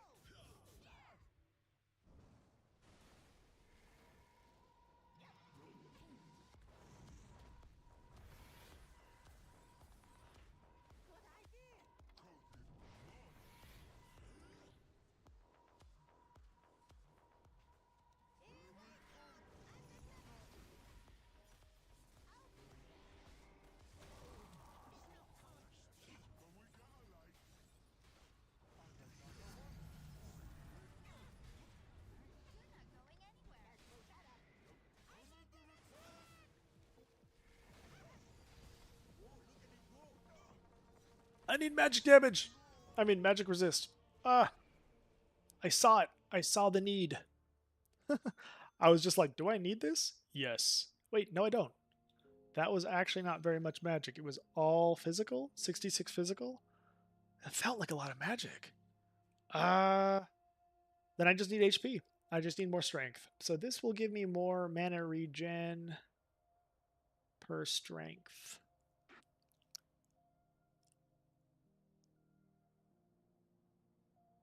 Your middle tower is under attack. I don't really know if I want that just yet. I was out of mana there a little bit, but 80 damage is going to be way better, especially if I'm able to get Abyssal. I could just go straight Abyssal, I guess.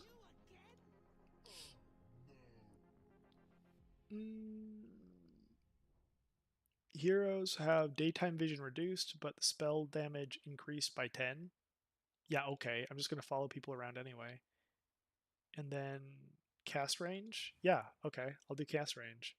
I wish I got that last time anyway. Because then who cares if I'm slow?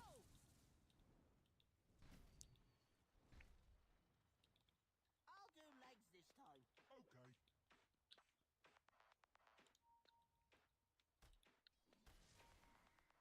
I saw a thing.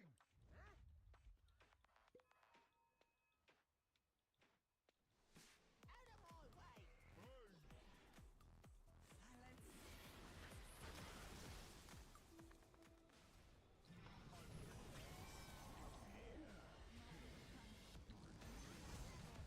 I got him! I'm dead! Okay, we all died for one drow. It's not about vision. We have ward there, and we were smoked. The enemy's top tower has fallen.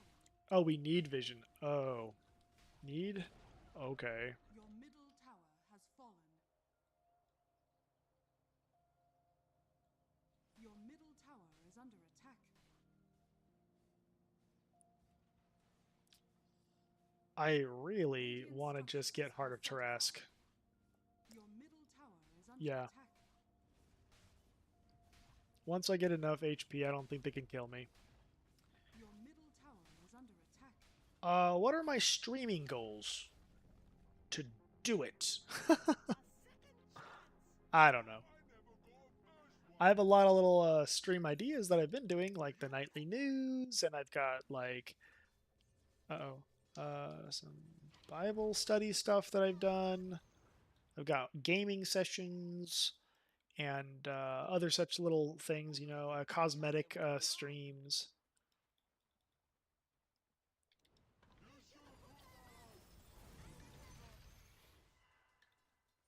Okay, is he killing this guy? Okay, maybe, maybe. Yeah, he did. Oh. And now he's dying. Okay. How bizarre. He TP's in, kills some guy, and then dies himself. That feels like that's all this game has been. What in the Herald is that? I'll tell you what in the Herald is that. I'm barely helping. That's what's happening. I don't know who Jordan Peterson is. Your bottom tower is under attack. No, yeah, I don't know who that guy is. Your bottom tower has fallen. Yeah, I mean, is he like a streamer or what?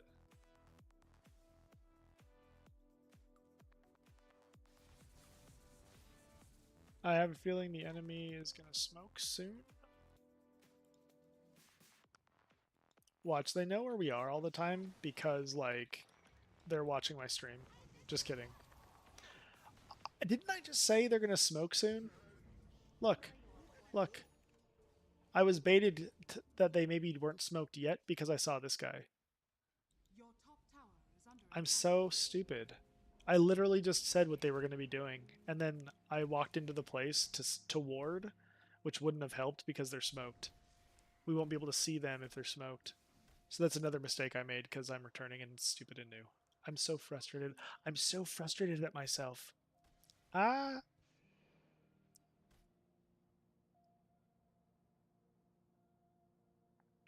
Okay.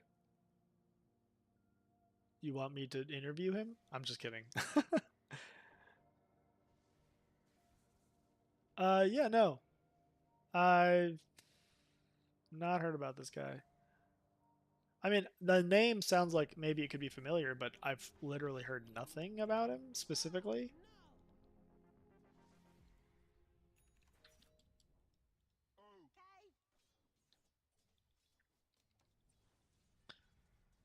Okay.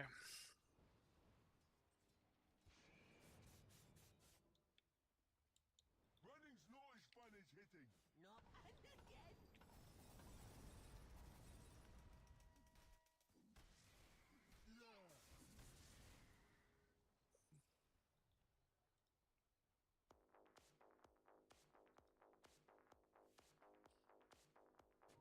Hit the road. Ow!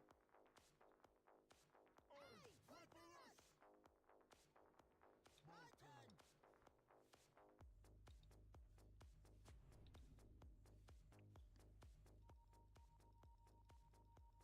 I'm under attack!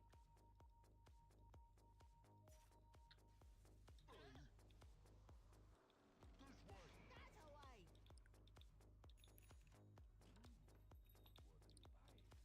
Running's not as fun as hitting. Not one bit fun.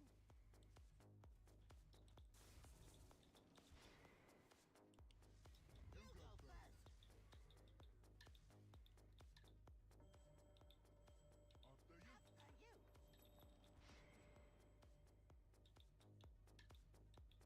Good idea. 'Cause it was mine.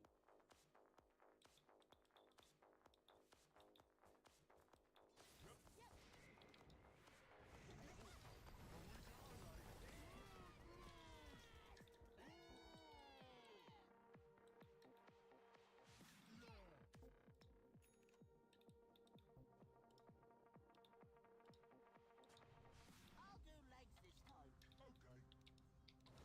I'm again. I saw a thing. Huh?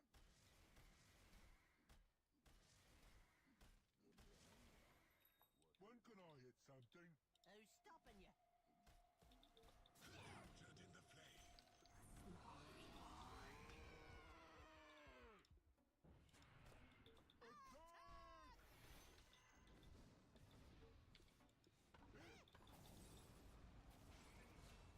Why there? Who knows?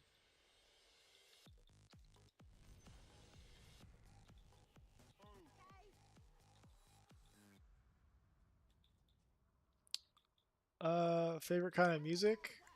Phew, I don't know. Probably, to be honest, there's a couple ways to answer this. Favorite music? So I would say in high school. Well, hold up, I gotta choose this. Status resist, movement speed. I probably want the life steal. Is that a squirrel? Oops.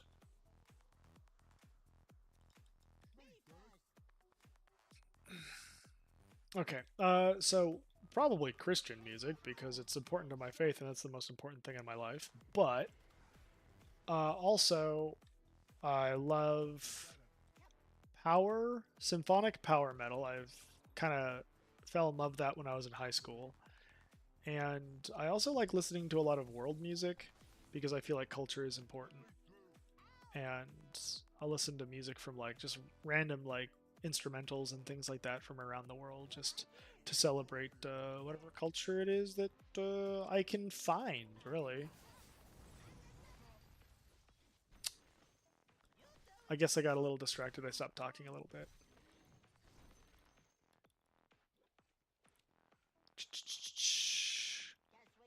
I am so close to Heart of Trask. About 700 gold away. It gives me a ton of strength, ton of life, ton of survivability. Okay. He just got smoked on. Their whole enemy team just ran up onto him.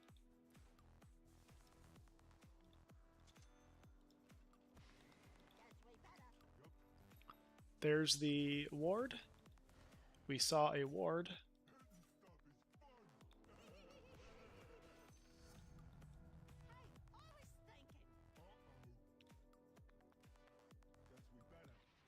Roshan has fallen to the dust. Bro, how did they kill it like that? When can I hit something? Who's stopping you?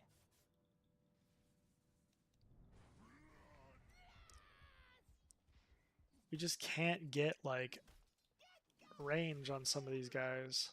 They're always traveling together, and then, like, we're actually not. You know, we're, like, here, and he's over here, and he died. But, like, we're not, like, all clumping together in a proper way. They are. Like, what's he doing? Oh my gosh. Where did he come from? Your top tower is under attack. Okay, yeah. I saw him, and I was like, oh, surely it's only him. And then I saw another, and then they all popped in. They are smoking? Are they smoking that often? Yeah, he's got Smoke of Deceit. Like, invisibility can't even see Smoke of Deceit. Oh, and he's got ninja gear. Oh my gosh. How did he get ninja gear? It gives him a free smoke. That's how they're, like, being so tricky. High ground, yeah. I guess we're stuck there now. I should have known I'd lose. I had hope. I had a little hope. Yeah, I got deleted. Yeah, I was TPing because I saw one guy.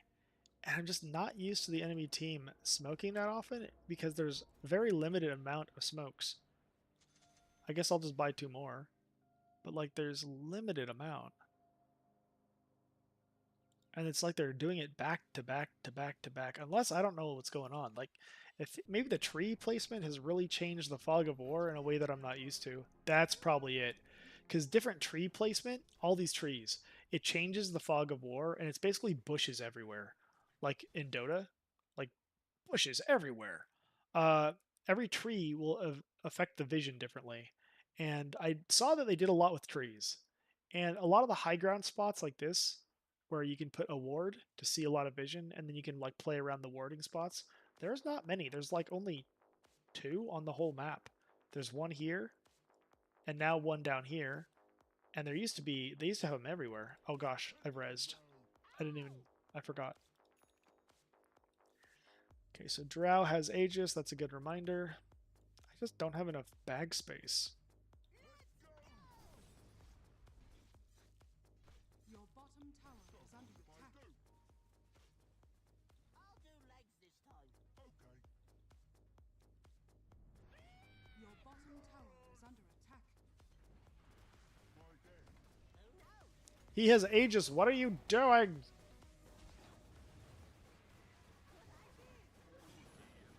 Your bottom tower has fallen.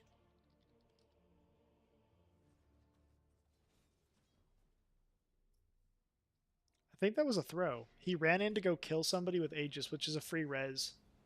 And I'm like, okay, I'm trying to help you, bro, but Structures are fortified.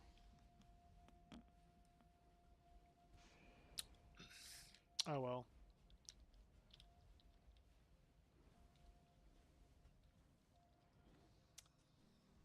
Jeepers.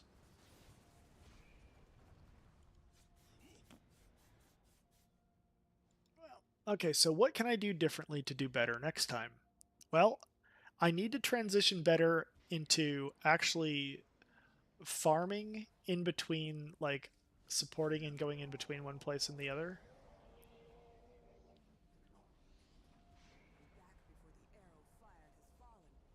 That was really funny. He killed him while invisible. And there's a lot of magic resist on him, so I'm surprised it happened. But yeah, he kind of wanted that, because now he rezzed with full health, but...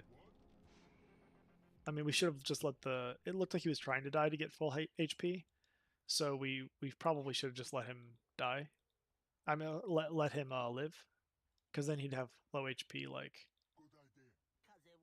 See, he just showed up here, but he can TP back here? No, he just deleted it somehow. Okay.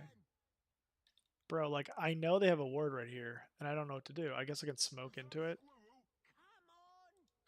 Okay, so we can go invisible with the smokes. I'm going to try to deward.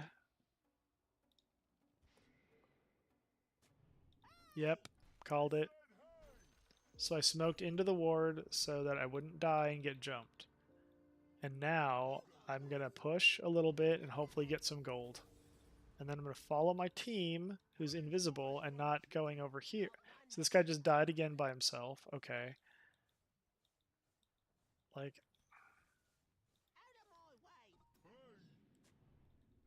Okay, I found another ward.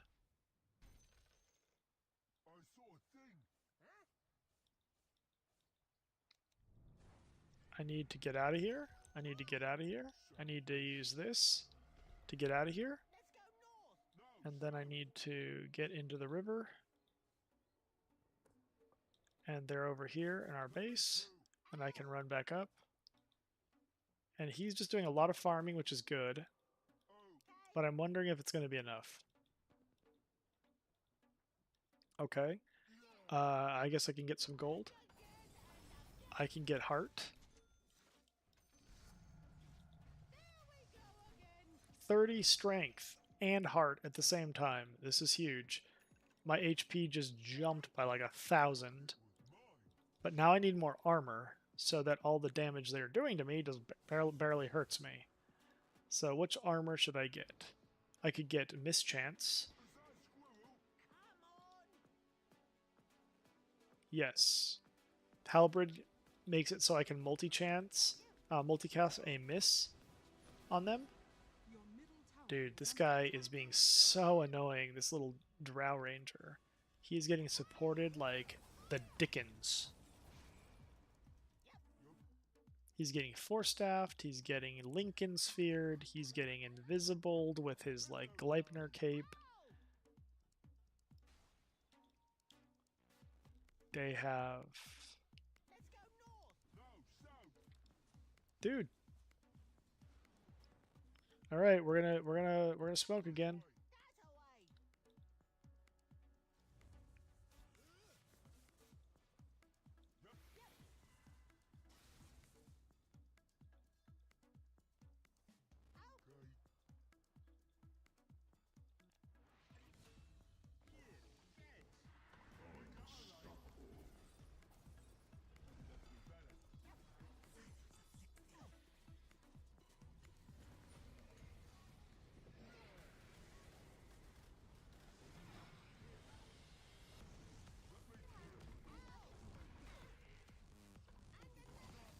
They are really trying to kill me and they can't. Oh, now they can. Oh my gosh, now they can. Ah. I thought it was just going to be us 2 versus 2. No, it's not worth it. They were just over here. How did they all get over here? I thought. I just got deleted again. Dude, this thing is so tanky. Grows larger and gain extra bonuses per level. Like what? Attack range per 5 level, anchor smash radius per 5 level, strength gain.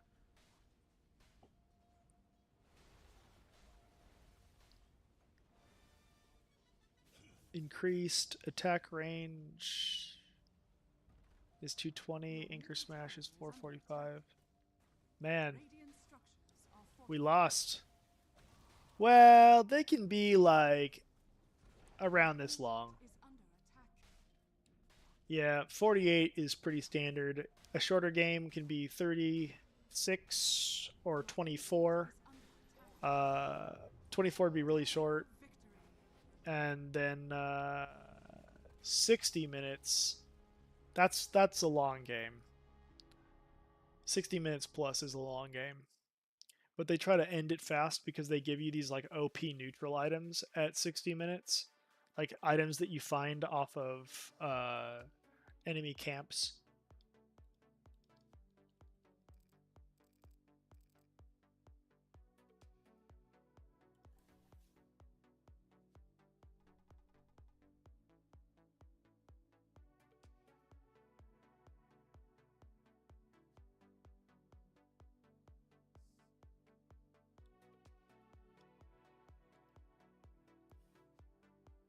But yeah, I guess I have to fall asleep now. I have to go to sleep, even though I'm feeling kind of wired.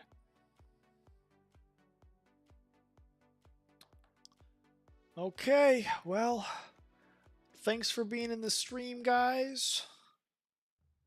And I have not played during this time, so my battle report is nothing. Okay.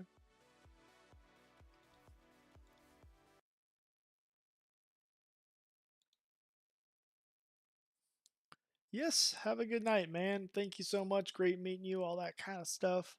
God bless you, even though you're an atheist, you know. I mean that in the most loving way possible.